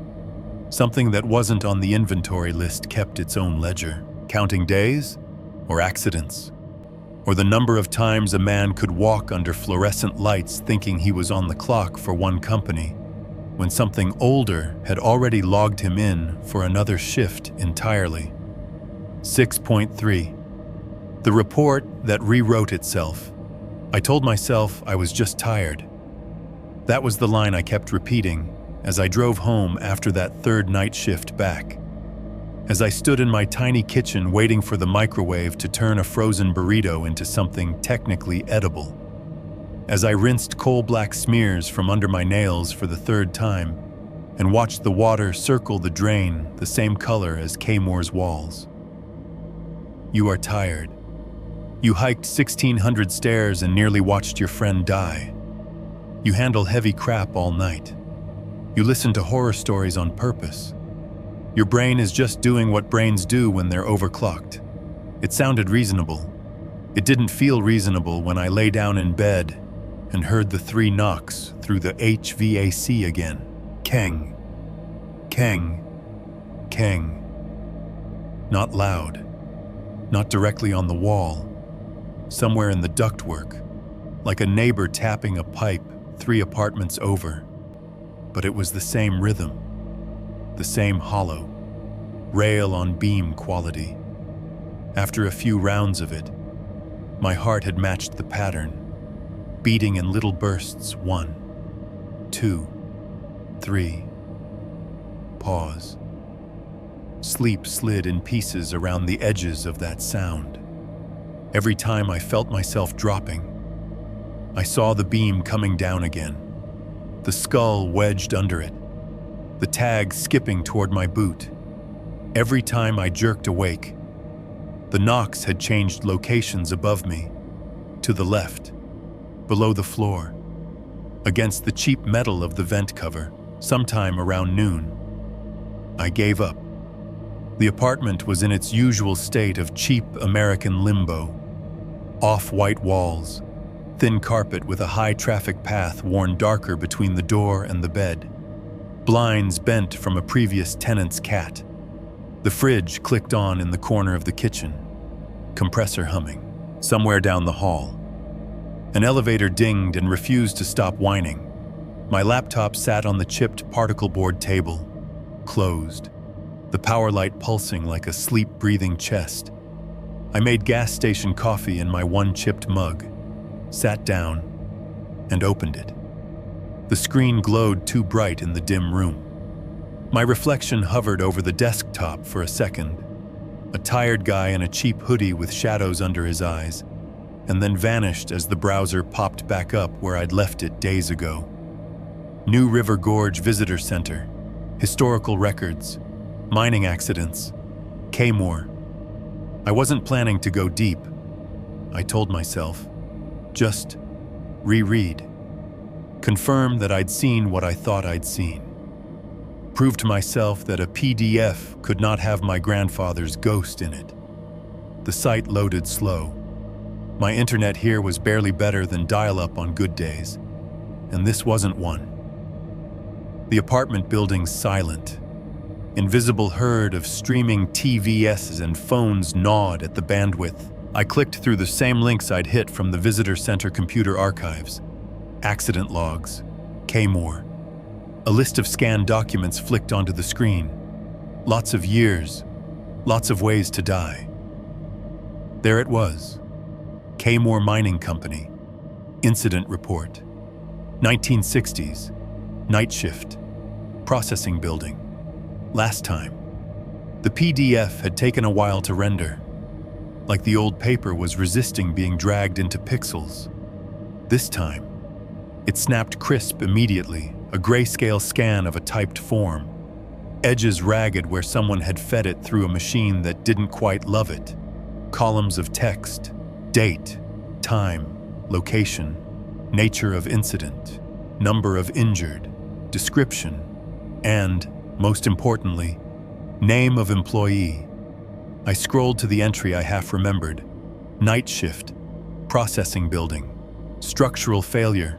Worker presumed deceased. The name field beside it had been smudged before. The ink a gray blur where the scanner had choked. Now, it wasn't blank. It wasn't clear either.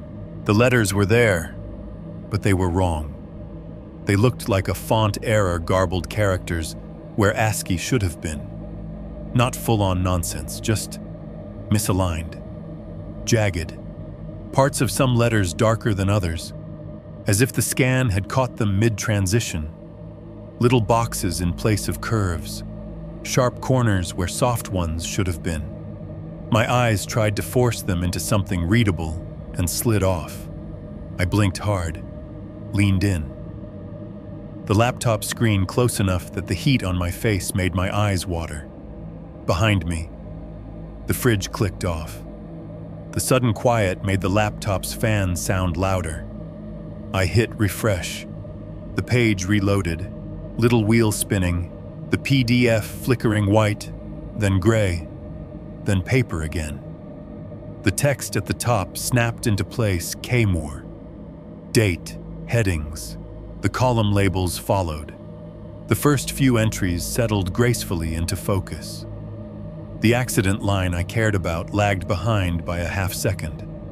Like a character who hadn't hit their cue, the garbled name field twitched. One of the faux letters straightened, its edges sharpening into a real letter. Then another. Each redraw took maybe 1/10 of a second, but I watched them happen, like someone adjusting focus on a camera. The first letter wasn't an accident. It was my grandfather's first initial. The rest of the last name followed, segment by segment, the way a printer draws something line by line. A horizontal appeared, then a vertical, then a curve. For a moment, the sequence stopped halfway, leaving a weird hybrid that could almost have been another word. Then the last 2 strokes appeared, locking it into something I had seen on a brass tag in a dead man's stair building. First initial, my last name. The number field beside it, employee ID, badge number. Whatever system they'd used back then settled at 47. The same as the tag in my pocket. My throat tightened. I took a sip of coffee and tasted nothing. So it had always been him, the thing my grandmother hadn't said outright. The smudged log, the sign by the portal, none of it had been paranoia. My grandfather had been the worker presumed deceased in the processing building collapse. His tag had been hanging from his body, or in his pocket, or on the wall. Now it was in my apartment, on my dresser, cooling the cheap wood by contact. The screen scrolled a little under my touch, more by accident than intent. There were more entries below. I flicked the trackpad, expecting to see a blank footer or some other distant disaster. Instead, there was another accident, a new line at the very bottom. The font looked cleaner, the scan sharper. The date field was more modern digits, more familiar to my eyes than the blocky ones above. The date stamped there was not from the 1960s. It was the day we had gone to Kaymoor. Same month, same day, same year. The day we parked at the trailhead and laughed about our lack of cardio. The day Derek nearly fell into a stairwell and I pulled him back with a shoulder that still hurt. Location Kaymoor, off-site. Type of operation, night shift. Night shift. My stomach dropped in a way that had nothing to do with the stairs. The description field was mostly blank, just a few words, typed in the same machine font as the rest. Night shift, off-site exposure. Nature of injury, pending. Like an insurance claim in process. Like a file sitting in some inbox waiting on more information. The name field beside it was empty, not smudged, not glitched. Just an open line. The pale gray form field under the scanned text waiting to be filled. It was stupid, but I could feel it looking at me. The laptop fan kicked up another notch. A thin, high whine. The metal under my wrists warmed. I swallowed, mouth dry. Nothing was moving on the screen, but it felt like waiting room energy. Appointment not yet called. Clipboard not yet handed over. Someone behind a counter shuffling papers, deciding where you belonged. The cursor blinked in the address bar at the top of the browser. That was normal. That was just how browsers worked. At least that is what I told myself when it shifted, without my fingers touching the keys. The thin black line hopped from the URL bar down to the PDF window. It landed in the empty name field. My hands were on my lap. I could see them, clenched, not touching anything. For a second, nothing happened. Then a letter appeared. The first letter of my first name, capitalized, dropped into the line as clean as if I'd hit the key myself. It sat there. The laptop fan growled. The room suddenly felt too small, like the walls had crept in an inch. Then the letter vanished. The field was empty again. Another letter appeared. Not the same one. The first letter of my last name. It flashed in place, solid for maybe half a second. Then that one disappeared too. The name field went through a few more iterations. Half an initial, a full first letter, a partial second, like someone on the other side was trying different combinations, testing the fit, backing up, each time. The few pixels that made up the character floated on the screen long enough for my brain to recognize them before they were wiped. I did not wait to see which one stuck. My hand shot out, slamming the laptop closed so hard the casing snapped like a bit lip. The sound cracked through the apartment, sharp enough that the neighbor's dog down the hall started barking. For a second, I just sat there, palm flat on the warm aluminum, chest heaving. The laptop fan kept going, the noise now muffled. Over it, from the ceiling vent, came another sound, typing. It was slow, deliberate. Not the frantic rattle of someone banging out a text or a rant. Each key press was its own event. Tap, pause, tap, tap, pause, tap. The vents in this building were ancient. You could hear a lot through them TV shows, muffled arguments, the occasional cough. But this didn't sound like someone's keyboard upstairs. It sounded bigger, older. Like each key was a chunk of metal the size of a fist slamming down on a plate. The noise seemed to come from directly above my table. Each press vibrated the thin metal of the vent cover in the ceiling a little, rattling dust loose. A faint sprinkle of grit fell onto the table, onto the laptop lid, onto my hands. I didn't need to rub it to know it would be black. Tap, tap. Each stroke echoed too long, the way sounds had in the mine when the river cut out. The gaps between them felt like breaths being taken by something that wasn't in a hurry, like someone filling in letters on a form, thinking carefully about spelling. Tap, tap. My name had never felt so fragile. I sat there and listened to it for what might have been a minute, might have been longer. Time bent in the thick air of my kitchen, warped by the sound of whoever was updating whatever ledger I'd stumbled into. The last key press was different, heavier, less tap, more clack, like a lever being locked into place on a machine. It vibrated the vent hard enough that the cheap white paint around the screws cracked in a spider web. Then there was nothing, no typing. No knocks, just the fridge kicking back on. the building sighing, my own breath too loud in my ears, under my palm. The laptop was still warm, inside it, behind a closed lid. A report existed that had not existed before we went down those 800 steps. It had my grandfather's full name and number on one line, firmly fixed in the past. On another, in the present, was an empty slot labeled night shift, off-site exposure, pending. The mine had reached far enough to put that second line there. Something in the walls above me had just finished deciding what to write in the blank 7. 1. Writing the story. Hearing the mine.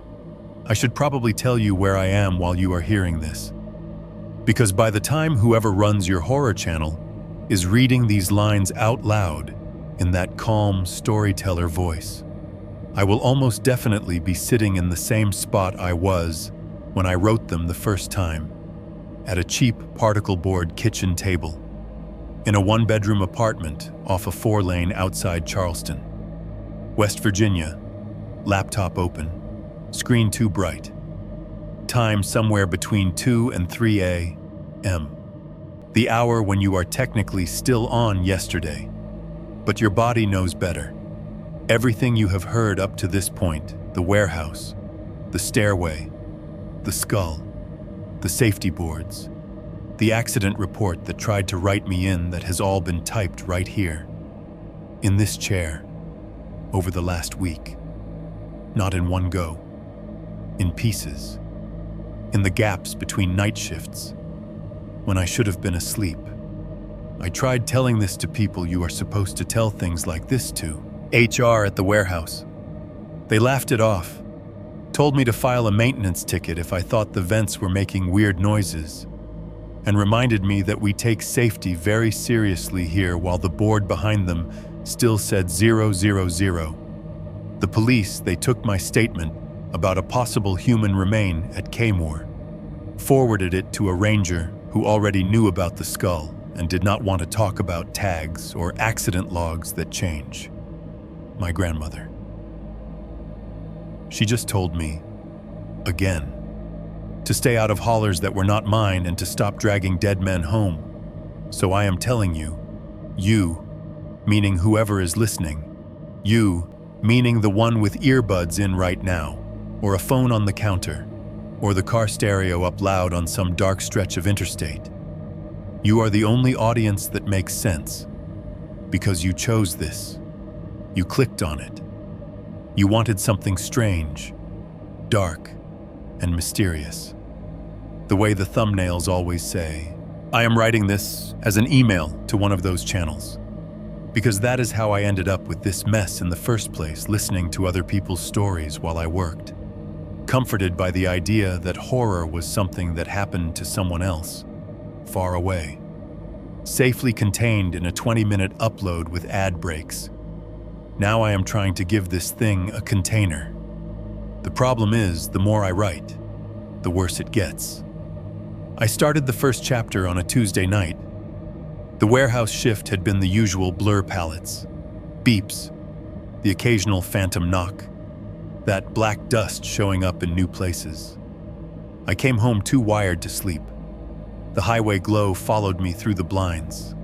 I made coffee that tasted like burnt cardboard and sat down at the table with the laptop. The apartment at that hour feels like a cheap version of the mine, same hum, less depth. Off-white walls that suck the color out of everything. Thin carpet that never fully dries after a spill, always faintly damp under bare feet. The AC unit in the corner closet rattling like a bad bearing in an old conveyor. The fridge cycling every 15 minutes. Compressor growling, then ticking as it cools down. Above me, the neighbor's toilet flushes like clockwork around 2:15 a.m. The pipes thunk in the wall.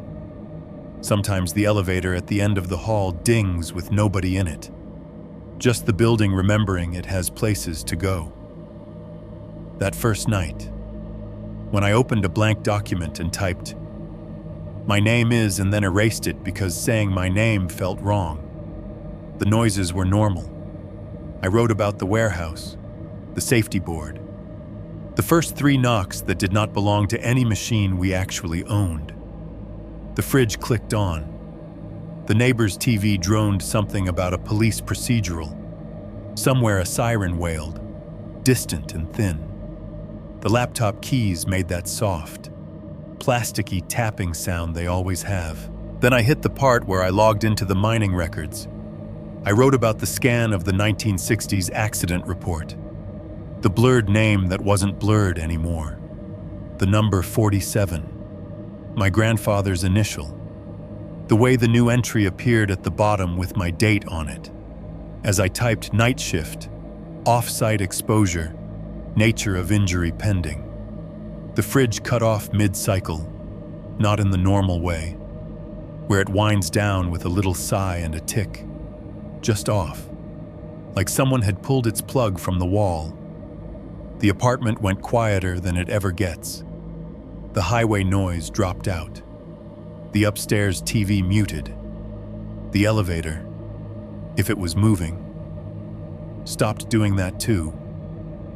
Into the gap slid a sound that did not belong 3 stories up in an apartment building. A low, distant rumble, like a slowly approaching freight train. I froze, fingers hovering above the keys. My first thought, because this is how dumb your brain can be, was that a train had derailed and was rolling down the street outside. There are no tracks anywhere near my complex. The rumble stayed low, not getting louder or softer. Just present, under it. Something else scraped and rattled wheels in a trough. Metal on metal. The exact same shuff, shuff, shuff. Clang I had heard hidden in the GoPro audio. I sat there with my hands over the keyboard and listened to a soundscape from 100 years ago echoing up through my bare floor. When I finally forced my fingers to move again and typed, I slammed the laptop shut. The fridge kicked back on. The upstairs toilet flushed. The elevator dinged. The hum of the building came back like someone had turned the world's power strip back on. I could have taken the hint and stopped there. Instead, I opened a new document the next night. It always seems to be between 2 and 3 a.m. when I sit down. No matter when I tell myself I am going to start. Time gets weird on night shift. Your body clock is a suggestion, not a rule. But that specific window has started to feel reserved, like a recurring appointment I do not remember making. I wrote about the climb out of Kaymoor, the coughs in the trees, the way my grandfather's voice had said my name in the middle of a wind gust and told me I should not have taken the night shift. As I typed his words, "You should not have taken the night shift," something hissed in the AC vent, not air, not the usual rush of climate-controlled nothing. It sounded like coal dust being pushed through a narrow opening, a dry, granular slide. My brain put a picture to it, black particles sluicing along corrugated ductwork, leaving a smear on the metal. A fine sprinkling fell onto the table a second later. At first, I thought it was just paint flakes from the vent cover. I tapped a finger into it, rubbed it between my thumb and forefinger. Black, smearing like charcoal, same as my locker shelf, same as the floor near the gate, same as the smudges on the accident log, before they decided to become letters. Every night I have written since. There has been more. A little drift of black grit collecting in the corner of the table directly under the vent. A light dusting on the laptop lid if I leave it closed for more than an hour. Tiny specks in the keys, turning the letters white paint gray at the edges. I wipe it away. It comes back. The noises have escalated in sync with the chapters. By the time I started writing about Derek's fall in the stair building, the taps had graduated from the ducts to the walls. The classic haunted house knock, only this one has a job to do. 3 beats, always 3, sometimes directly behind my head, sometimes down by the baseboard, sometimes behind the fridge. Never loud enough to justify calling the landlord about structural issues. Always loud enough to cut through the soundtrack of whatever horror video autoplay thinks I want next. As I wrote about bone fragments hitting my shoulders, I heard something much heavier slide across the floor above my ceiling, like someone had dragged a full filing cabinet a foot and then stopped. When I typed about the brass tag skipping toward my boot, my upstairs neighbor dropped something that hit with a sharp, hollow ring exactly like a metal plate hitting concrete. It made me flinch so hard I hit the wrong key and deleted a paragraph. The worst part wasn't the noises. It was when I tried to bring someone else into it. Tonight. Before I started this section, the one you are hearing right now, I called my grandmother. It was just before midnight. I knew she would still be up. Old people in my family sleep in shifts, like they never really left the mines behind. The phone rang 5 times. On the 6th, she answered. "Hey, Mama," I said. Suddenly aware of how long it had been since I called for anything other than holidays and quick check-ins. "It's me." She sounded older than I remembered.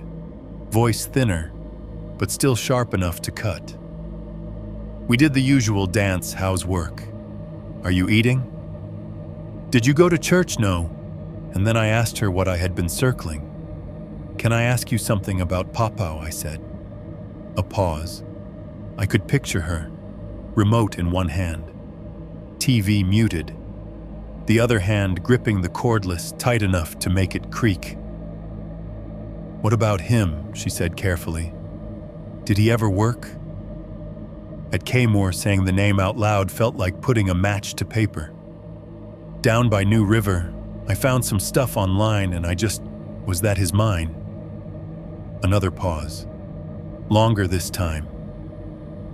"You don't need to be digging around in all that," she said finally. "Man's been gone longer than you've been alive. Let him rest. Let that place rest. I just want to know if..." She exhaled, a sound like a deflating tire. "He took a night shift down there he should not have taken," she said quietly. "That is what I will say. Men from 3 counties told him not to. He went anyway. Some of them came back out of that hill. He did not." My heart kicked against my ribs. "Do you remember the date?" I asked. "Or the year? There was this report, and the knock cut me off. Not in my apartment. Not in the vent. It came through the phone. 3 perfect, hollow hits, loud enough that they clipped the audio and made my cheap speaker fuzz. Keng, keng, keng." My grandmother sucked in a breath on the other end. "What was that?" I asked, even though I knew exactly what it had sounded like. Her voice came back thinner, shaken. "You heard that?" "Yeah. Is that..." Something scraped against her end of the call, like the receiver had brushed a wall or table. For a second, I heard nothing but her breathing and that faint, almost familiar rumble under it, like a distant machine turning over. "I have to go," she said abruptly. "Do not say that place's name in this house again. You hear me? You write whatever you're writing. You send it to whoever. But you leave us out of it now. Mama." The line clicked dead. I sat there with the dead phone pressed to my ear, listening to the empty hum for a few seconds before I lowered it. The apartment was very quiet again. The fridge had shut off mid-cycle. The AC had gone still. Even the highway noise seemed to be taking a break. From somewhere under the floor, 3 stories down, through somebody else's carpet, somebody else's subfloor, concrete, dirt. I heard the faint, rhythmic clatter of something heavy being loaded into something else. shovel, coal, cart. I opened the laptop. The cursor blinked on the blank line where I had left off. I started typing this section, the one you are hearing, and with every sentence, the sounds under the apartment got a little clearer. The black dust from the vent fell in a line along the spacebar. Each key press felt more like punching a time clock than writing a story. I am starting to think that the mind likes being described. Every detail I put down, every noise I give shape to, seems to give it more room to move. Like the story itself is a drift tunnel, and each line you hear the narrator read is one more timber put in place to hold the passage open. I am still going to finish this, because at this point, I do not think not telling it would help. 7.2. The Warehouse Night of 000. There is one night at the warehouse I keep circling back to, because if any of this ever makes you doubt me, that night is the one I would put on the stand. It was a Thursday, technically, though for us it started Wednesday evening, the kind of late week shift where everybody is already half fried and the only thing keeping you moving is caffeine and the promise of a day off on the other side. The storm started about an hour after we clocked in, not a polite summer thunderstorm. This was a real Appalachian tantrum, the kind where the sky decides it has some old business to settle with the ground. Sheets of rain hammered the metal roof so hard you could feel the impacts in your chest. Thunder rolled in long, low growls that made the racks tremble. Inside, the warehouse took on a different sound. The normal hum got swallowed. Conversations had to be louder. Forklift beeps got thinner, high-pitched when they cut through the roar. We were skeleton crewed that night, me, Derek, and two other guys. One supervisor hiding in the office, monitoring conditions. Half the day shift had called off as soon as the forecast hit. Nobody wanted to risk hydroplaning a minivan at 3 a.m. for a job that barely paid for the gas. Storm shift, Derek said, slinging his safety vest on over a faded hoodie with some metal band on it. Feels cursed already. Should get us good views. Though, I'm calling it now Haunted Warehouse in a Thunderstorm. That's at least 200,000 on YouTube. Yeah, I said, scanning my badge, assuming we live to monetize it. The time clock chimed. The safety board beside it still said 000. I tried not to look at it for longer than it took to register that nothing had officially changed, but the numbers had started to feel like something watching me back. Like eyes in a rearview mirror you swear you saw blink. We got our assignments. I was in aisle 12 through 20, picking bulk items for a truck that was somehow still scheduled to go out at 4 a.m. Derek got dock work and incident checks, which was just a fancy way of saying he had to walk the building every hour and make sure rain was not coming through the roof in any catastrophic way. The first hour was normal enough. I rode my pallet jack up and down my lanes, scanner in hand, tossing cases of canned soup and dog food and those giant jugs of generic detergent onto pallets. The rain pounded, thunder cracked. The overhead lights flickered a few times but held. Every so often, I'd hear 3 distant knocks. Keng, keng, keng. Sometimes they sounded like they were on the far side of the building. Sometimes like they were on the roof. Once, clearly, they came from directly above me in aisle 16, from a point higher than even the top level of racking. I tried to file it as wind shifting something heavy. I tried to tell myself the noise was just storm-thrown debris ticking across the roof. But the knocks never came in random clusters. Always 3, always spaced the same way. About halfway through the shift, the storm made its move. I had just finished wrapping a pallet. the stretch film squealing as I pulled it. When the lights went out, not a brownout, not a flicker.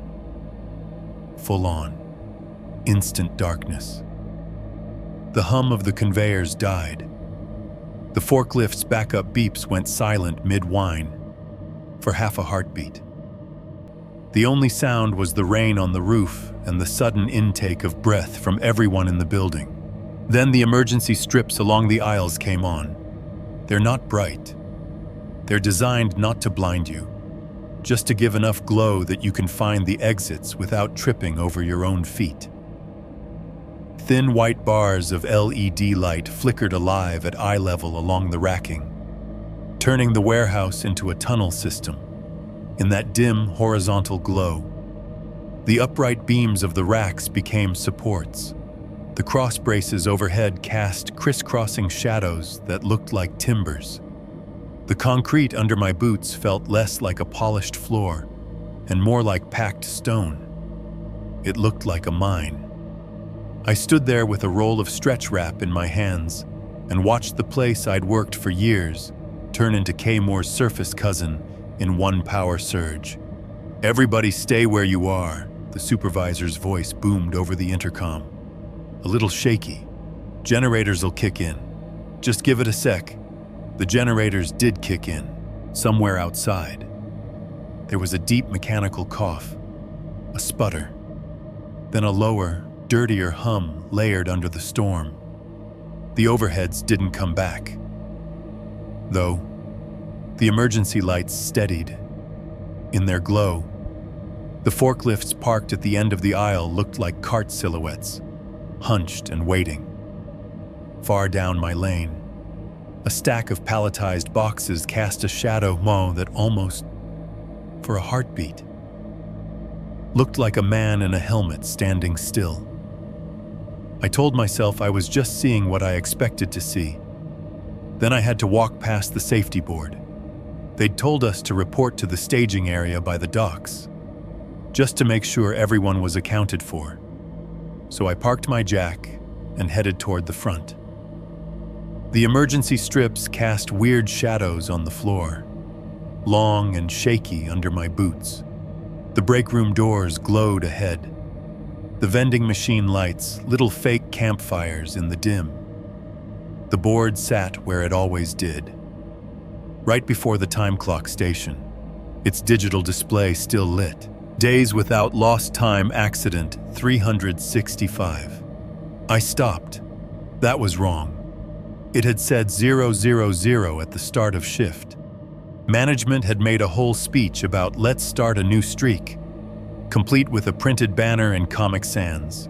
We'd joked about day shift resetting it over a banana peel. Now it said 365. 1 year. Clean. In the half-light. The numbers looked bigger, like the font had changed. The 3 leaned in a little, the curves of the 6 and 5 sharper. I turned my head away from it, like it was a hot stove. Out of the corner of my eye, the digits flipped, not smoothly, like an LED counter. More like cards in an old mechanical sign changing. A flick, a click, a blur between one number and the next. 365 became 002. There was a knock overhead when it changed. Keng, I froze. 002 became 001. Keng. The sound wasn't in the board, it was in the ceiling. A metal-on-metal impact from directly above. Somewhere in the web of HVAC ducts and electrical conduit and whatever else ran through the guts of the building. 001 became 000. Keng. The last 0 steadied. The board looked satisfied. I turned toward it fully. The display showed 000 again. Calmly. No hint that it had ever been anything else. The emergency light strip above it flickered, throwing a momentary halo over the words, "Your family wants you to work safely." like someone with a bad sense of humor had added a spotlight. "Hey, you movin' or marrying that sign?" Derek's voice came from behind me, too loud in the weird quiet. I jumped. He snorted. "Dude, relax," he said, falling into step next to me. His flashlight beam swung erratically in his hand. Jittery on the floor. "You look like you just saw a ghost. We don't get paid extra for hauntings. You know, you didn't see it change." And I said, "The lights, yeah. I was here for that. Pretty sure we all were. The number." He squinted at the board. "Says 0. Same as it did when I clocked in." "It was 365, I said. Then it rolled down." "Hey, if we got 365 safe days in this hellhole and I missed them, I'm gonna be pissed." He laughed, but it came out thin. The storm rumbled over the roof like an answer. We checked in at the dock, signed our names on a clipboard under the emergency procedure. The supervisor did a quick head count, assured us the main power would be back any minute now, and sent us back to our zones with cheap flashlights. Like that would help if 5 tons of product decided to fall. Back in the aisles. The warehouse felt thinner. The emergency strips painted everything in flat. Sick light. Forklift horns sounded muted, like they were honking through cloth. I was in aisle 18 when I saw him. I had my pallet jack halfway down the lane, scanning labels with my handheld. The beam of my flashlight traced product codes, the emergency light line glowing just enough at my knees to keep me from walking into anything. At the far end of the aisle, framed between 2 upright beams, a figure stood. He was in profile at first, turned slightly away, hard hat low over his brow, shoulders broad, jacket too heavy for the temperature, the kind of work clothes you wear when the ground is colder than the air. The fabric hung stiff, like it had been soaked and dried 100 times a day for years. For a second, I thought it was one of the other guys, just standing there for some reason. Then he turned his head toward me. The emergency strip light caught his eyes. They did not reflect like normal eyes. They did not glow. They were just white. Too white. The whites where the irises should be, and something darker sunk where the whites should be, like somebody had inverted them. Turned his gaze inside out. His face was shadowed where the brim of the hat cut across it, but the shape of his mouth came through, stretched too wide, down instead of up, like skin tugged by gravity in the wrong direction. I blinked. The aisle was empty. No one between the pallets now. Just stacked boxes and the long perspective lines of shelving converging toward the gloom. I did not imagine the wet spot on the concrete where he had been standing. It spread out in a jagged patch, darker than the surrounding floor. Not a clean spill. No tidy circle of something that had recently leaked. It looked old, like a stain that had been dry for years, but decided to show up under this particular light. I walked toward it like I was doing something useful.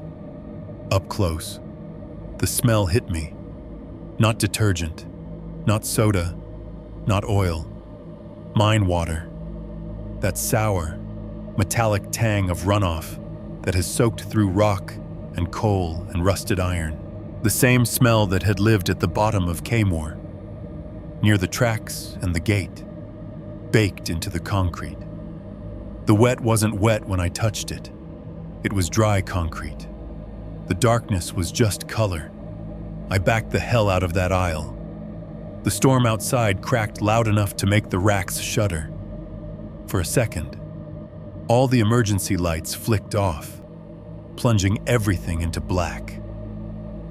In that instant, I heard the warehouse breathe a long, low inhale through its vents, When the strips came back, my handheld radio squawked.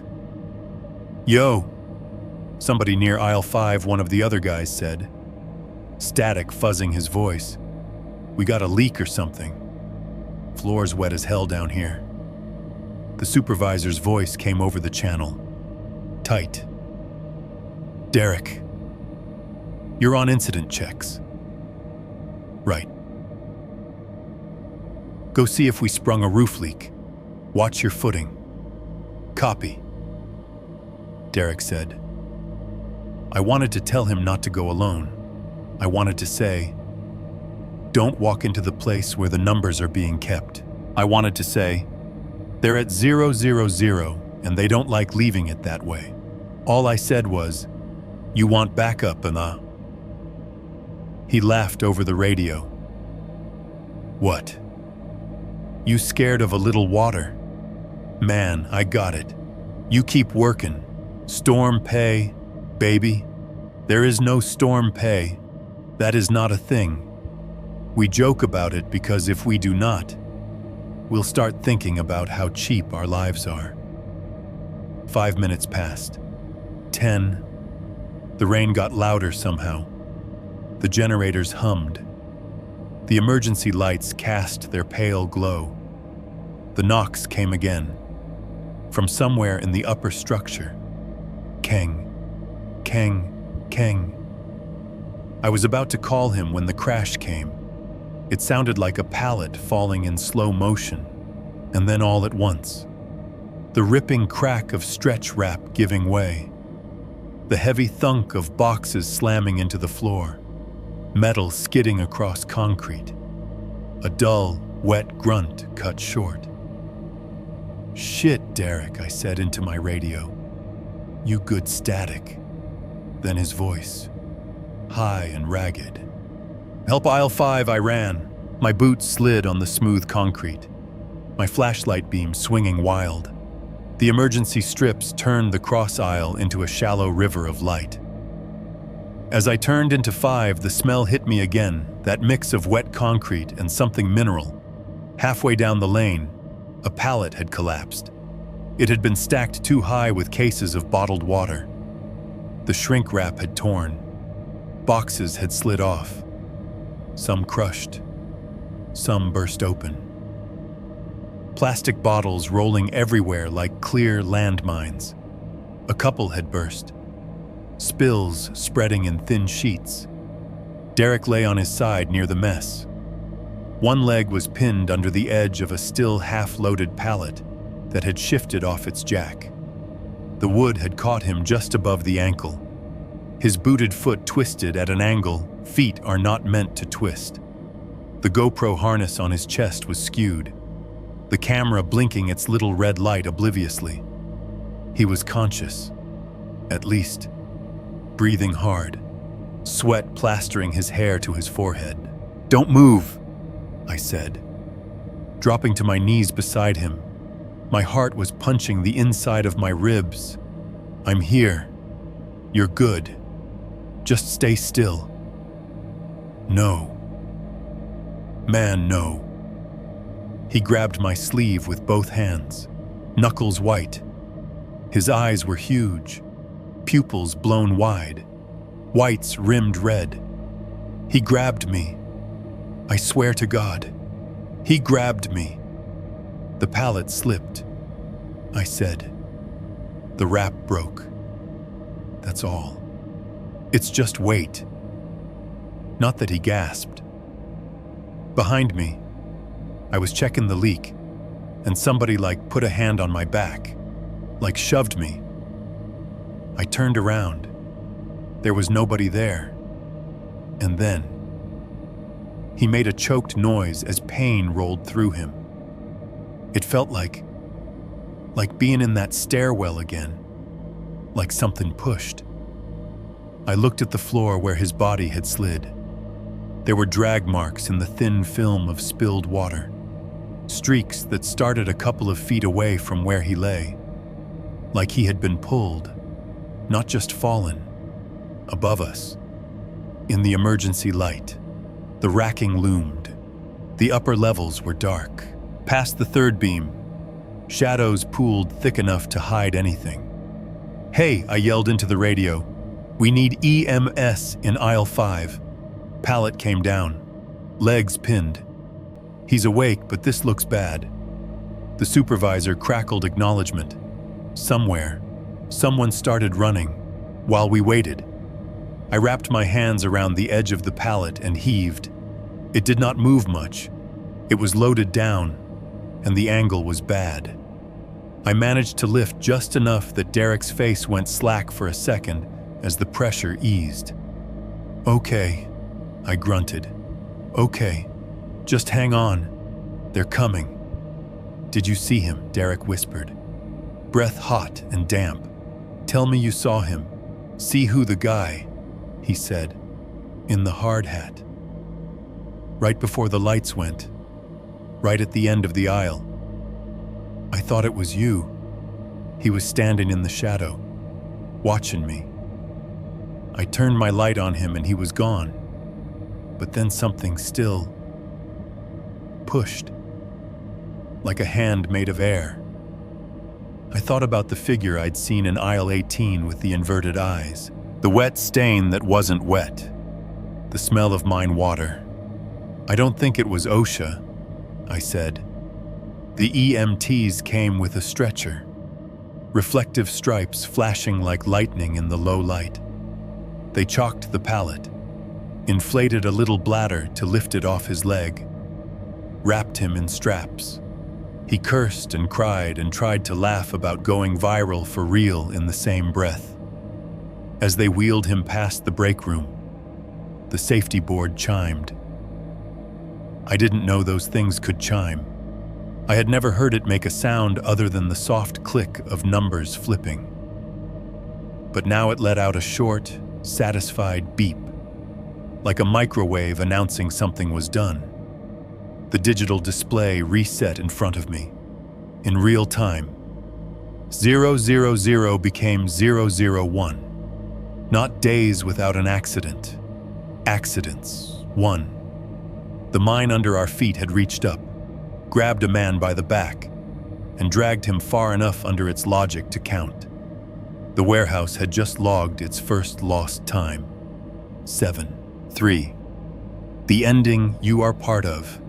By the time you hear this, I do not know where I will be. I started this whole thing as an email draft in the Notes app on my phone. Then it turned into a document. Then it turned into a lot of late nights at this same chipped table. At some point, I stopped pretending I was just journaling and admitted it. I am writing this for one of those channels you listen to when you want to scare yourself on purpose. The kind that uploads true horror stories sent in by viewers at 11:59 p.m. The kind you probably clicked on thinking, it's just a story. I am sending this to them because everybody else I could have told has either brushed me off or told me, flat out, to shut up. HR has a form for incidents, but not for black dust in the vents that smells like a coal seam. The police have a report number for found remains, but not for PDFs that add new accidents for dates that haven't technically killed you yet. My grandmother has her Bible and her own ghosts and has earned the right not to hear about mine, so I am handing it to you instead. Right now, as I type this, it is 2:47 a.m. The clock on the microwave glows crooked over my shoulder. The fridge is doing that low, tired hum, like an old man grumbling in his sleep. The elevator at the end of the hall dings every so often for no reason. The AC vent above me ticks as metal contracts and expands. And every few minutes, I hear something else. Not loud, not dramatic. Just a little shift under the rest of it. A scrape in the ductwork. A soft shuff, shuff, shuff. And then the faintest ring of metal on stone. The sound of a shovel hitting rock a very long way down. Sometimes, while I'm typing, A thin veil of black dust slides out of the vent and settles across the top row of keys. It pools in the grooves of the letters, turns WASD gray at the edges. No matter how many times I wipe it away, it comes back, like the mine is signing its name on my keyboard. I could shut the laptop. I could delete the file. I could pretend none of this happened. That report with the blank name field doesn't care either way. The whole time I've been writing this, I've been thinking about you. Not you in particular, because I don't know who you are, but the shape of you. There are only so many ways this kind of video gets listened to. Maybe you're in your car right now. Like half the comment sections always say, parked at the back of a Walmart lot after a late shift, engine off, windows cracked just enough to let the storm-wet air in. The glow from your dash lights your hands on the steering wheel. Sodium vapor from the parking lot lamps makes the inside of the car look orange and unreal. The phone is propped in the cup holder or sitting on the dash, playing this voice into the closed space. Maybe you're lying in bed, flat on your back, one earbud in, one out. The room is dark except for the rectangle of your screen, slowly dimming. Your phone is resting on your chest or on the pillow beside you, the little play bar creeping forward under the title, "In the Next Room." The fridge hums. Pipes whisper in the walls. Someone upstairs takes a shower, and the water rushes past your ceiling. Maybe you're in your kitchen, hands in the sink, warm water running over plates and forks while this plays from a Bluetooth speaker on the counter. The fan over the stove rattles. The AC kicks on and blows cold air out of a vent above your head. Cabinets creak when the building shifts. Either way, here you are, and here I am, on the other side of a cheap microphone and somebody else's editing software, telling you about a mine that will not shut up and a warehouse that thinks it's a boundary line. We're sharing a shift. Do me a favor and try something, just for a second. If you're in the car, turn your AC fan down a notch. If you're in bed, pull the earbud out of your ear and let it sit loose. If you're at the sink, turn the faucet off for a moment and let the dishes sit in the quiet. Now listen, not to my voice. You can pause that in your head for a second. Listen to the hum in your walls, the barely there vibration of whatever is running constantly in your building fridges, heaters, servers, pumps you never think about. Listen for any taps in your pipes, not the random settling and pinging that houses do. I mean patterns. 3 knocks, evenly spaced. A clank that comes in the same rhythm more than once. Listen for anything underneath the traffic noise, or the wind, or the washer, a distant rumble that might be a train, or might not. I used to think places like Kaymoor were abandoned. Ghost towns, dead spaces. The videos all sell it that way. Lost coal camp in the woods, forgotten staircase, all that. That is not what they are. They are unfinished. They are jobs that never clocked out. Every time somebody took a night shift nobody wanted and didn't make it home. A little piece of whatever makes the world fair had to go somewhere. Every accident that got blamed on human error, when it was really greed or rust or tired eyes, went on a log. Every safety meeting that ended with a joke instead of actual repairs wrote another line of debt. Those days without lost time. Accident boards. They are not just reassurance. They are invitations. They are ledgers hung in public.